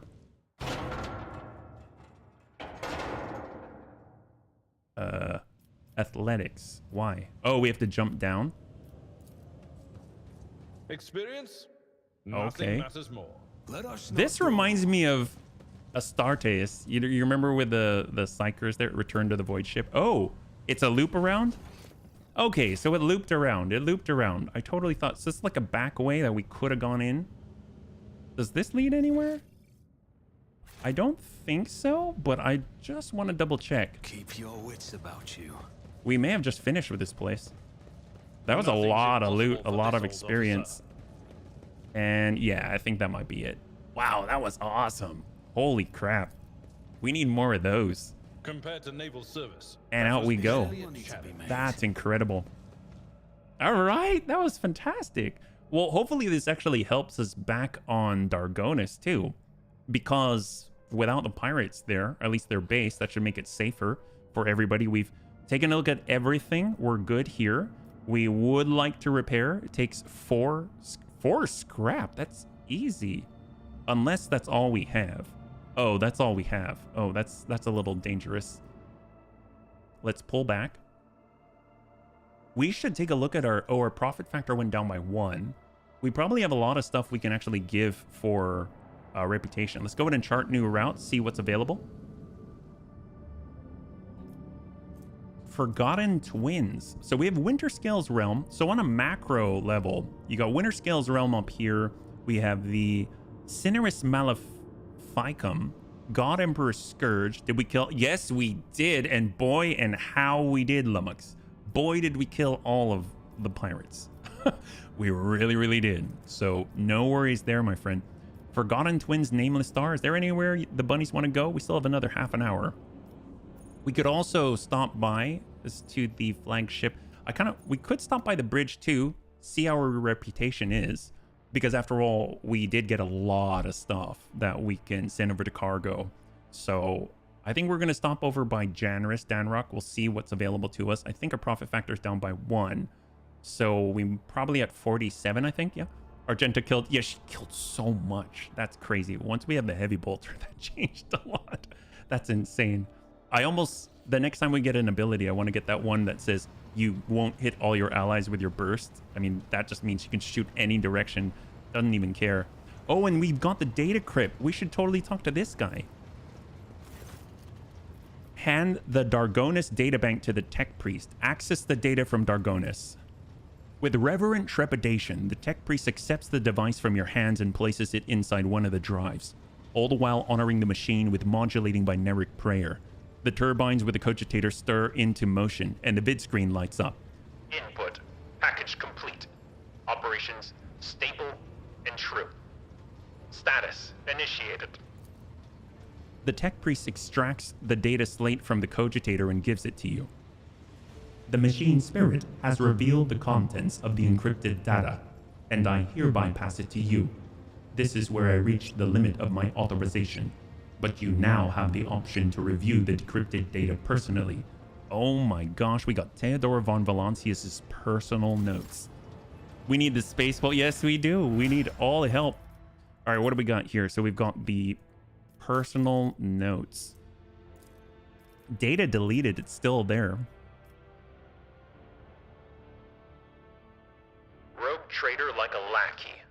It is humiliating and dispiriting to put up with the part of an errand servant to an imperious madman vested with even greater power than that of any rogue trader. Alas, when one side of the scales holds my pride and the other the fate of the von Valancius protectorate of my entire bloodline, choice becomes a futile illusion. It would be far too naive of me not to prepare for the worst. Epitaph will decide the future of the Expanse as a whole, but I have some time at my disposal until then. Heirs with the von Valancius blood in them will soon be located and brought to me. I cannot afford to delay the choice of successor any longer. Interesting. So I'm assuming the data that was deleted, we'll be able to piece it together as we get more data crypts. So it almost sounds like she knew that her time was coming and that she was at an end and she needed to make sure that her lineage was secure. So that's odd. Let's go to transportation of some goods. We still have things that we can improve, but I'm curious about all of the void things. I don't think... obviously, we can add a lot of these to cargo. I don't think a lot of these are void-based, though. We got standard chain swords. We've got a lot of them. Nullifying and the combat shotgun. Gosh, this is just straight. Combat shotgun actually has some penetration. M40 autogun, add a cargo, add the knives to cargo. We've got stacks and stacks of regular splinter pistols. We'll add that to cargo. That's Zenus artifacts. We'll add the axes, the ortholock pattern. Here we go. Stub carbines. The Star Blight that's ours from Reputation. We've got all the regular carapaces for armor, all the regular heavy leather armor that can go. The standard flak armor, the chainmail, the heaps and heaps of body gloves, the heretical mesh vests, the scrappy chainmail that can go. And I mean, that's kind of the first stuff. Ancient machinery is void pirate cargo. That's great. And I think that's a good start. I don't think there's anything else that I want to get rid of right away. Yeah. Void Necron trophies. The Imperial Navy is a really high standard. Well, let's add them. This is great. Here we go. 600 reputation. Oh, we're so close. Oh. We're 100 away. Oh my gosh, really? We're 100 away from our first level with these guys. My God. Oh, this is one? We probably need to go there in person to grab this. That's cool. Some of the things you actually have to be in person. Okay, so let's take a look here. Cosbalica, definitely want to boost that. On 2, we get Precise Bolter. Do we need that? Do we need it right now? Let's see. What else do we have? Explorators, 6. Portative Manipulator. Using reload is 0. Oh my God. That's 7, 8, 9. How much can we actually donate to these guys? Holy gifts, huh? Although we get a heavy flamer. A heavy flamer from the Drusians. Holy gift is 1,000. Let's take a look at the Drusians. Yeah, let's take a look at the Drusians. See, look at that. Heavy flamer on 11. On 10, we'll get Radiant Gloves, which is Iconoclast base, and Death World War Boots. Get 15% dodge reduction bonus for melee. I mean, that's cool. How much can we get here? We need to get, like 2,100. That is so attainable. You can see why I've put a lot of stuff into Drusians, just because it's so accessible. So this is basically 1,000 right here, jewelry. This is going to be another 1,900. We only need 200 more points. That's it. Armor kit's 150, and then a single miscellaneous is going to be 50, and that's 2,100. There we go. Beautiful. Hey, all right, great. Here we go. Perfect. So the nice thing is, those are really nice for Abelard, right? So if we go over to Abelard, we'll go in and do a quick sort right here. So he's got some new boots that he can utilize. Not the breeze catchers, but not the unyielding, not the pyromaniac ones or that. The Death World War boots. So right now he gets +3 movement points, but he's going to get +15% dodge reduction bonus for attacks with melee weapons. I mean, that's great for him, right? And then we also picked up the gloves, which are item grants the wearer +5 bonus to parry reduction. The wearer has Iconoclast. All allies gain a +10 + 2 times Iconoclast rank. This will be like 14-ish% hit chance against enemies adjacent to the wearer. Oh, in general? Oh my gosh. So if he's standing in the middle of a bunch of people, everyone's going to get +14% hit chance. The wearer automatically dodges allies' melee attacks. I mean, that doesn't help us as much, but that's amazing. I mean, the strength is nice on the gloves. Actually, he's got... There was something that he could wear. Oh, the multi-melta. I think... Do we have gloves that give us strength? Don't we have gloves that give us strength somewhere? Who has that? I don't remember. It might have been this one here. Here we go. Plus 10. Here's the thing, though. If I wear this, plus 10 strength, take a look at this. Now we can use a multi-melta. Oh my god. It could use a multi-melta. Maybe we'll just do that instead. Here we go. Now he's got a multi-melta on his back. Cool. Oh, we've got Devastator Abelard.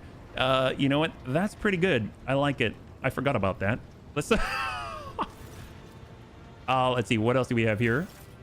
We've got Riza, Fellowship of the Void. So monofilament pirate. You know what? Let's just keep moving. Let's keep moving. We can get back to this. I can do this on my own time. Here we go. Coronus Expanse map. Let's do it. We are getting buffs like crazy. I love this game. There's so much gear. It's crazy. Man, I can't even imagine what late game stuff's going to be like. Maybe get real power armor stuff like that. Since we're out in this direction, maybe we can like loop it around and get the ones closest to Furibundus or something like that. Crossroads of 100 Dreams. I like the Nameless Star. That sounds fantastic. Chart new routes. Anything new? Over to the Forgotten Twins, another way. Well, let's go in. The Nameless Star. Maybe it's like a void planet or something. Oh my god. Is that... That looks a lot like the Eye of Terror. Let's do that one last. Begin to scan. The Nameless Star. That's not a star. Ancient Bunker. Oh my god, there's a bunker. Well, crap. Such shopping control, buddy, man. I'm impressed. Oh my god. Well, thank you. I learned a lot getting the Juggernaut. Let's be real. Well, since we're in an ancient bunker, it looks like we won't have to go into the mini baby Eye of Terror for now. There's our ship. Oh, are we all coughing?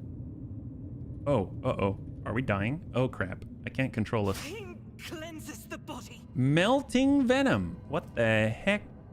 Oh, boy. Okay, maybe we should just move. Just move. Actually, so wait, what do we got here? Hang tight. Looks like the bunker still has a working generator. I mean, obviously, maybe there's like some type of open. The massive door is dotted with small chips, scratches, and bullet marks. There's no sign of any hinges, levers, or anything resembling a lock. There's a dusty panel built into the wall to the right, and as you approach, the cracked screen starts to flicker faintly. Force access using the control panel. I wonder why I'm the one doing it. A little patience, and you hear the tired clicking of mechanisms from beyond the wall. The door opens slowly and with a groan. Unending War. It's a quest system. I mean, it's possible. Mummified corpses, arm outstretched towards the exit. On the soldier's neck is a broken respirator adorned with the Aquila. Door control panel. Voxcaster repair. Words on the sign are barely legible. A fatality. Oops. We've got yellowish gas slowly seeping through rusted air ducts. Let's take care of that first. We're going to take care of that first.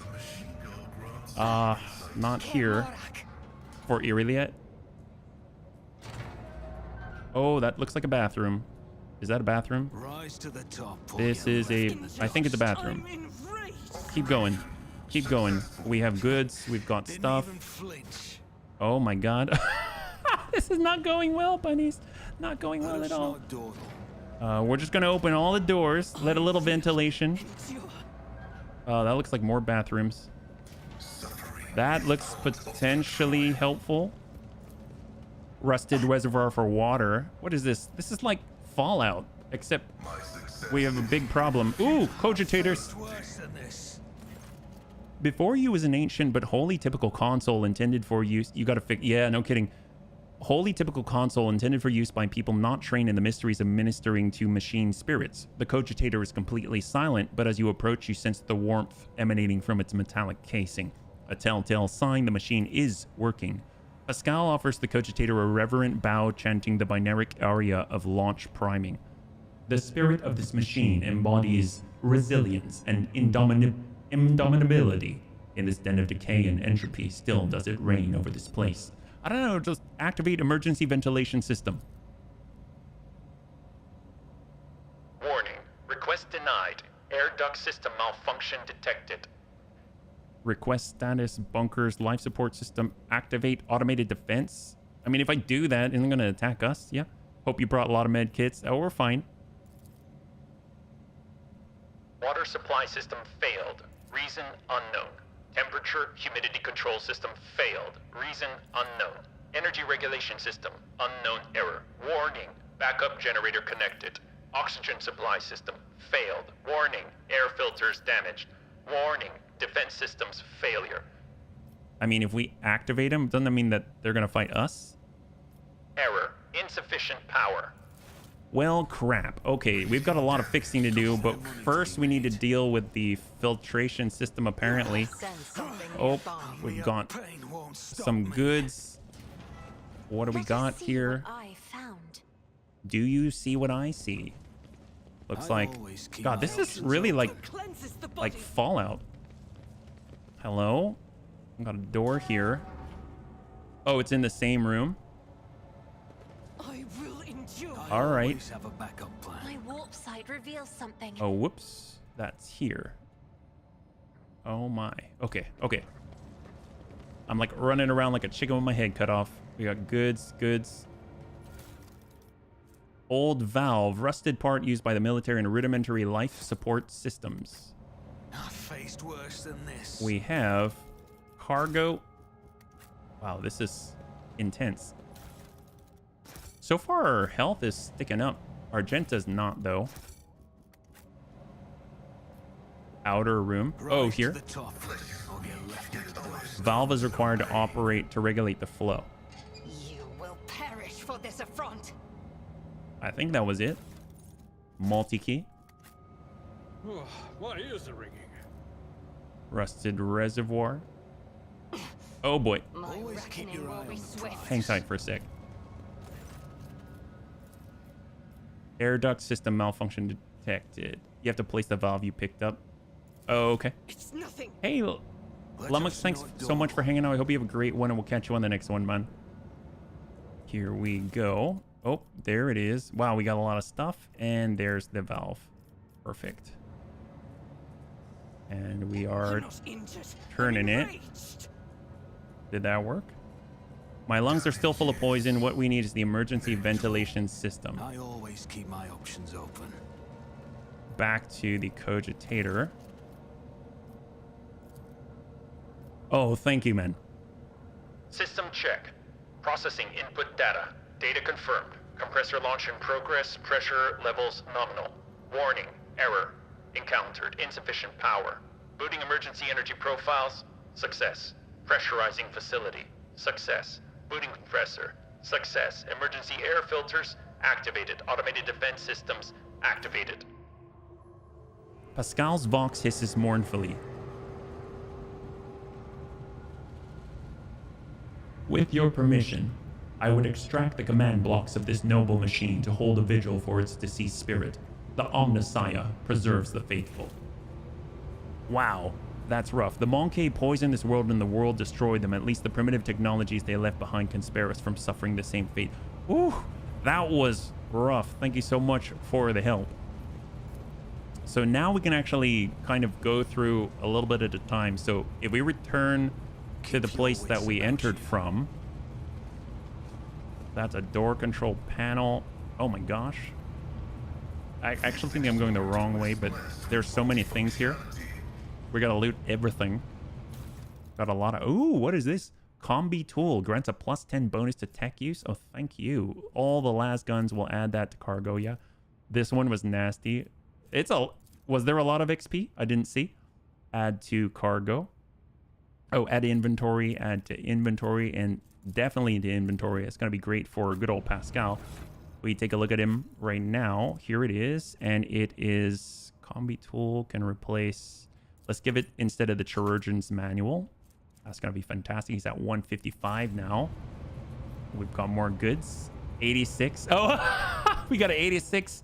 All the bad stuffs. We definitely gotta Corrosion was merciless to these old Imperial bayonets, chain swords, and las guns. So let's take a look at where we are. Oh my god, that's a lot of loot. That is a lot of loot. Door control panel, huh? I guess we'll come back to that one. Tech use. Let's come on through. So this, a decontamination shower, a rare sight for regular planetary forces. Its purpose is to eliminate harmful agents. We got like a little workroom here for like janitor or something. Med kit, and we've got worn seal. Golden seal adorned with intricate patterns. Someone has deliberately scraped the coat of arms off of the handle. The certificate of an official trade representative of the Imperium can open many doors for Jay. Oh, what? Return to the Palace of the Adeptus Administratum. I think we didn't even know that we were specifically looking for that, Money to be made. but we just found it. I better myself through my service. All right, we're going through every room. There's so much to get here. It's crazy. 100% because of all the tech use. 155. That's the Vox caster. Just been repaired. Hold fast. The star allies are with us. All the panel says is emergency lockdown engaged. Officer access key required. Or we can override it, but Rise to the top. let's see. Or get left in the dust. Tech use 55. Oh my god, we did it. Okay, so let's hang tight for a second. I'm guessing it's demolition, so we'll send in Lady Argenta. Right now, it looks like it is demolition. Coming around. Gotta walk around the trap. Get on over to the panel here. Beautiful. Come on in. And we got a box. It has melt-a-charge. Great. So if we need to blow anything up, we got this made. Logic for our boy. A few parchments bearing the Winter Scale seal contain plans for military operations and a mention of the Doomsday weapon. Oh! Always keep your eye on the prize. It's like we're in our allies area here. Sworn Protector is a las gun, 10 to 13, 4 rate of fire, requires Iconoclast, grants the wielder +1 to resolve for each enemy killed until end of combat. Oh, that's cool. It's kind of like a mid-range las gun, but Iconoclast specific. I like it. Go ahead and grab it. I'm trying to think. I mean, obviously that's nice for Abelard, but Abelard has a freaking multi-melter right now, you know? Get more goods here. Oh my gosh, we're gonna have some reputation. That's gonna be awesome. I'm so excited. All right, we have more showers here. Ooh, we got a guy. He has officer key, which we kind of don't need anymore. Because we brute forced our way in. There was where the cogitator was. We have goods underneath the floor, I think. If I can just... There we go. More cargo. On the left, seems like a barracks of some kind. Living quarters. Decayed scroll. 348 years ago, our ancestors arrived on this blooming world, built the cities and the manufactorums, founded here a society free from heresy and fear. But the immortal Emperor of Humanity, Warden of Light, saw fit to test our faith. A great war tore open a rift between our ancestors, dividing them into two factions and turning the world into a boundless battlefield. Each day we fought the enemy so our children could see the dawn of a new era. An era without blood, without pain, and tears. Hey, this is 40K though. Brave people, living and dead, paved with their bodies the road to our future, and one day the skies answered our prayers. The great star allies, descended from the darkness of the cosmos, bestowed upon our great army the Doomsday weapon, and so we brought righteous anger upon our foes, and ended the centuries-long war, and welcomed the dawn of the new era. The universe will hardly notice our deed, but the God Emperor sees all. We children of a great nation must dedicate ourselves to the sacred mission to survive and revivify this world as the most beautiful flowers are revivified from ashes. And hence, do not despair, sons and daughters of the Imperium, for our star allies are behind us, and the God of humanity is with us. I know that help is coming, and soon the skies overhead will shine once more. What in the world? Who are the star allies? Are those aliens or something? It sounds a little sus to me. They just gave you a doomsday weapon to wipe out all of the humans here. It's almost like that's part of it. This sounds innocent, but this is 40k. I'm betting the allies are either Chaos or Zenith, right? Right? I mean, because think about it. You've got two different factions. They want to wipe each other out. And then someone just comes and says, here's a doomsday weapon that'll take care of all of it. I mean, and then they're all dead. So kind of seems to me like I'm restless. that is kind of in line, right? Okay, we've got our traps. Oh, here we go. Perfect. Duty prevails. Star allies. Doomsday weapon. Ooh, makes sense. Several crates of dry rations survive to this day. Each one bears a seal with the coat of the arms of the Winterscale dynasty. Always keep your eye Nah. on us. We got doors. Well, we got a door panel. I guess we'll... Oh, well, that works. That's perfect. Oh my gosh. Make my soul uneasy, Seer of Shael. Is it Oh, your boy. third eye, or is it something else? Well, what's Whatever down it here? is, do not come any closer. Some unknown accident will say caused the the same elevator to shaft to you. collapse. Reaching the lower levels at this glare point of would your soul require sending a dazzles my mining sight. team. To the point Ooh, of hello. pain, to the point of tears. We get We should Vox keep with the our Winterscale distance. emblem. What is this? Entry C. It's been 100 cycles, and these idiots are still none the wiser about who they save from the storm. Going back to my camp is no longer an option. Damn rats chewed through the protective suit. These pistons are out of repair materials. Entry 104. There's some decent people here, just civilians like my mother. This one girl, Zinni, even made a habit of coming by in the after hours. She asked me to teach her the letters so she can write to her father who went to the surface 2 turns ago. Foolish child. The war has taken its toll on both sides. Hold on. Am I sympathizing with the enemy? I better put a stop to this. Entry 110. I was finally allowed entry to the upper levels, and lo and behold, what did I find there? The same supply crates as those gifted to our lords by the Star Allies, the same rations as we've been eating, the same weapons we've been fighting with, so our lives have simply been toyed with. If Winterscale has betrayed us, I must report this to the command, no matter the cost. I got my hands on a cutter and decommissioned a few blocks of explosives. No one noticed a thing. I bribed the archivist with a dozen rations. Now I just need to get the schematics for the life support systems. Rats brought disease from the surface. The Medicaid unit's packed. Just the right time for a quick short circuit. Simi drank the poison water, vomited a lot of blood. The schematics were inaccurate. But now I know for certain which pipes go to the living module and which to the barracks.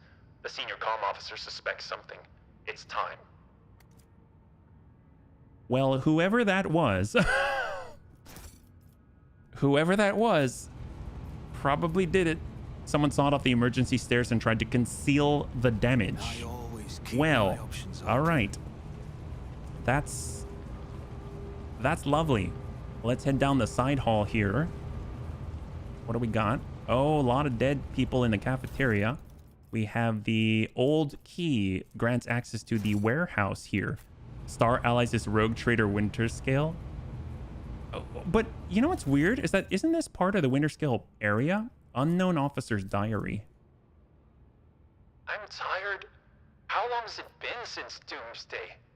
I think it was the 36th year when heretical cholera wiped out half our people, including the old bookkeeper Hailgar. Time has stood still for us since. It was so long ago. And what a convenient solution to the overpopulation problem. The commanders think we bought this coincidence.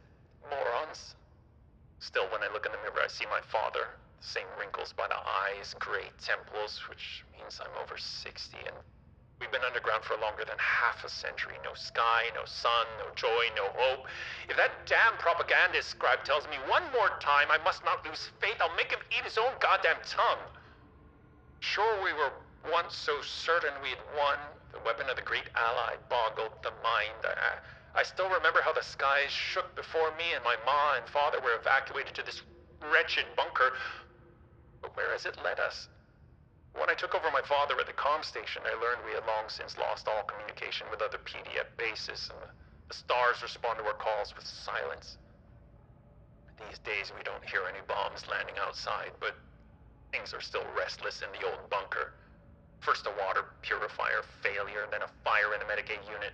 Rats shoot holes in the exposure suits. Now we can't go up to the surface anymore. Are these even accidents, or have we had a saboteur in our midst all these years? I'll keep an eye on the troops. I don't believe in miracles, but we still have enough supplies on the lower levels to last us another 50 years or so. If you all can finally sort the air duct problem, that is.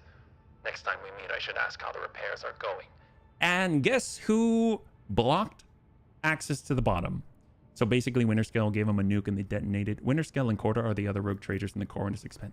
Jeez, man. Wow. God, why? Oh, I guess factions, right? Factions. I guess that makes sense. Well, this is supposed to be Winterscale's area. It might have been Corda, right? So if we look right now, we've gone through almost everything. I'm out bedtime. Deaths, thanks so much, man. I hope you have a great one. We'll catch you on the next one. We should probably wrap up pretty soon. Where's that last loot box? It's down this way. Oh, we totally missed this locker. It is just some las pistols. We'll add that to cargo, collect all this, and I think we've looted this whole sector. Granted, we do have, what was it, the old key, right? So we'll get on out of the bunker. Mummified corpse. And oh, what is happening?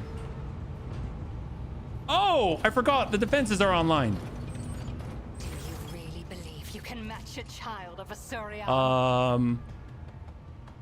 All right, well, we got to fight our way to our shuttle just right over there, and then we'll be wrapping up. But let's get Lady Argenta. I think she'll be fine. Let's.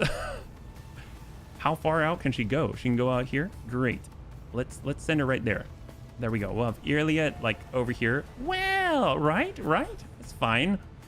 You know, automated and all. They're not smart. Those are heavy bolters. Well, we have a heavy bolter, right? You can turn off the turrets. Oh, we can. Well, I'm guessing we got to turn. Oh, they're in there. All right. Fair enough. Good thing Pascal's over there. Lady Kaja. Bring Abelard and hold. All right. Let's get this to Pascal. Pascal's kind of our guy. And we'll have him move this direction. Looks like there's a cogitator right here. And we'll, in the meantime, mark that as prey. And we shall hold. And we're going to go in and buff. Oh, we can't see Argenta, I guess, to Irliet right now. HB turned them on the... It's true, we did. Yay. Oh my god. Yep. That's not good. Oh, that's not good either. Oh dear god. Wow. Can we I don't think it's gonna work point of curiosity on these guys. So let's go. I mean, just to help out here. Never activate you know, them things do stuffs. Okay, let's This is fine. It's gonna be great. You'll see, it's all fine. We'll just kind of, you know, give Lady Argenta clearance to hopefully remove one of the turrets. Just buy us a little bit of time here. We'll Reckless Rush. And she will... Well, it's gonna cost 2. Wildfire. Yeah, we're fast. I'm fast on a lot of things and slow on others. Here we go. Yeah, that's not enough. That's fine. I'll do it. Grab it. What's the worst that could happen? Just collecting some more heavy bolted round the hard. Yes, it's true. It's true. You're not wrong. You're not wrong. Emperor, give me we should all hide next to this computer. Not enough action points. Oh, great. Cool. Oh my god. Oh, we just lost our Everyone hide over here. It's fine. Can we access it? Move closer. We're trying. Can we oh, here we go. The Cogitator's panel has dozens of breakers, buttons, handles, switches, other control mechanism. Deactivate. Your knowledge of machine spirits is sufficient to trick the system, subdue it to your will. A false query, a crafty manipulation of the controls, and you get what you want. Request status of bunker's life support system. Yeah, it's bad. And let us go. All right, we're fine. Yay, everything's good. It's all good. No worries. Trauma only lasts for a moment once we hit the void ship. It's all fine. What a shame that you are in the presence Are we stuck? Wait, what do we do? I align my Are we path stuck? with yours. For now. What happened? Run, go get to the chop. I don't know. We seem stuck. Uh-oh. Well, cool. I can fix this after the stream. No worries. But the point is, we did a good job. All right. Well, you have to just wait. Oh, seriously? Wait for what? Oh, just space? I've suffered. Is that it? Oh, there we go. Oh, thank God. Oh, let's go. Let's go. Run, run, run. Get to the chopper. Get to the chopper. There it is. We actually had to end our turn, apparently. Oh my gosh, that was rough. I wonder if anything's going to happen when we get on board. We left the nameless star. We've got an old key. Oh, here we go. Lord Bunnyman. The crew that was sent to the surface reports they've cleared the collapsed passages leading to lower levels. After exploring the abandoned rooms, they discovered valuable cargo that has already been brought aboard. Oh, heck yes, we love valuable cargo. We totally love valuable cargo. We don't have much scrap, though. So we'll go back to the bridge and we shall save here. My gosh, that was crazy. Well, bunnies. Ooh, that was eventful. Thanks so much for hanging out today. We have a heavy bolter and it does some work. It's looking pretty darn good. And we're getting so many upgrades, it's kind of crazy. We've reached Dargonis. We have a palace. We just need to find Kiabagama. We've defeated a bunch of pirates. There's so much going on, so that was a lot of fun. The next time we'll be streaming is tomorrow. We're going to be starting at the 12 p.m. Pacific Standard Time. Today we started at 2 just because it's Monday, but all the rest of the week, Tuesday through Friday, is going to be 12 p.m. We'll be back at the same time, and we're going to pick up where we left off because, after all, we have so much to explore. So if you'd like to hang out until the end of the music, we'll go and give someone a nice raid. I had a total blast. I hope you did as well, and I can't wait to get into it again with you on the next one. Have a good night.